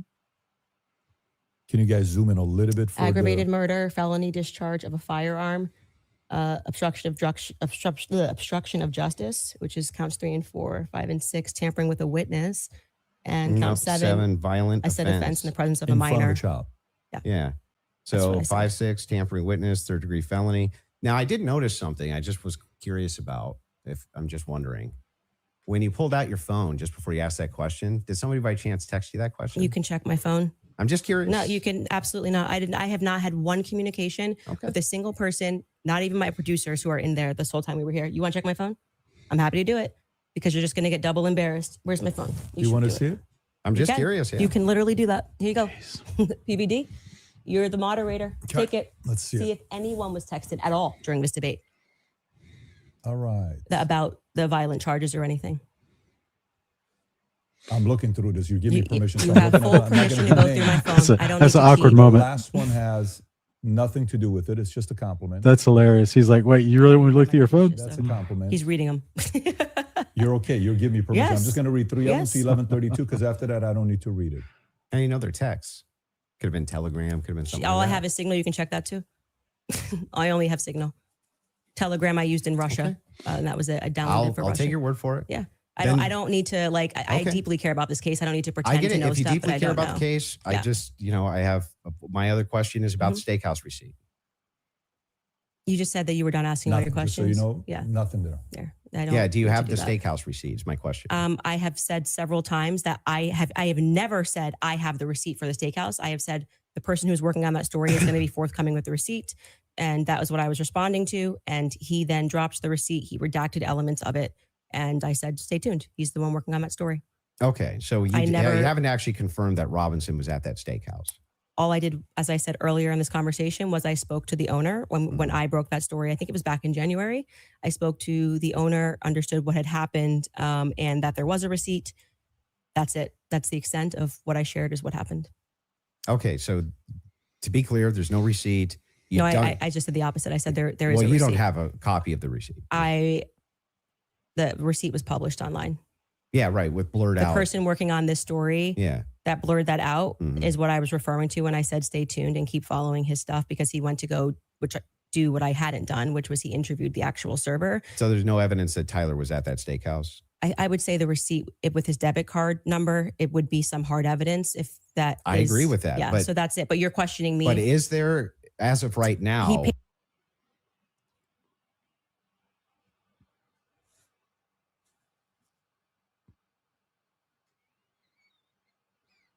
I see you're late to the party, Chase. It sounds like you've been off into some groups that are reinforcing a specific narrative, and you have no clue what you're talking about. It's unfortunate. Paid. If you're asking me, did he pay with a credit or debit card? The answer is yes. No. Is there proof that that was actually his debit card that he paid with? I think you should follow the person that is behind that story. Well, the reason I'm asking you is because you always include it in your timeline that he traveled to the steakhouse. Yeah, we've been building a timeline with things that we feel are But is there any actual Utah 1102 evidence? approved. I think speaking to the owner, knowing that there's a receipt, seeing the receipt is good enough to put on our timeline. But the receipt itself, the question I always had about it is, couldn't you just call the merchant? Like if I've ever had a merchant. Hey, Darwood, would you debate this topic if you've been following it for 11 months and had literally spoken to investigating authorities like the U.S. Marshals and the local PD, spoken to the wife of the victim, continually speaks with the spokespersons for the company that the victim used to work for, the victim who was your best friend? Would you do all this and suffer the annoyance and the bad faith debating from Andrew for 4 hours for $300K? If I was in Candace's position, there's a part of me that would have wanted to do it for free. But then since it's discovered that she cannot speak with Andrew Colvett to have this debate, but instead has to speak with Andrew Wilson, who she knows is a bad faith debater, a blood sport debater. Okay, pay me for my time. I'll take it. I'll take 80 grand per hour. Pay me for my time. Account. I just call the merchant account processor and say, what's the name on this? Yeah, I would stay tuned. I feel that having spoken to the owner, that the evidence is compelling enough to put onto my personal timeline of what took place on that day. That's where it's going to stay. And if it gets debunked, I'm happy to take it off. If that's what you mean, that's how an investigation works. Like I said, I did more than enough. It would definitely pass the test by the Utah 1102 rule, for sure, for certain. To be submitted as hearsay.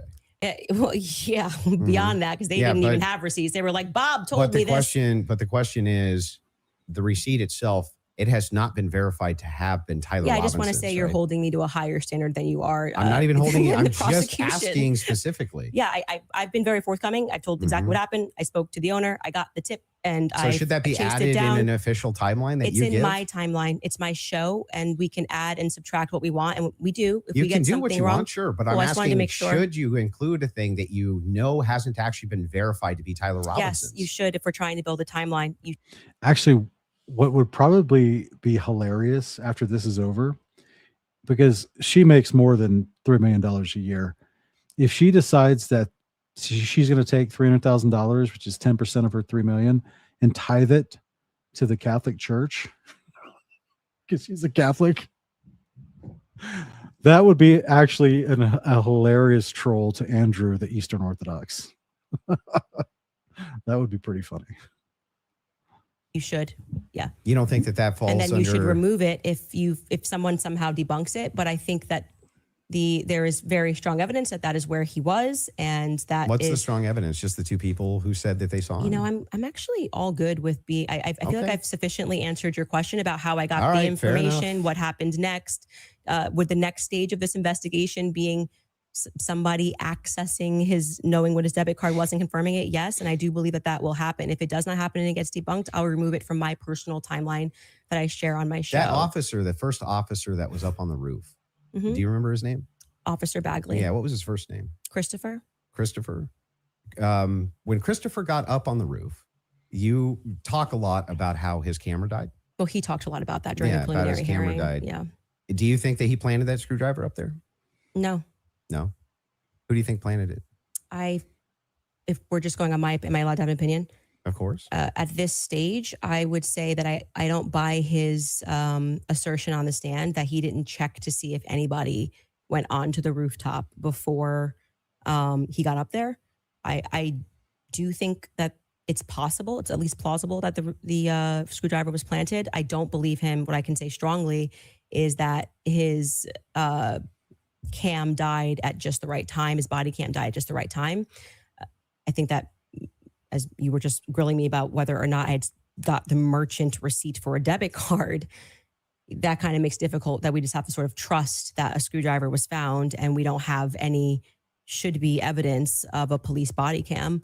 But like I said, you accept that stuff and then are like, did you call the merchant and get, like, it just seems like you Well, I'm not adding. hold, I'm like not I said, adding you this hold the to prosecution to Well, a wait a state second. to a higher standard I'm than not you do to adding people. unconfirmed evidence to an official timeline that I'm putting in. So if Tyler Robinson drove 3 hours to a steakhouse after the shooting to have a steak, and that's the receipt they're discussing right now. If he paid with a credit card or a debit card, that's going to be information, your online purchases through your bank account and stuff. That's stuff that both the defense and the prosecution could pull up in discovery. I don't think, to my understanding, they haven't got to that point yet in the trial.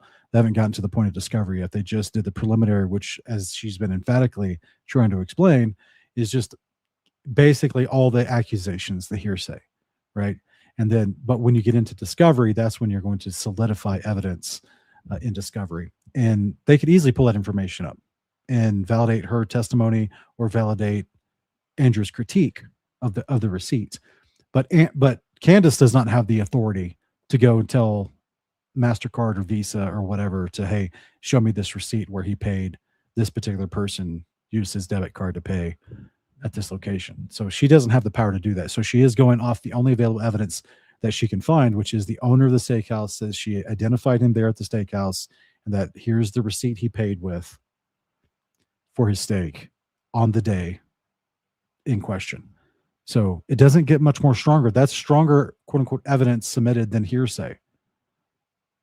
Anyway, but that's why this is like a pointless critique of this fact that he brought up at the very beginning.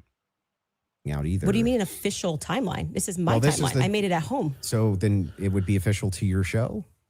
Sure. Yeah. Okay, great. So then your official timeline, Candace Owens' official timeline, includes a steakhouse stop that has not actually been confirmed at all. Well, yeah, it hasn't even been discussed by the prosecution. So it's not like you're debunking that it happened. Well, there's no evidence for it. There's no good evidence for it at all. There's no camera there. And the steakhouse receipt itself has never been confirmed. Testimony is evidence. Like, I don't even know why this has to be a situation to be argued. People's testimony is evidence. Okay. That works for Candace and against Candace. That works for Andrew and against Andrew. Right. So there's people testifying that,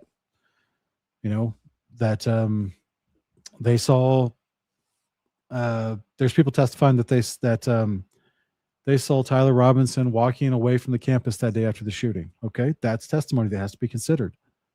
It could validate him at the scene of the crime. It doesn't validate him pulling the trigger because there's still the method, the actual weapon being used in the murder is still in question. But testimony from someone saying, hey, I actually saw him. Here's the receipt he paid with. Yes, this is the guy that was being hunted that day. He was at my steakhouse 3 hours away. That's valid testimony. That is valid testimony in any murder case. So the fact that he's claiming it's not is very, very, very poor. It's like maybe Andrew just has no clue how murder investigations work. To be Tyler Robinson's. I'm assuming this is just like a talking point they gave you, and you got to like keep pushing this, or like I've been following it very closely on X. The receipt you weren't even following the charges of Tyler Robinson, but you really wanted to know. I've been following it very closely on X. Wait, you think I'm calling owners of steakhouses and having a conversation? You're following Congo on X. I literally followed the entire trial or the preliminary live. I was live with an attorney. We covered all of it. You think because I have a momentary or lapse where I'm like, oh, it's murder? No, it's aggravated murder. Come on. You didn't know any of the charges. Splitting hairs. Didn't know. That's not splitting. It means you didn't follow the preliminary hearing at all. No, it doesn't mean you that don't at all. know any of the charges that are ridiculous. against him when this is like getting literally to the crux. Aggravated murder versus murder. It's ridiculous. A death sentence. And not only that, let's point this out. One of the major things here is that this is your official timeline. It's mine. Yes. Who else is going to be? Who else? There would be Candace Owens' timeline. I just don't know what his issue is with my timeline. What's your issue with that? Well, so the issue is that the entirety of the evidence revolves around two people who claim that he was there and supposedly a receipt.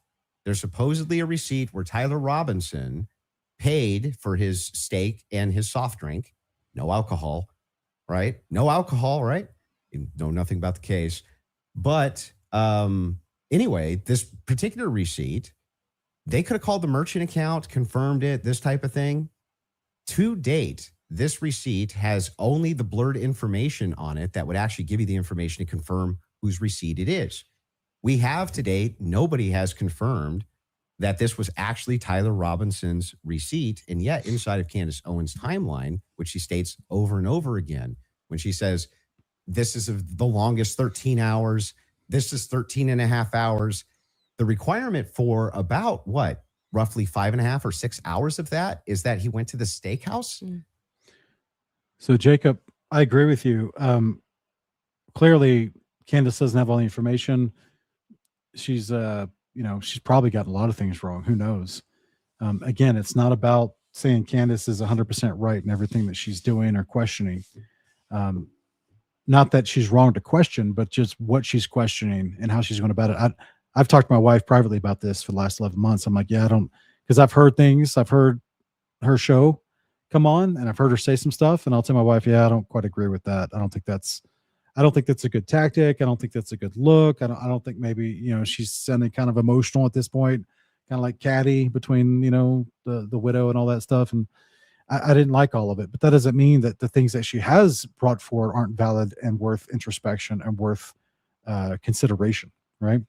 Again, she's not the only person. She has the biggest audience, so she gets the most attention, but there's lots of other people investigating this situation besides Candace, in my opinion, bringing up strong points of inquiry, if not stronger than things that Candace has brought forward, but they don't get the critique, the demonization, or the attention because they're not Candace. So they've specifically gone after Candace for this, but when there's other people involved here that have been trying to say, hey, there's something very wrong with all this. There's a ton of evidence to show it can't be this Tyler kid. It has to be a government operation.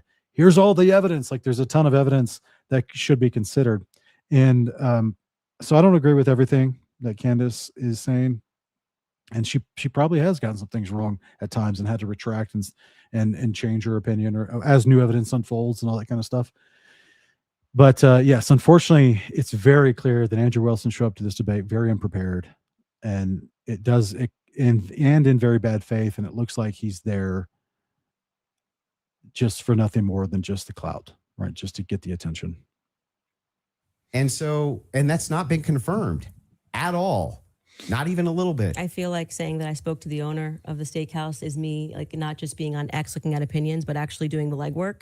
And that's why like I said, if you think this builds up a rapport with your audience and makes you seem like a serious person, we don't have to keep belaboring the point here. I feel like I've demonstrated that I did as much as I could to confirm this when it came in. I spoke to the owner of the restaurant, obviously took down everything he said, noted that there was, in fact, a receipt that he pulled. That receipt that was published is real. A debit card and a credit card was used. if for some reason somebody misidentified something down the line, or we find out it's a different Tyler Robinson, I'm happy to remove it from my timeline. But for right now, I think that there's enough under the Utah 1102 rule for me to keep it there. I don't really think we need to keep going into circles about this receipt. It's my timeline. I don't know why the 1102 rule would apply here for your because timeline. you will constantly cite things that are said in that courtroom that have less evidentiary support than me contacting and speaking with the owner of the restaurant. It's not like I dreamed it, as to use your expression. So it's in my timeline, and I'm going to keep it there if that's sure. cool. You can keep whatever you Great. want there. I'm Okay. just saying that there's no evidence he was ever there. Okay, thank you. No hard evidence anyway. Yeah, I'm fine with closing. Okay, so the last thing we're going to do before we go into ad break, right after this will be final thoughts. I'll be asking both of you if anything, if anything on your opinion, thoughts changed on the case, and then we'll finish it up from there. So with that being said, a 3.5 minute break, and then we'll come back for final thoughts. All right. All right, you guys, if someone followed you everywhere that you went, recorded what you searched, and studied your habits, you'd call the...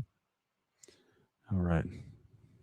Fascinating. We probably got another 45 minutes for this last round.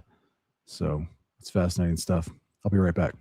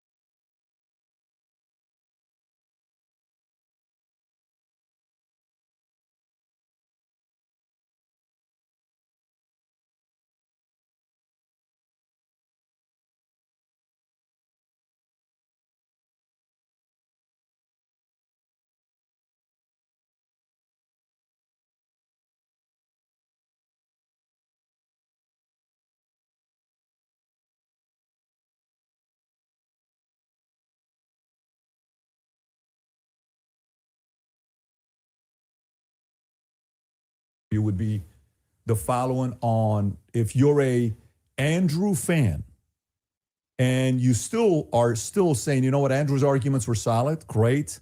Candace, great. But did anything change your mind? Did you watch and say, you know what, I had this position over here. This would be an interesting commentary to hear. And of course, for all the people that are watching, I was just whispering to them here before we wrap it up. I think whether you're a fan of Andrew or not, whether you're a fan of Candace or not, nobody can dispute the fact that these guys agreed to sit down and talk live. Others were thinking this was pre-recorded. This is not pre-recorded, just so everybody knows. This is purely live. This is a little bit scarier than pre-recorded because pre-recorded can do edits. So whether you agree with them or not, let's make sure we respect both of them for having this sit down. And before the final thoughts, I want to make sure you guys hear that from me as well, for inviting me here as well. Of course. I do know one day, I think it was last week, you sent a message on one of our accounts. You said, can I talk to Patrick? We got on the call. You said, Patrick, can you moderate this? And then I said, great, let's do this. And so before we wrap up, final thoughts, I'll come to you first. Yeah, she had nothing, just nothing. For all of her claims of Patsy, nothing. She didn't have a single claim. She didn't have a single solid piece of evidence. She had no positive evidence Israel's involved in anything. No positive evidence that France is involved in anything. No positive evidence TPUSA is involved in anything. No positive evidence that Erica Kirk is involved in anything. When I ask her about her claims about Erica Kirk, yeah, it's just funning. It's just funning, you know? Or, yeah, I do think that she needs to sit down and ask some questions, but, or answer some questions, but, you know. I wonder if it was in the contract that during their closing statements, they're not allowed to interrupt each other, because this is just his moment to just talk trash and ignore everything that's brought up and try to frame at the very end. This is a very dishonest debate tactic. You know what? I don't even know if she has. Like, maybe she has. I have no idea. Yes, I'm going to have an official timeline with unconfirmed evidence. That's just fine. Hey, it's hearsay. If that's good enough for the state, it's good enough for me. But my biggest problem with the state is that they're admitting all this hearsay. It's like she's a contradiction machine. On top of all of this, the thing that I wanted to get out of this more than anything else was to just demonstrate one thing. Yes, it's true. I'm not perfect on the case. I'm not going to ever pretend that I am, and never did. But what has been made very clear to me is that there's nobody with an alternative theory that has any evidence for it at all. None. Zero. And the continuous kind of it reminds me of when you're debating atheists or evolutionists. You can lay out any evidence, any amount of evidence, whether it's one thing or 100 things, and they look at you and go, so when are you going to bring some evidence? When are you going to prove that you have real evidence? You don't have any evidence. That wasn't evidence. The top of Mount Sinai is still burned. That's the claim of the Bible. That's not evidence. Like, that's what I'm hearing from this dude. This is just nothing but hand-wave dismissal critique. This is not intellectual analysis. Expression. We're running an investigation.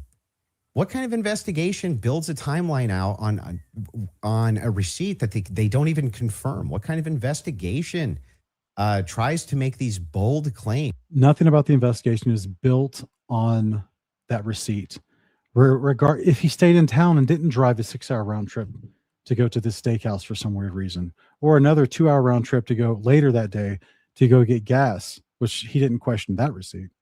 So regardless, even if he stayed home the whole 33 hours until he was supposedly had to turn himself in with the help of his parents.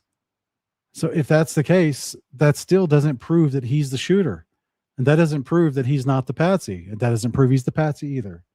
None of this matters. This is really, really poor false framing against her actual argument.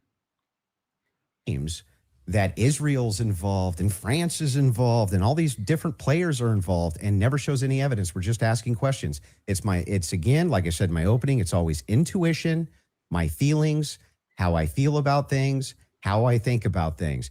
Andrew, how many times do you hear this today? Disprove Israel's involvement. Have the cell phone companies with the towers, because they can do this, by the way, pull everyone's SIM card that was at that campus that day and tell me how many SIM cards originated from the country or are assigned to the country of Israel. Andrew, you can't tell me how I'm supposed to think. Yeah, nobody's trying to tell you how to think. But you should rationally come to your conclusions based on evidence and facts. And the truth is that 90% of what you're saying is simply intuition based. It came to me in a dream. It's intuition. Almost none of it That's has wild, any evidence bro. at all. Just I'm skeptical because That's these wild. people over here said things, and that makes me skeptical. It's like, but no evidence. That's wild. Like I've seen Andrew debate well on other topics. This is disgraceful for him to continue to say, "Oh, she's just moving off dreams and vibes. She has no evidence." Like, this makes me doubt your integrity big time, bro. That's messed up. That's weird. That's really weird. Note this to the audience, to everybody watching. You might hate my guts. That's fair enough. I get that. I'm not the most likable man. I understand that too. But there was nothing. I mean, no evidence at all that Tyler Robinson was a patsy that was ever put forward by Candace this entire debate. Now, maybe you could say that we stalemated when it came to whether or not Robinson did it. She says, I found the evidence convincing.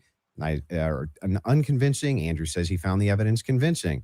Okay, fair enough. Maybe you can't do too much about that. But there was nothing. She had nothing for Robinson being a patsy, nothing for any of her conspiracies, not a zero, zilch. And she backed away on a bunch of them. This is the first time I think she's ever really backed away from the Twigs thing. First time I've heard her back away from the Erica thing, back away from TPUSA, being very cautious about making any of those claims now. Whereas on her show, much more likely to be making those claims. So she just had nothing the entire debate. Zero. Candace. Well, I think that is quite a conclusion. Admitting somewhere, maybe we stalemated. It probably signifies what I've been saying from the beginning, that you didn't feel that you were strong on the actual facts and the evidence, which I was willing to engage with you. I wanted to go over the screwdriver. I wanted to go over the towel and the things that you've mentioned, and you wanted to then move the conversation into a defense of Erica Kirk and her character, and what I've said about Erica, which is my opinion. And I have not edited that opinion after discussing with you. I would like to extend a compliment to you for being willing to sit down and to have the conversation.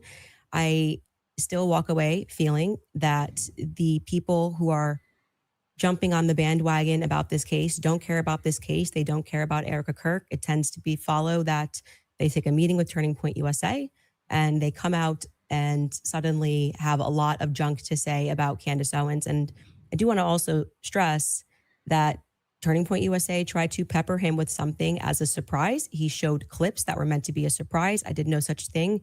I stressed to PBD from the beginning that I was grateful he was taking this on and that I wanted this to be a clean debate because I believe I can win this on the merits. And I believe that I did win this fully on the merits by engaging the evidence of what has happened.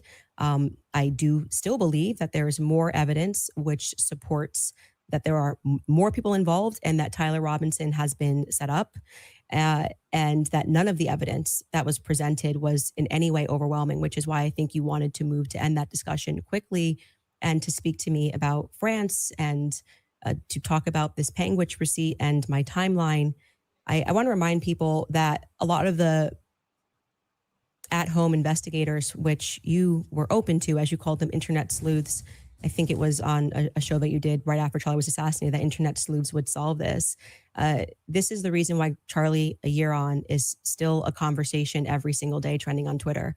I knew Charlie. I cared about Charlie. I care about finding out what the truth is here. My heart is in the right place. I think anybody who watches my show or even just watched this debate knows that if I get something wrong, I'll instantly correct it and own it. I'm not arrogant. I don't need to sit here and pretend that I didn't misspeak on the Lance thing. It hasn't been ruled out. But you saw that he just really wanted to hammer that point. You know, part of being a well-meaning person is to concede when you are wrong, to take something off a timeline when you know it's not right. And I would like to think that that is why I have earned the audience that continues to follow me, because they know my heart's in the right place, that I deeply cared about Charlie and I deeply care about the answers. I want to thank Andrew's team who are providing the fact checks. It's a very small room that they're in. I want to, as always, thank my team who worked really hard to make this happen and flip this set. And to you, PBD, just for being a great moderator. I think very fair, letting us both speak and making sure that disagree with Andrew got that. out of this what he wanted, which is a little more than what I wanted. But I'm very content with how I dealt with this, and I trust. I don't need to convince the audiences with the magic trick of what they need to think about this debate. They can watch it and draw their own conclusions.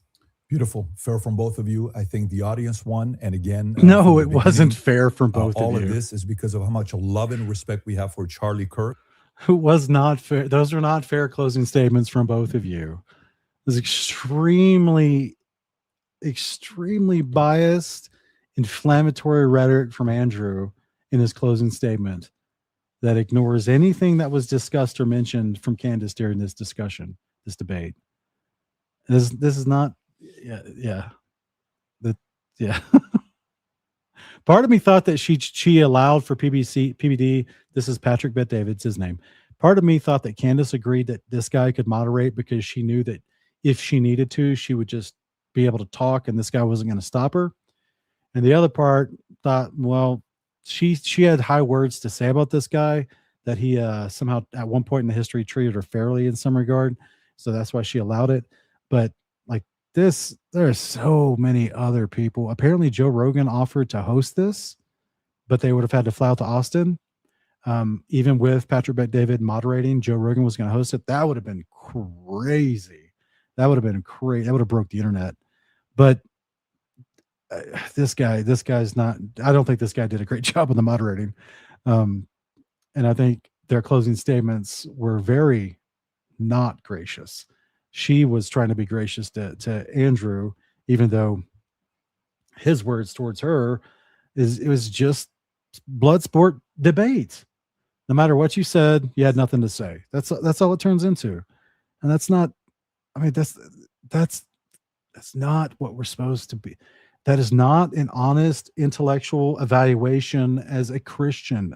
You're supposed to be walking in the truth, that you walk in the Spirit, abiding in the truth because you're trying to represent Christ. That's not what you do. You don't just sit there and lie for the sake of, even though all the stuff that you brought up to me, I have no answer for, I have no clue, or I don't know the details about any of it, but therefore I still conclude you said nothing. Like, that's crazy, yo. That's crazy dishonest, intellectually dishonest. Unleavened Truth, thank you so much. Says, this is why you're one of my favorite channels, showing up many in the faith space. Want to mention real events that don't engage with content. Hey, I appreciate the super. Thank you so much. Yeah, it's like I said, it's a cultural, it matters to the culture because it's so heavily connected with dispensation teachings inside the American church, leading to Zionism. Zionism is an absolute affront to the gospel of the kingdom of God. Zionism wants to make the reality that God promises he will do through his son at the second coming. Zionism wants to do that today by their own power, their own armies, their own political will. It is an absolute middle finger to what the Bible actually teaches. So, yeah, this matters. This topic is hugely important to the American church today. A great man that's no longer here with us. His 1-year anniversary is coming up here. I can't believe it's that quick that is here. The audience, I think you also won. If you did, support the Crucible, support the Candace Show, support the PBD podcast, subscribe to the channel. This is how you help these voices get out even more, especially going into future when this happens. You want a lot of independent creators to have these types of discussions. And last but not least, the two of you, I respect you guys again for having this conversation. It is not easy to do so. Hopefully this will lead to more discussions. A lot of different things we talked about. I'm sure there will be a lot of follow-up. With that being said, take care, everybody. God bless. Have a great weekend. Bye. All right. Well, tell me what you thought. Put in the live chat, guys. What do you guys think? Let's check out our poll. We started a poll earlier in the live chat. Looks like we are, the poll was basically who had the better argument in the debate, Candace or Andrew. And so far, at least from my audience, 77% said Candace Owens had the better argument in this debate.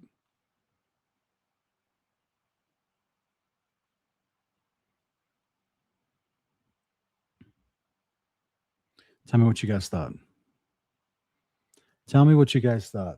Anything that stuck out to you as far as the things mentioned during this debate review, during this live debate that you just heard? Anything that stuck out to you that you want more commentary on, have a question about, if I have any information about it, because I am fairly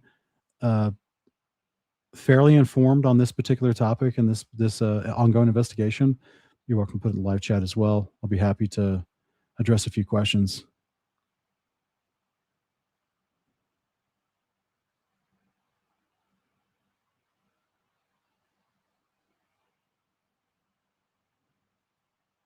I don't know what that means, Mick. My poll got spiked. I don't know what that means.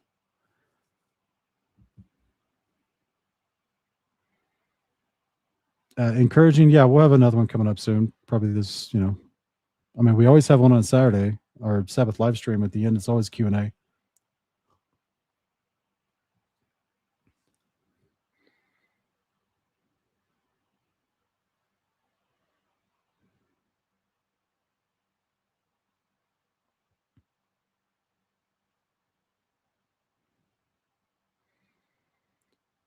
So, Michelle, you think that Andrew held back that reading that text? He read the text, but apparently he didn't want to show it as proof to her because he's trying to get people to go over to his channel. That's your idea?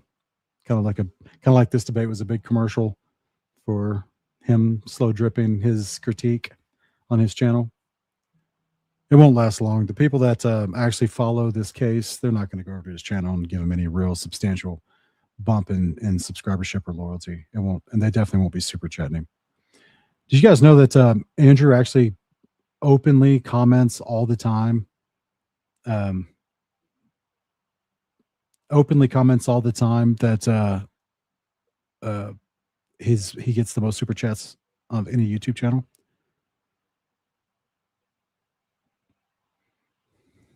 James, I don't know who you are, where you're from, but that's not at all. What if you're talking about my poll on my YouTube? I've been watching it this whole thing. Okay, so you're talking about PBS. Patrick Bet David's poll was 39 Candace, 45 Andrew. Okay. Yeah, my poll's not been like that, but Patrick Bet David has like thousands of people watching him. So, but I appreciate you here, man. I want to be.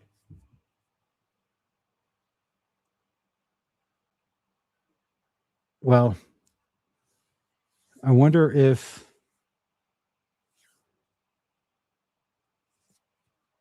Yeah, if you think that Andrew Wilson won this debate and this exchange, tell me why. Put it in the live chat. Tell me why. Be interested to hear your thoughts.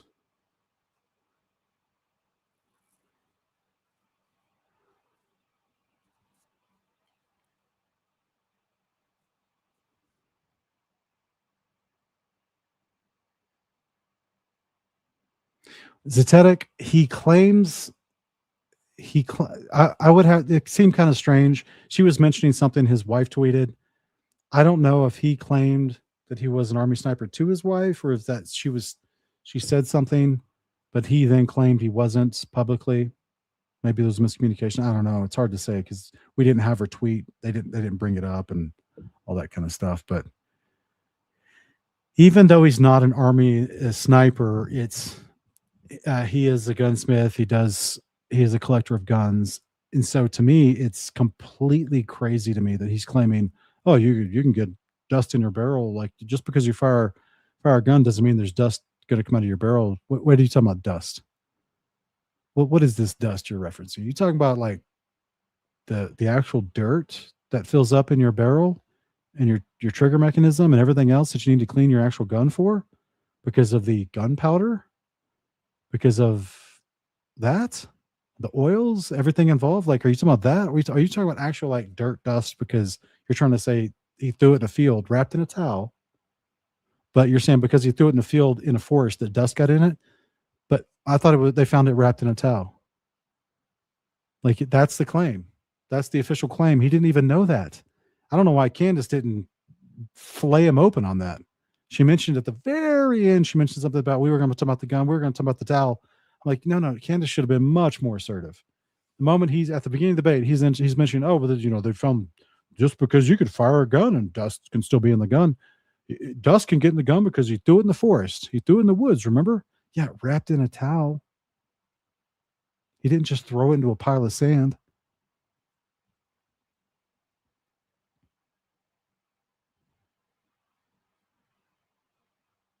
Yeah, the concept of dust and debris is the idea that it wasn't fired, that it had not been fired recently. That's the implication there. Not that it's dust and debris left over from being thrown in the woods or because it was just fired. He dismissed the principle of degrading as well. Someone has obviously shot it since Robinson has shot 2 guns yesterday. They've been shot in months and the barrels are clean. Yeah. Yeah, it's not even whether it's been shot or not, doesn't even matter. Like whose other prints are on there.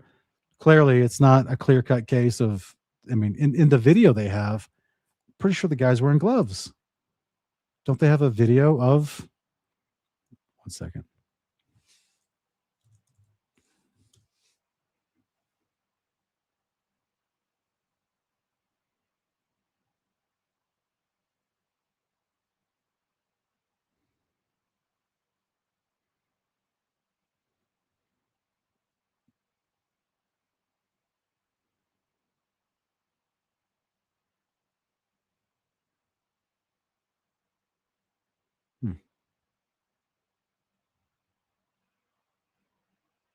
Oh, there we go.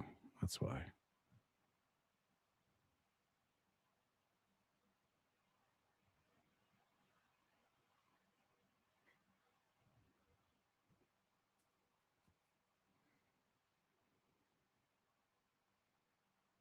That's not it. That's not it. Where'd it go?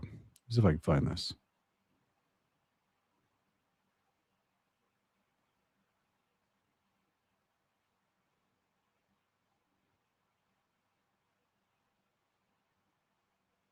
That's not it.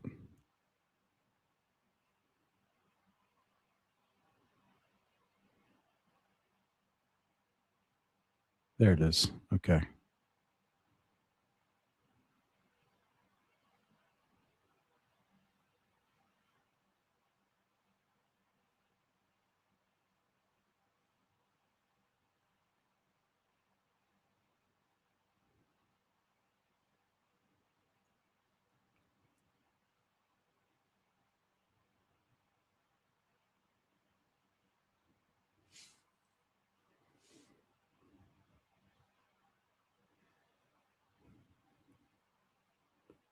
All right, she's shown that. That's that. Where is this?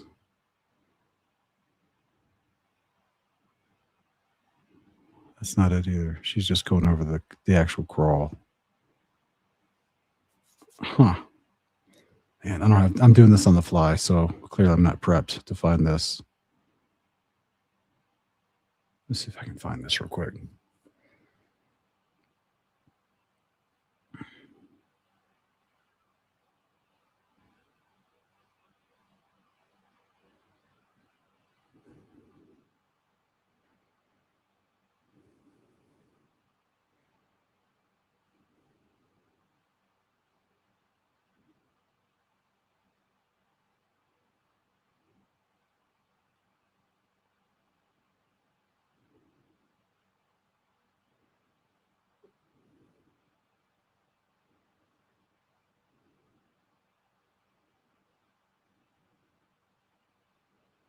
Okay, never mind. I can't find it.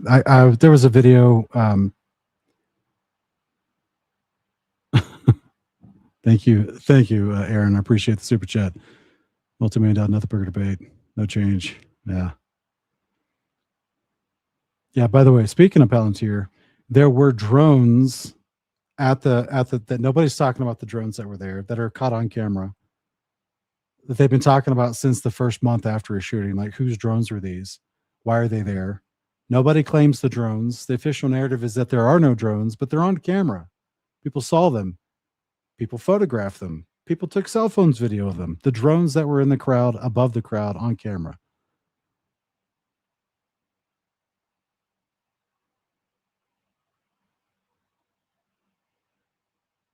Anyway, I was trying to find the video of the new released video that Candace received of the actual camera showing the guy crawling into position, laying down, and then for 90 seconds. And then as soon as the impact was made to Charlie, he gets up and runs off the thing.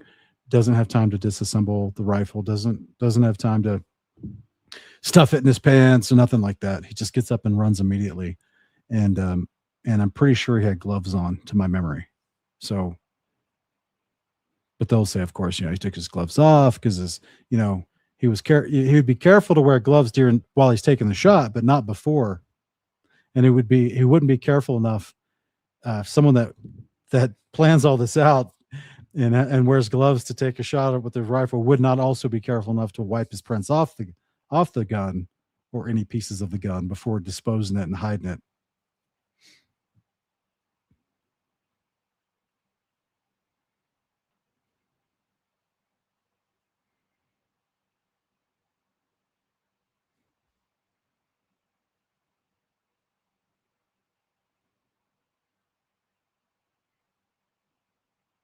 Oh, did they, Brian? They just released their drone video, finally acknowledging that there were drones that day.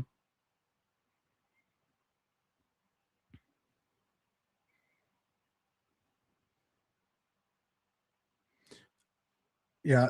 Speaking of theories, I thought months ago, like probably 10 months ago, it could be that Brian Bray guy, his theory, but I saw a guy trying to explain the concept of this is military tech where they have triggers that can be wirelessly connected to a speaker system, so that when they pull the trigger, there's a speaker that sounds like a gun going off. They can pull the trigger, and the trigger doesn't have to be attached to a gun. They just have a button. Basically, they can have a speaker that sends out a loud gunshot sound of any type of gun. And so his theory was, it was a microphone impact, and then the patsy was the person that pulls something, and when he pulls it, instantly it connects to that speaker and makes a gunshot sound, therefore covering over the actual impact of his chest. Because we saw the blood come out of his neck. They claimed that he was shot in the neck and it got dislodged, or it lodged into his spine, but yet his impact was as if someone got hit in the chest. So that's why there's so much discrepancy and issue with what was filmed. Thank you, Aaron, for the super. He's saying Utah Data Center, UDC, also known as Intelligence Community Comprehensive National Cybersecurity Initiative Data Center, storage facility for the United States intelligence community. Oh yeah, Utah is like super intelligence infiltrated. And if people don't understand, like these college campuses often have intelligence agencies on campus. Tulsa University, the NSA, like I used to live in the city of Tulsa, Oklahoma. Tulsa University has the NSA on campus. Like, why? Why do you have offices on campus? There's 1,001 reasons why. Social programming, predictive programming, information infiltration, all kinds of reasons why you would. And they're funded. They're the way that most universities are funded. It's not just from donors. They get a lot of government money as well.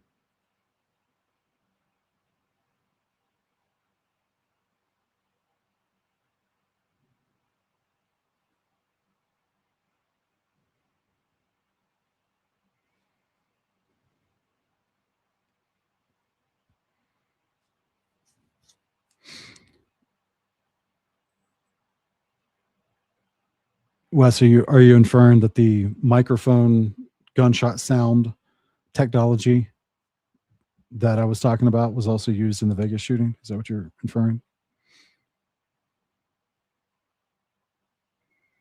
Yes, exactly. Military veteran, exactly. That's what I'm saying. What is this dust? Like, I need to apparently go read the court preliminary filings, preliminary hearing documents to see if they define what dust is they're even talking about. Because, I mean, if they're just talking about actual dirt, yeah, it's usually not in the gun, especially one that's been recently used.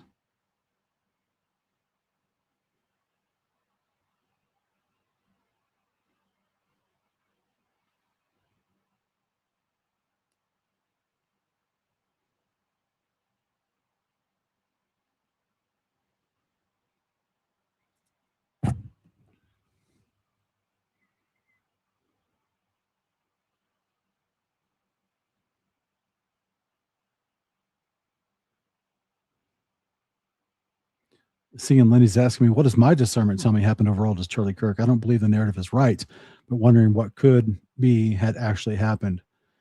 Well, from everything involved, from everything I've seen, reviewed, and investigated about the case regarding Charlie, no, 30-06 did not hit his neck. His head would have fallen off. His neck would have exploded. His head would have fallen back onto the chair behind him, or possibly fallen down forward, because of the weight of the front of his face. But no, he was sitting relatively upright. We would have seen a decapitation that day if he was shot with a gun. It is much more plausible with the technology that's out there that there was a shape charge attached to the microphone under his shirt. And they had put the microphone under his shirt the wrong way. They hid the microphone under his shirt and put the magnet on the outside. So, find those real quick. But that's not the way those Rode mics work. You're supposed to clip them on the outside so that it can catch your voice, not be muffled by your shirt. So that right there is super suspicious.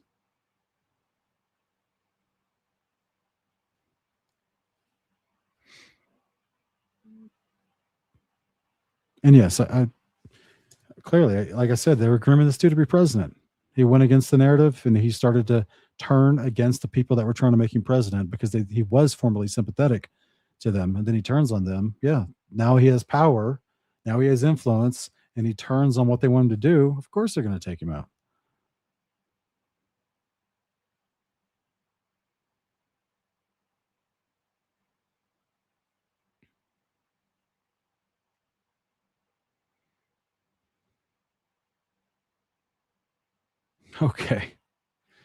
Okay. So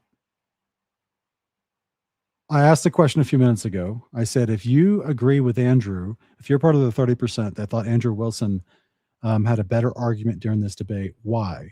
If you have, put it in the live chat if you think why. No one has said anything like that in the live chat so far.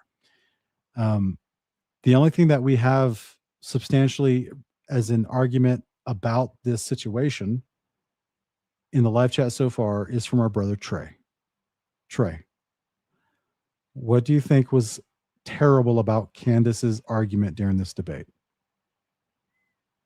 If you could articulate.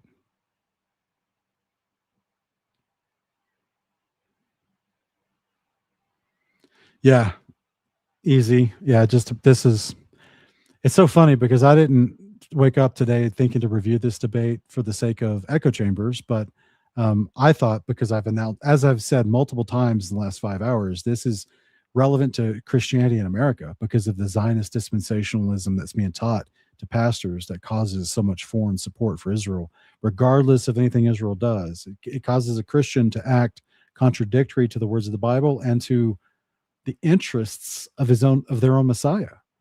Now they're suddenly saying the United States as a Christian nation has a financial obligation to support a country that hates their Messiah and doesn't believe anything about the Bible that they believe. But that's one of these strange subthreads within dispensational Zionism that is pushed in America so strongly. And so that's why we've been saying, that's why we did this review today, right? To address the issue theologically, and now we're seeing the fruit of it come out into a high profile court case. So yeah, that's why I'm doing it. But yeah, I wouldn't doubt it, man. I mean, I wouldn't doubt it. I mean, we've got, what's his name? Mike Winger, online apologist and preacher, Mike Winger, literally saying Tyler Robinson killed her. And then like with a public declaration a couple of weeks ago saying Tyler Robinson killed Charlie Kirk. Really? Trial hasn't even happened yet. He's not been convicted by the evidence or a court of his peers yet. But you already know Mike Winger, huh? Calvary Chapel Mike Winger. You already know that he's guilty, that he did it. That's wild. Like, it's just yeah.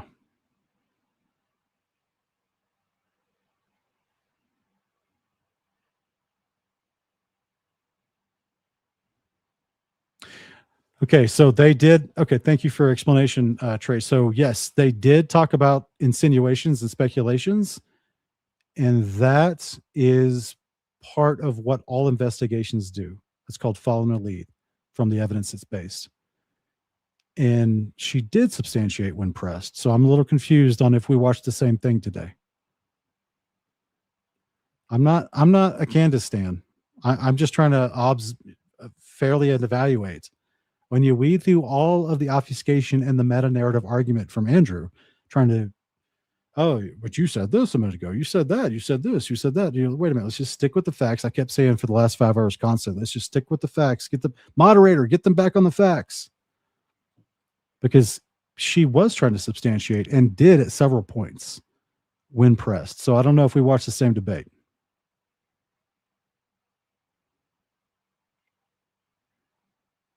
Yeah, bro. I don't know how much you've actually watched of her, or if we I can't say that anything I heard from her today was not consistent or clear. I don't know.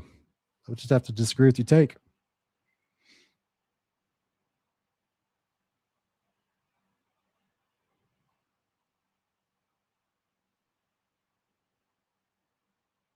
Yeah.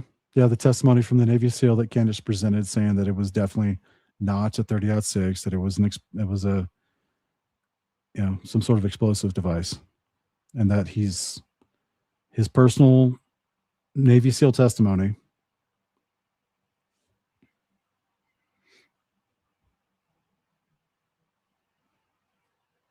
No, who slow. That's definitely, you definitely didn't watch the same thing, did you?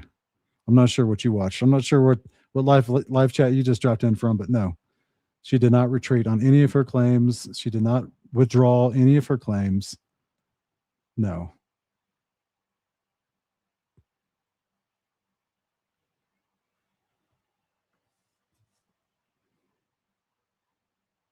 All right. Easy's asking, what do you think the root of the stronghold? Why guys in that camp refuse to even honestly weigh evidence of that view that opposes their own, from this to even theology? That's a bigger question, brother. But on this particular topic of this debate, I've been saying it this whole time.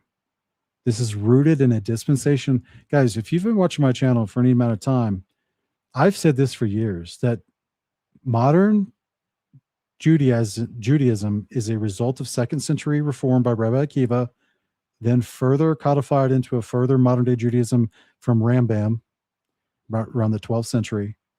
That's where he creates the 13 tenets of Judaism, and it becomes more codified into what it is today. And there's a whole bunch of other quote unquote reforms, the way they change things, the way they viewed things, their interpretations. But Zionism, dispensational Zionism, truly burgeoned itself around the 1600s, in France, from Protestants in France. And then that grew over time. The whole Schofield Darby stuff just skyrocketed it into the United States with reading materials that then got adopted into the seminaries that teaches pastors, specifically the Dallas Theological Seminary. Huge proponent of dispensational Zionism. That then those pastors are trained up for the last 120 years and start going out into churches in America. That's why it's a major narrative, sub-narrative within the American church. That this idea of, oh, if you believe that Jesus is God and that Jesus is the Christ, well, then you must support Israel no matter what they do. Look, I pick a nation, okay? If Azerbaijan, all right, if Kazakhstan was doing righteousness, I'd support them. Okay? If Russia's the big bad evil and Kazakhstan is innocent and trying to be righteous and support themselves with righteousness and righteous policies and defend themselves from the big bad evil attacking them, I'd support them. But if Kazakhstan starts killing its neighbors unrighteously, invading boundaries outside of trade agreements, not purchased righteously, but just invading them and taking them over, kind of like the Germans did with Poland, then no, I don't support them. And I don't want to give them our national monies. So it's that simple. But that's what dispensational Zionism has been teaching and enforcing for 40 plus years in this country, to get American churches to donate massive amounts of money to Israel, regardless of Israel's stance on Christ and their behaviors, their actual behaviors. Yes, you got You got people around you that hate you, that want to be at war with you. Okay. Should you go in and blockade them all off like a massive siege and starve them out? Meaning you've surrounded their own borders to starve them out versus, and the aid that does go in there to them, you cut that aid off too? That's not Torah. No, that's not Torah at all. That's not people trying to follow the ways of the God of the Bible. That's just straight up World War II warfare. It's called total war, that you destroy all supply chains of a nation in order to get them to acquiesce. Well, okay, well, where do you call the point of surrender with the nation? We didn't blockade off all of Japan's island and continue to bomb them until there was nothing left of all their cities and restrict all their food coming and going. But what do you do? Like there's people in Gaza that don't like Israel and that probably have fired rockets at them. Yes, there's probably some militant forces in there that hate Israel. This is what warfare does. Does it give you the right to then go in and completely starve out all their people? I mean, these are tough questions for modern warfare. So the point is, that's a political military debate, but I don't think Christians should be actively throwing money at either side.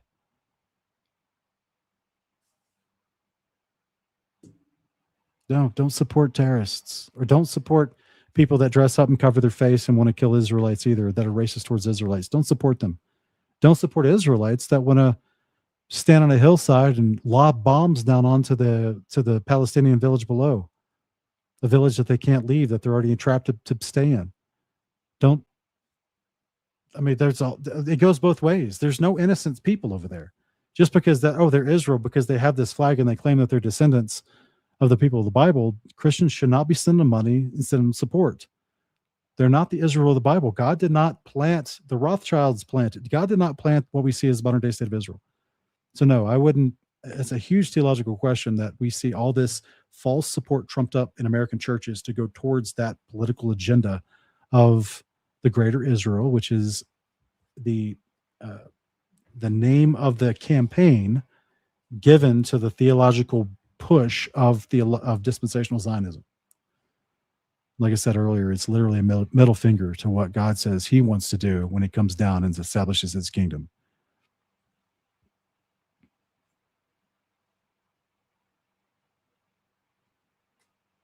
So the stronghold is just like with most theological doctrines, they've been taught a very poor doctrine and interpretation from Scripture, and they've been told that it's righteous to believe it, that they're good people if they believe it. So that's the stronghold.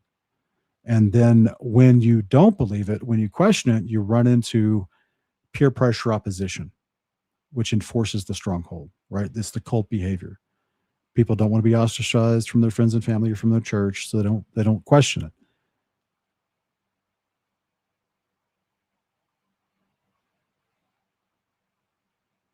Aaron Barnes says, thanks for the super, brother. He's asking, debate was a nothing burger. Sean, can you articulate the best point Candace made?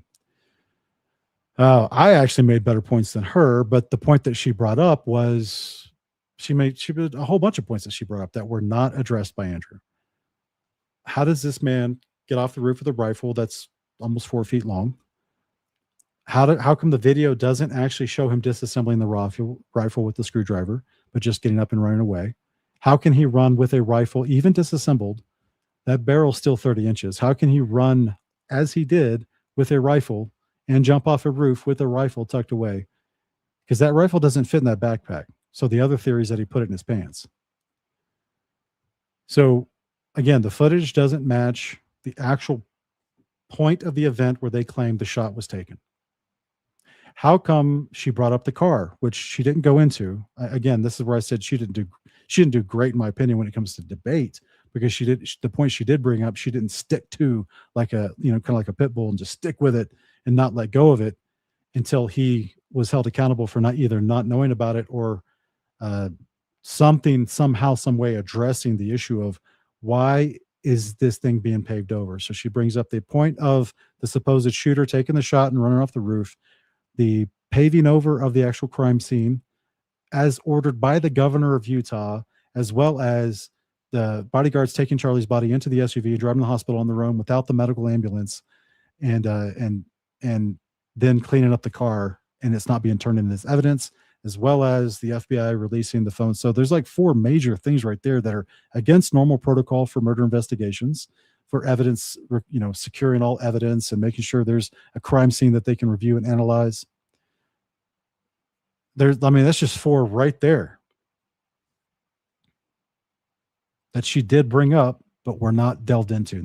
And that could be why some people think she didn't have a good argument, because she let the obfuscation happen. She let Andrew get her off the point into these other things. And it seemed weird. They talked about this contract, and then she goes, no, I'll just let it be. You can just say whatever you want to make sure that this contract's fulfilled. I'm like, what kind of contract did she agree to? What are we talking about here? You did not agree. Surely, Candace Owens, in your own home, you did not agree to a contract. You with a 5 million subscriber following versus his 800,000. You did not agree to a contract to where he gets to ask you questions the whole time, and you can't push your points. Now, they mentioned at one point this idea of 90 minutes each, but that's where I would have critique for Candace during the debate. If she did truly have 90 minutes to present her points and press him on him to show that he doesn't have a clue about what he's doing, he's there grifting, she didn't do the best job in that. She did great with the whole, 7 points of prosecution, the charges brought against him, but on the charge document. But as far as the other points to the case that leads to government involvement and not a single shooter, she didn't press those points strong enough, in my opinion.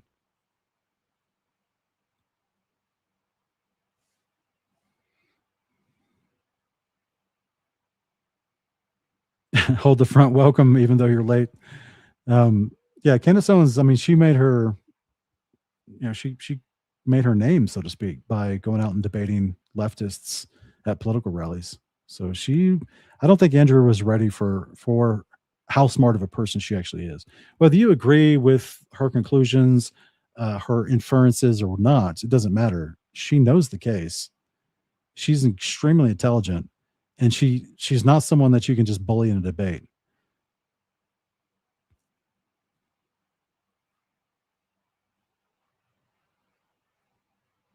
Again, Trey, brother, I'm baffled by these statements, to be honest.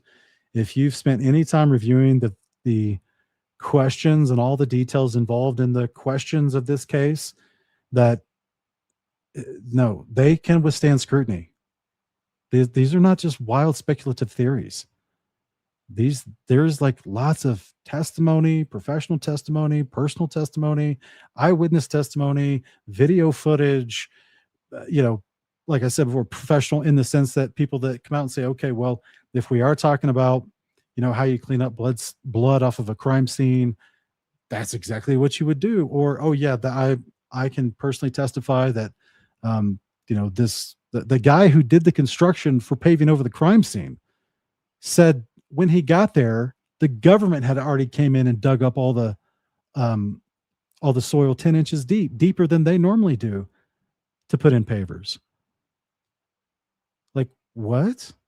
The government came in and cleaned up the crime scene before you even got there, and he got there on day 3? Like that?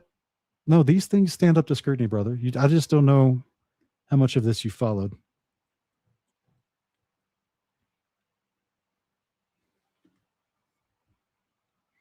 The debate of what actually happened wasn't the cause of the debate. It was about whether I didn't actually know going in, because they didn't announce it, what the actual debate prompt was going to be. But then at the beginning of the show, they did let you know it was going to be about whether or not Tyler Robinson was a patsy.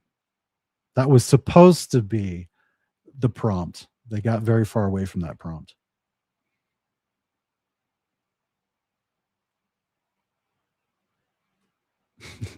Yes. Yes, Wes. Christ is king. Genocide is always wrong.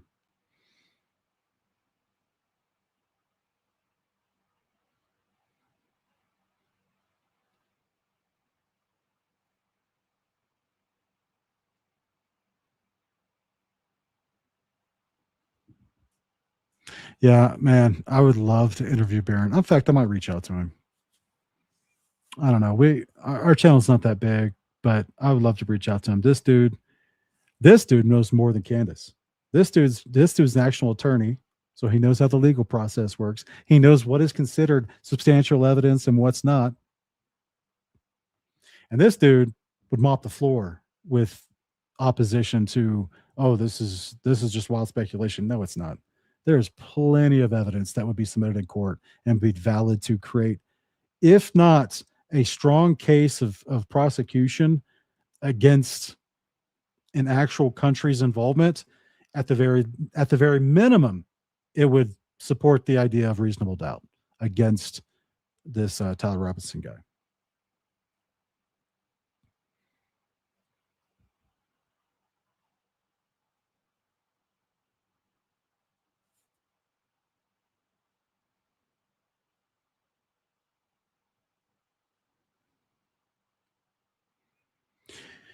Yeah, Takala, I just wish that TPUSA for the last 11 months would be, how do I say this? Some people can make the argument, well, they're not going to say it. They don't want to say anything publicly because their lawyers have instructed them there's an ongoing trial. Don't say anything or whatever. They have been saying stuff. They've been talking for 11 months, just like Candace has. They've been talking about this and responding to things horribly. They've been doing all, in my opinion, they've been making a lot of bad moves. And look, man, if anybody's watched our channel for any length of time, you know that I don't have any faith and confidence in the US government or political parties. But if I were to turn my brain off and just put a normie brain inside me, it's a travesty what's happened to TPS, right? And with the trajectory that this organization, being a conservative organization, political organization designed to bring forth truthful narratives which have a biblical backing into the culture of debate within our country, which is being invaded by communism, they were a powerhouse for refuting the lies of communism that's invading our culture and causing green-haired nose rings to be shouting in the streets wanting more communism. Like, they were great at refuting the lies. Yes, Charlie was clearly the leader of that situation, but they were great at refuting all that stuff. And now they're nothing. So if I had a normie brain looking at this situation, I'd be sad that strong political conservative organization that was calling people back to repentant lifestyle, to get away from debauchery, to get to a single family home, to get back to fiscal responsibility, all the things that are evolved in scriptural principles in the Bible, that organization is no longer an influence in this country. Now it's just a topic of speculation. It's so sad. And it's not because people on the internet like Barron or Ian or Candace are asking these questions and saying the evidence doesn't match as the feds claim. It's not because it's because TPUSA's actions and their own words, their lies that they've been publicly caught in. Yeah. It's because of their own bad media presentation of themselves. It seems like Charlie had a lot more to do with their public persona than we'd ever thought. It wasn't just that he was a great debater and speaker, but apparently he was holding it together when it came to their public persona as well.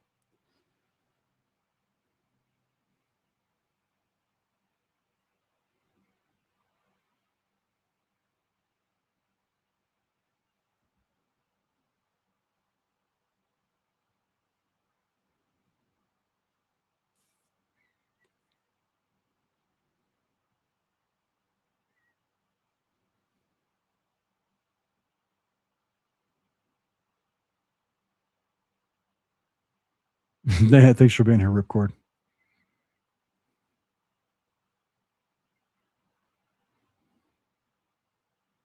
Yeah, I need to finish watching that, Chauncey. From what I did hear, it was great. Like I said, he's a trained lawyer, trial lawyer. He knows what he's talking about. He knows the process. He knows the procedures for these things. And when he comes out as professional testimony saying all this is wrong, something's wrong here, he's not Candace Owens with dreams and vibes and speculative theories. No, he is, from his professional opinion, is saying there's something seriously wrong, and he's been going through the evidence for months as well.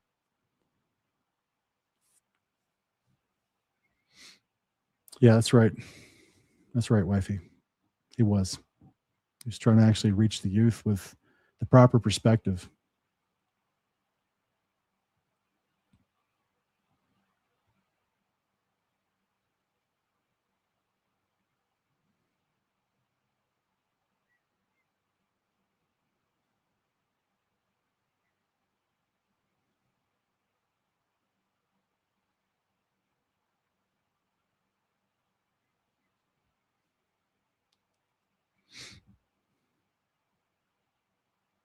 All right, Aaron, thank you for the super, brother. He says, Sean, when I watch all this unfold, I'm constantly reminded about Jaron Austin. Okay, bro. Well, I'm not going to, may God get a hold of Jaron, change his heart, cause him to repent. And I personally been speaking with Austin since then, and he's got a lot of personal challenges in his family life he's working through, but he's still got his eyes on Christ, and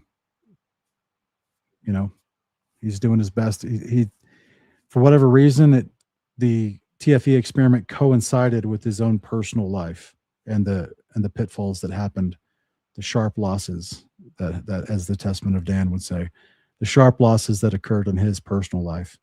And so him not making videos all the time has nothing to do with TFE. It has everything to do with him getting things together behind the scenes.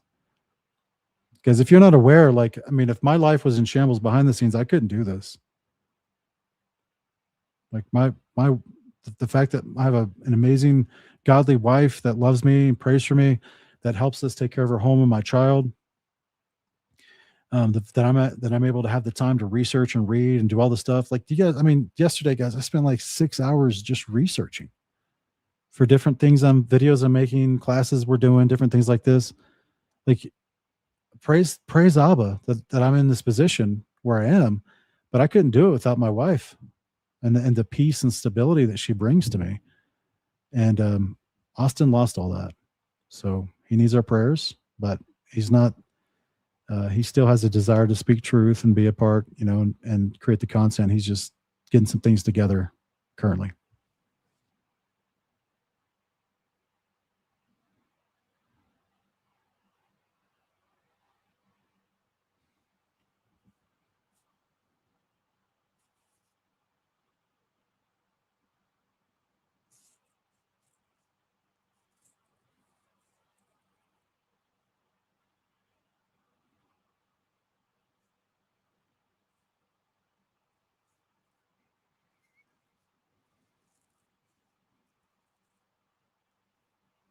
Well, if the speculation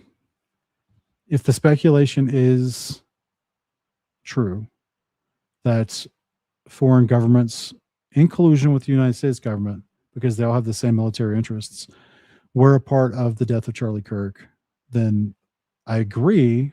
Their trajectory and the reason why they had to take out opposition that was extremely influential, their trajectory is definitely going to make things worse. Where they're trying to go with establishing Zionism, the boundaries and borders that they've publicly stated that they're going to take over. I don't think people understand this. Like, the state of Israel has publicly stated the Greater Israel Project, and that they're going to take over publicly. They're going to dip into Jordan. They're going to dip into Saudi Arabia. They're already going into Lebanon. They've militarily advanced into Lebanon currently. So this is where they're planning to establish what they believe is a Greater Israel Project. This has been something in the works for over 100 years. And yeah, it's going to get crazy because people are going to respond. It's going to be more chaos in that region.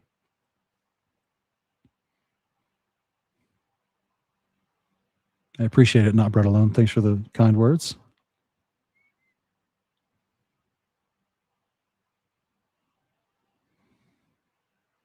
Poke Bear, I don't think he's still alive personally. No, I don't think he's still alive. And if he is alive, he's not. I don't think that he's has his own autonomy to walk around freely, or reveal himself to be alive. So for all intents and purposes, even if your theory was correct, we'll never see him again. Like, they've got him, unless it was a miraculous thing of God. But the intel agencies that I don't think he's alive, but let's just say it was somehow a stage, and I don't know. Sure, anything's possible. Anything's possible. I just don't think that's the case. I think that we watched a man get murdered. I think they did that for a reason. I think they could have just poisoned him, and he could have just, been one of those pulmonary incidents the news has been talking about since COVID, right? It could have just been that. It could have easily just done that to him, and he just died in his sleep. Okay. For them to do that the way that they did it, it's a statement. It's definitely a statement.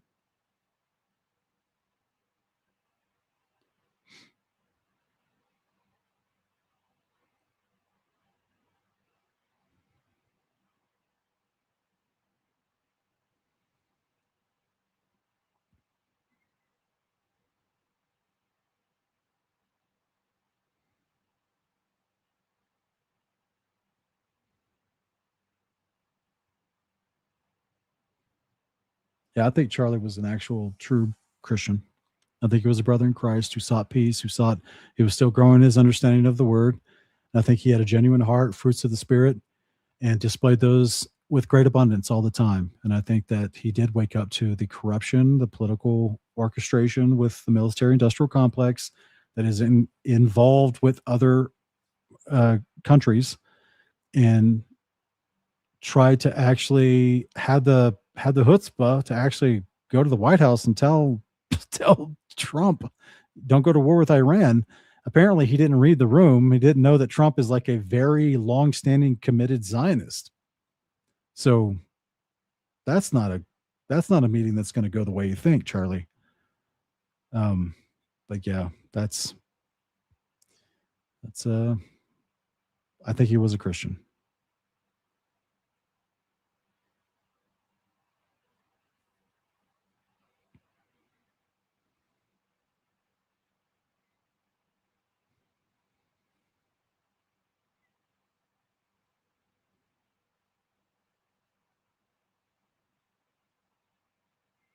Brandon's asking, so is it just a cognitive dissonance issues with understanding the argument, like they're willing to just test?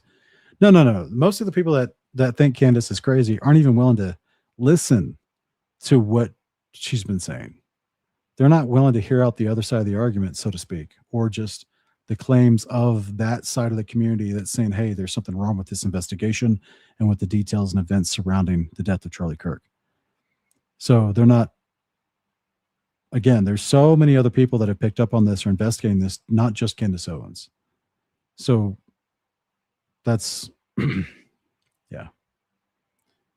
I don't know if it's a cognitive diss or if it's some sort of internal pre-commitment to a theology that would cause great conflict in their heart and mind, and they struggle to want to, accept something that might smear their idea of that conflict. Of that pre-commitment to a theology.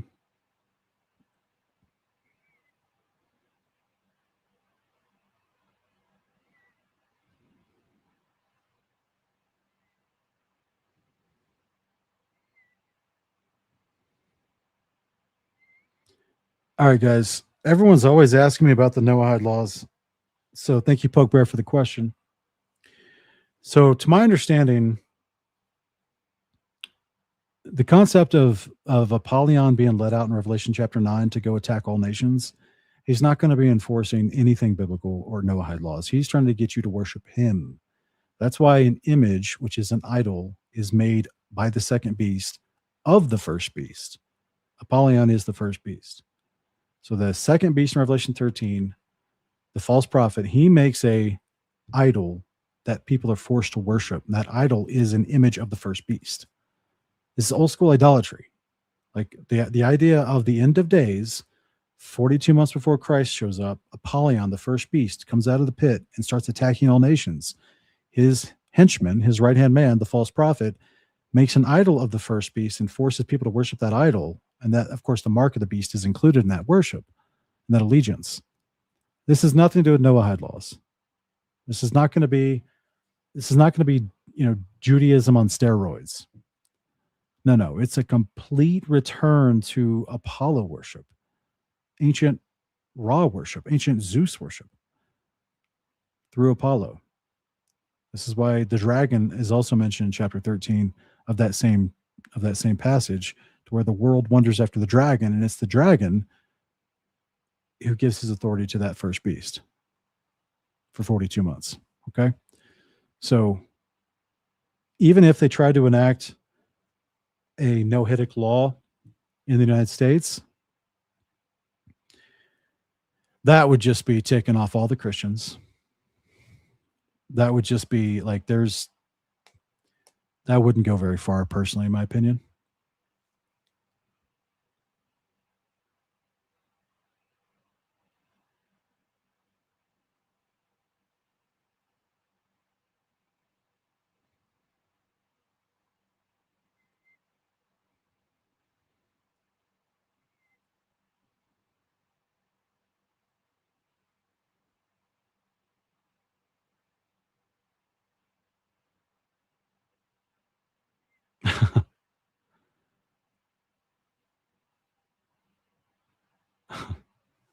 Well,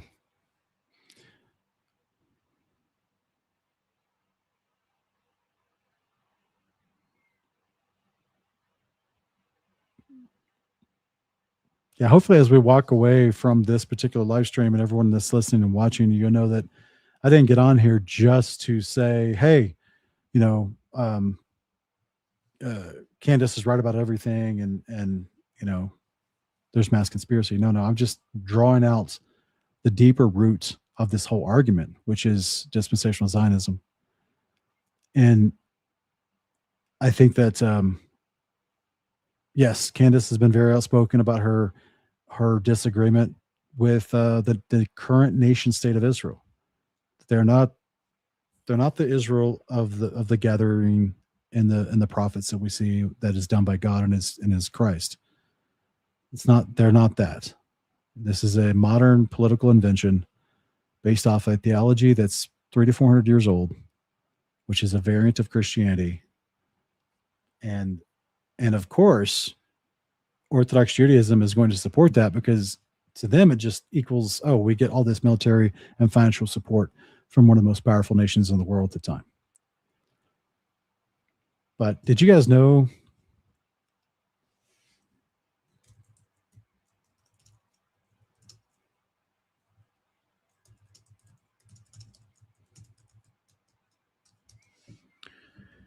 see if I can find this headline.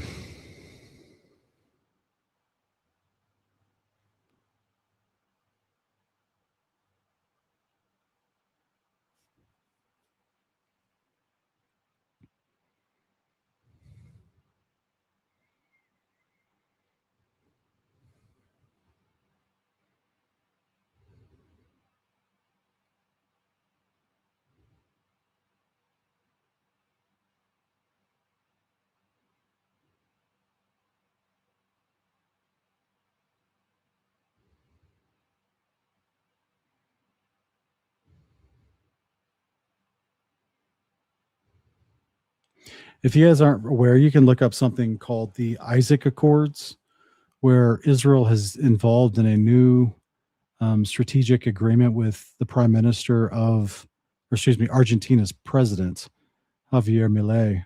I don't think I'm saying his name right, but whatever. And this is the idea is it's a security framework where they basically can be aligned with Latin America, specifically through Argentina, to have direct air connectivity, artificial intelligence and technology operations, as well as a more secure strategic framework for the Western Hemisphere based out of Latin America, including the geopolitical repositioning. The U.S. is already involved in all this, and to underscore these Isaac Accords.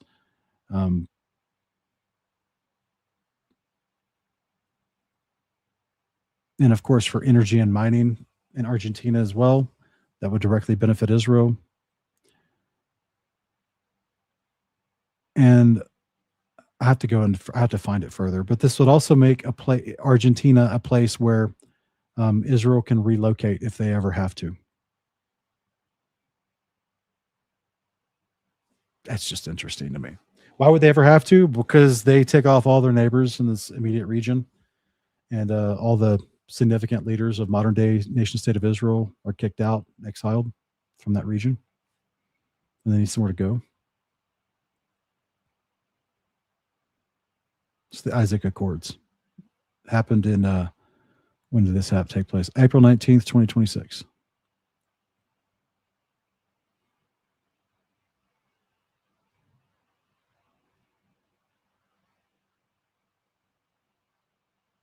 Aaron, thank you for the super. You're asking, what are the chances the Charlie Church PSYOP is a major operation within the Genesis mission? Have you done a deep dive? No, I haven't done a deep dive into the Genesis mission.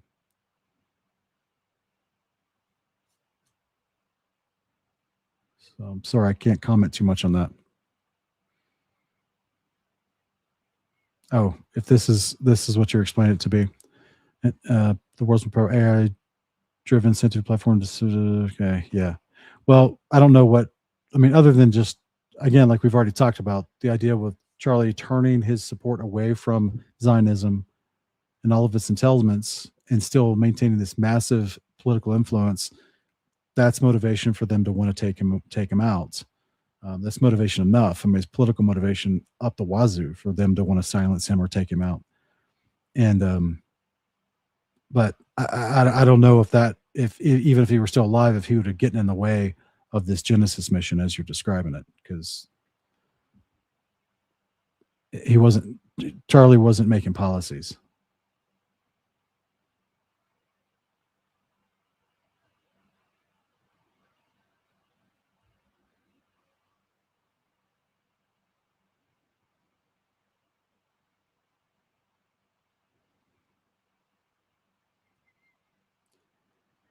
Yeah, it was just very surprising that Andrew allowed this type of stuff to happen.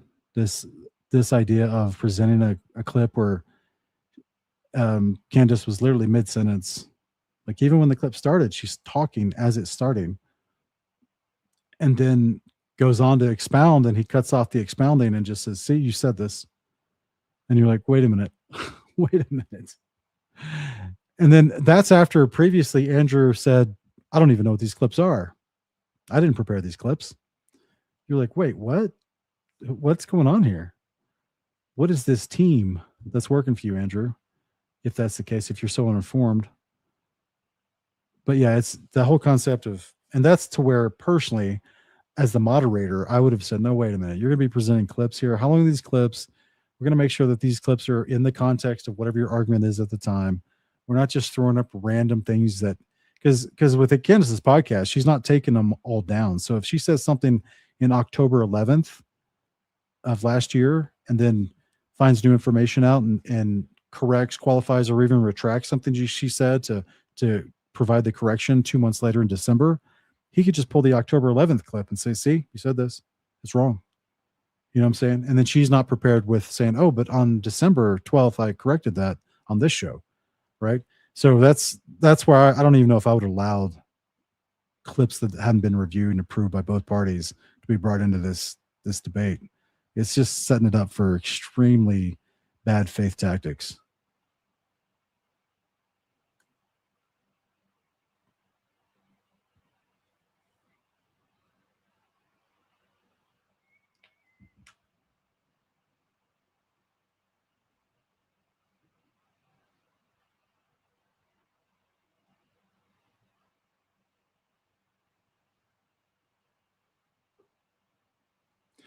Janko Pendanza is saying overwhelming evidence was his claim he went into debate just to start with, it is my opinion. For a debater, that's a loss in the start of a debate. He changed from object to subject. Yeah, that's where he said, oh, it's my overwhelming evidence, because this is my opinion that this, and that's what I was trying to say early on in the debate review. What he's calling overwhelming evidence is just that he doesn't think it. For one, he was saying, well, this is the official mainstream narrative. And then you're like, okay, wait a minute, but that's what's being challenged here. So your overwhelming evidence is just the exact thing that's being challenged, that's being questioned because of its inconsistencies, because of its lack of solidarity when pressed to scrutiny is the mainstream narrative. So that's where I'm struggling with this whole concept of going from objective to subjective. Like he started out subjective. He started out by basically saying there was no evidence to the contrary, when to me, that just lets me know you don't even know what the conversation is. There's a ton of evidence to the contrary. There's a ton of evidence that shades doubt, reasonable doubt on the mainstream narrative. But I understand what you're saying.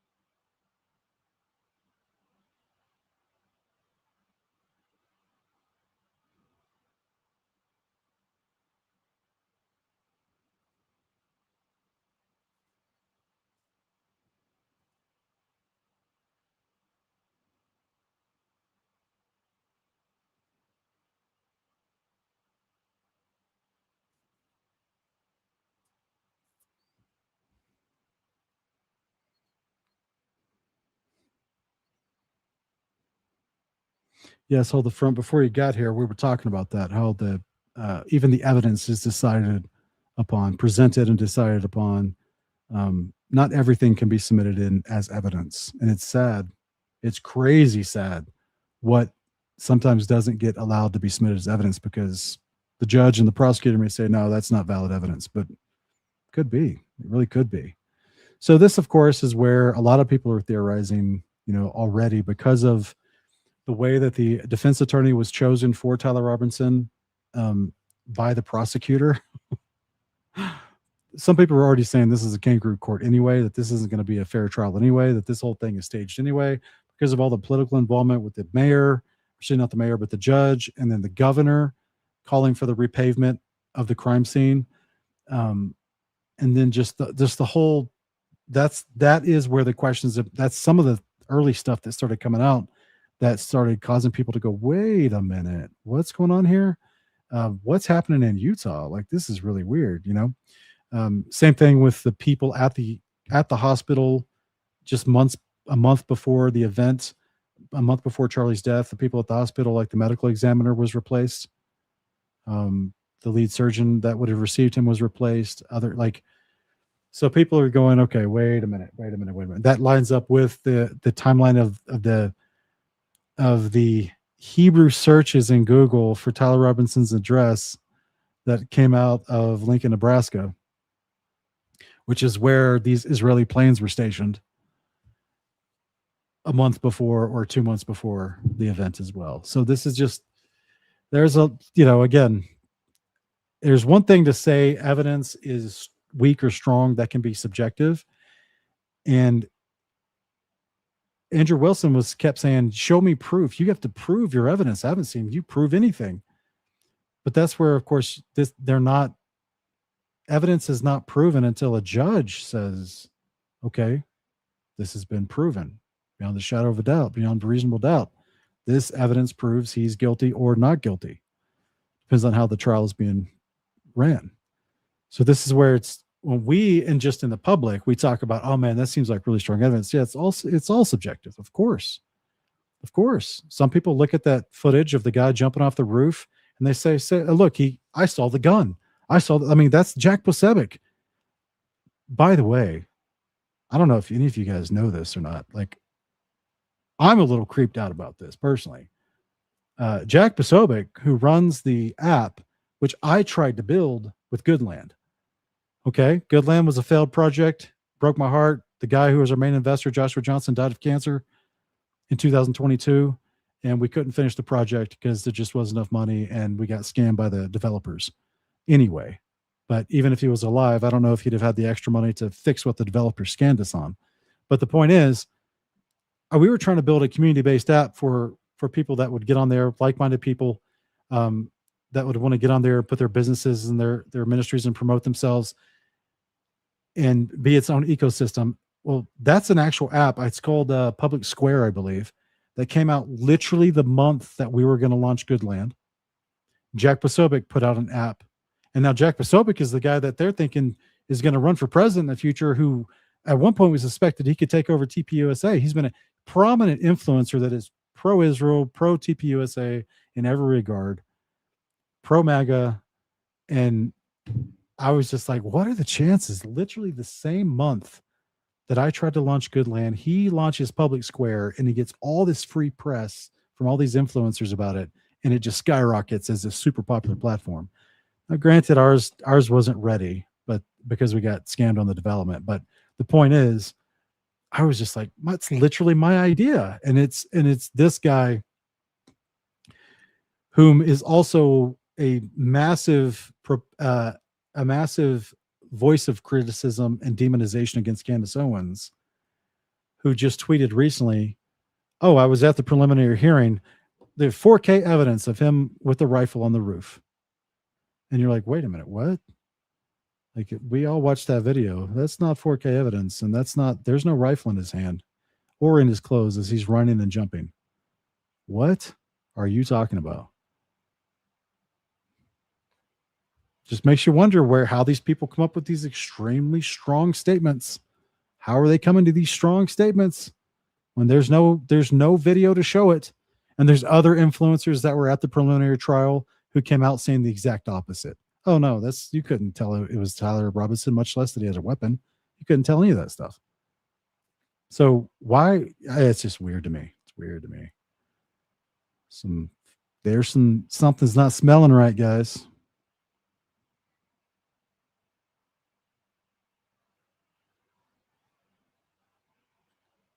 Yeah, Ryan. That's what I'm trying to say. It's like the atheist kept saying, "Oh, that's not evidence. That's not evidence.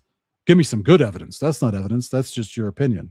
Oh, okay. Well, evidence can be dismissed because you're not agreeing with how it actually relates to the details of the case.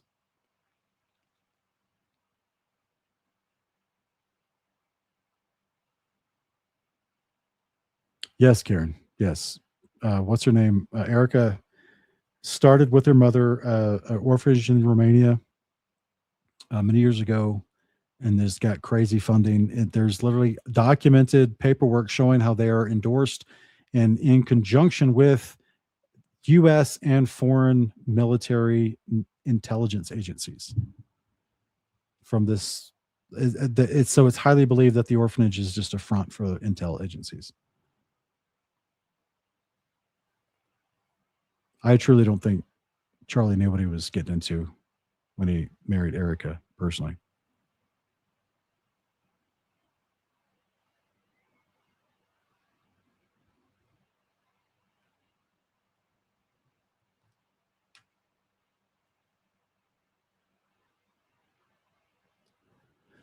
Yeah. A lot of people don't know. I think it was June 1st, 2022. We tried to launch Goodland. It just wasn't ready. I was told it was going to be ready that day. What they had shown me previously was ready, but then when they actually launched the site, they scammed us and nothing was ready. They took Josh's money.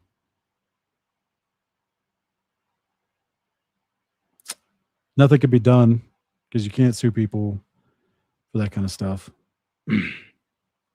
And anyway, but that's a long story. But it's just, I thought it was the most strange coincidence that here I am trying to build this app specifically to be exactly what Public Square ended up being. And then I saw Public Square. I saw this guy named Jack Posobiec, whom I'd never heard of before, go on Timcast and start talking about this new app he has called Public Square. And Timcast is just telling everybody to go sign up for it. And I'm just like, oh man, that thing just skyrocketed immediately. All these businesses started to sign up on it.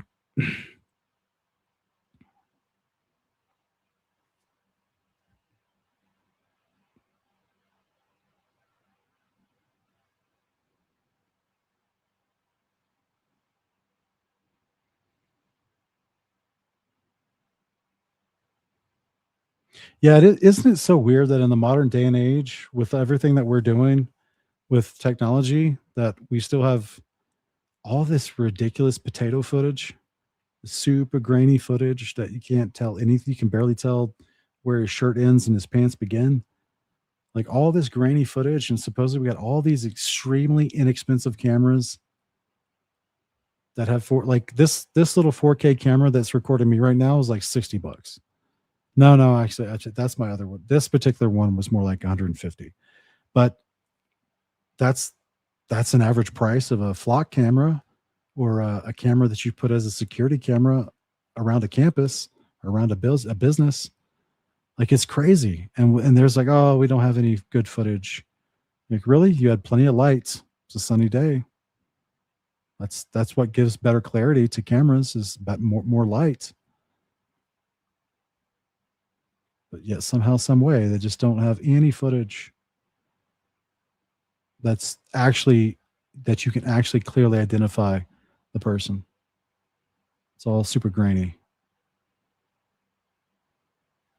People's cell phone cameras recording that day are clearer than the security cam footages, which are closer to the perpetrator, the person running off the roof. Those cameras that caught the guy running off the roof are closer in distance than the cell phone cameras that are recording the whole crowd run around, in a panic. And you get clear videos and photos of people further away from cell phone videos than you do from the camera on the roof staring at the guy. Super strange.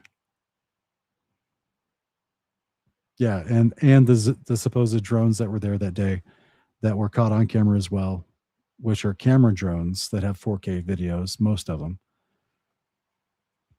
Very interesting. All right, guys, that's it for today. Thanks for being here. Thanks for being here. Like, share, and subscribe. Like I said, this is a little bit different video than what we normally do, but at the same time, this is an event for our generation, for sure. And it has a lot of cultural impact on modern Christianity here in the United States today. So go read your Bible, pray up, walk in the love of God, do the commandments, repent, give your heart to Christ. This is what we're all called to do by God. Love God, love neighbor. We'll see you next time. Slow down and return to what truly restores. Our Sabbath Rest blend was created for all to enjoy. A comforting blend of organic herbs traditionally used to calm restlessness and invite deep, peaceful rest. Perfect before bed or while observing the day of rest with the Most High. The Tree of Life blend draws from organic natural herbs, thoughtfully crafted to support balance and renewal. Best enjoyed a few times each week with a touch of organic raw honey. 2 blends that are crafted with care for a moment of peace in every cup.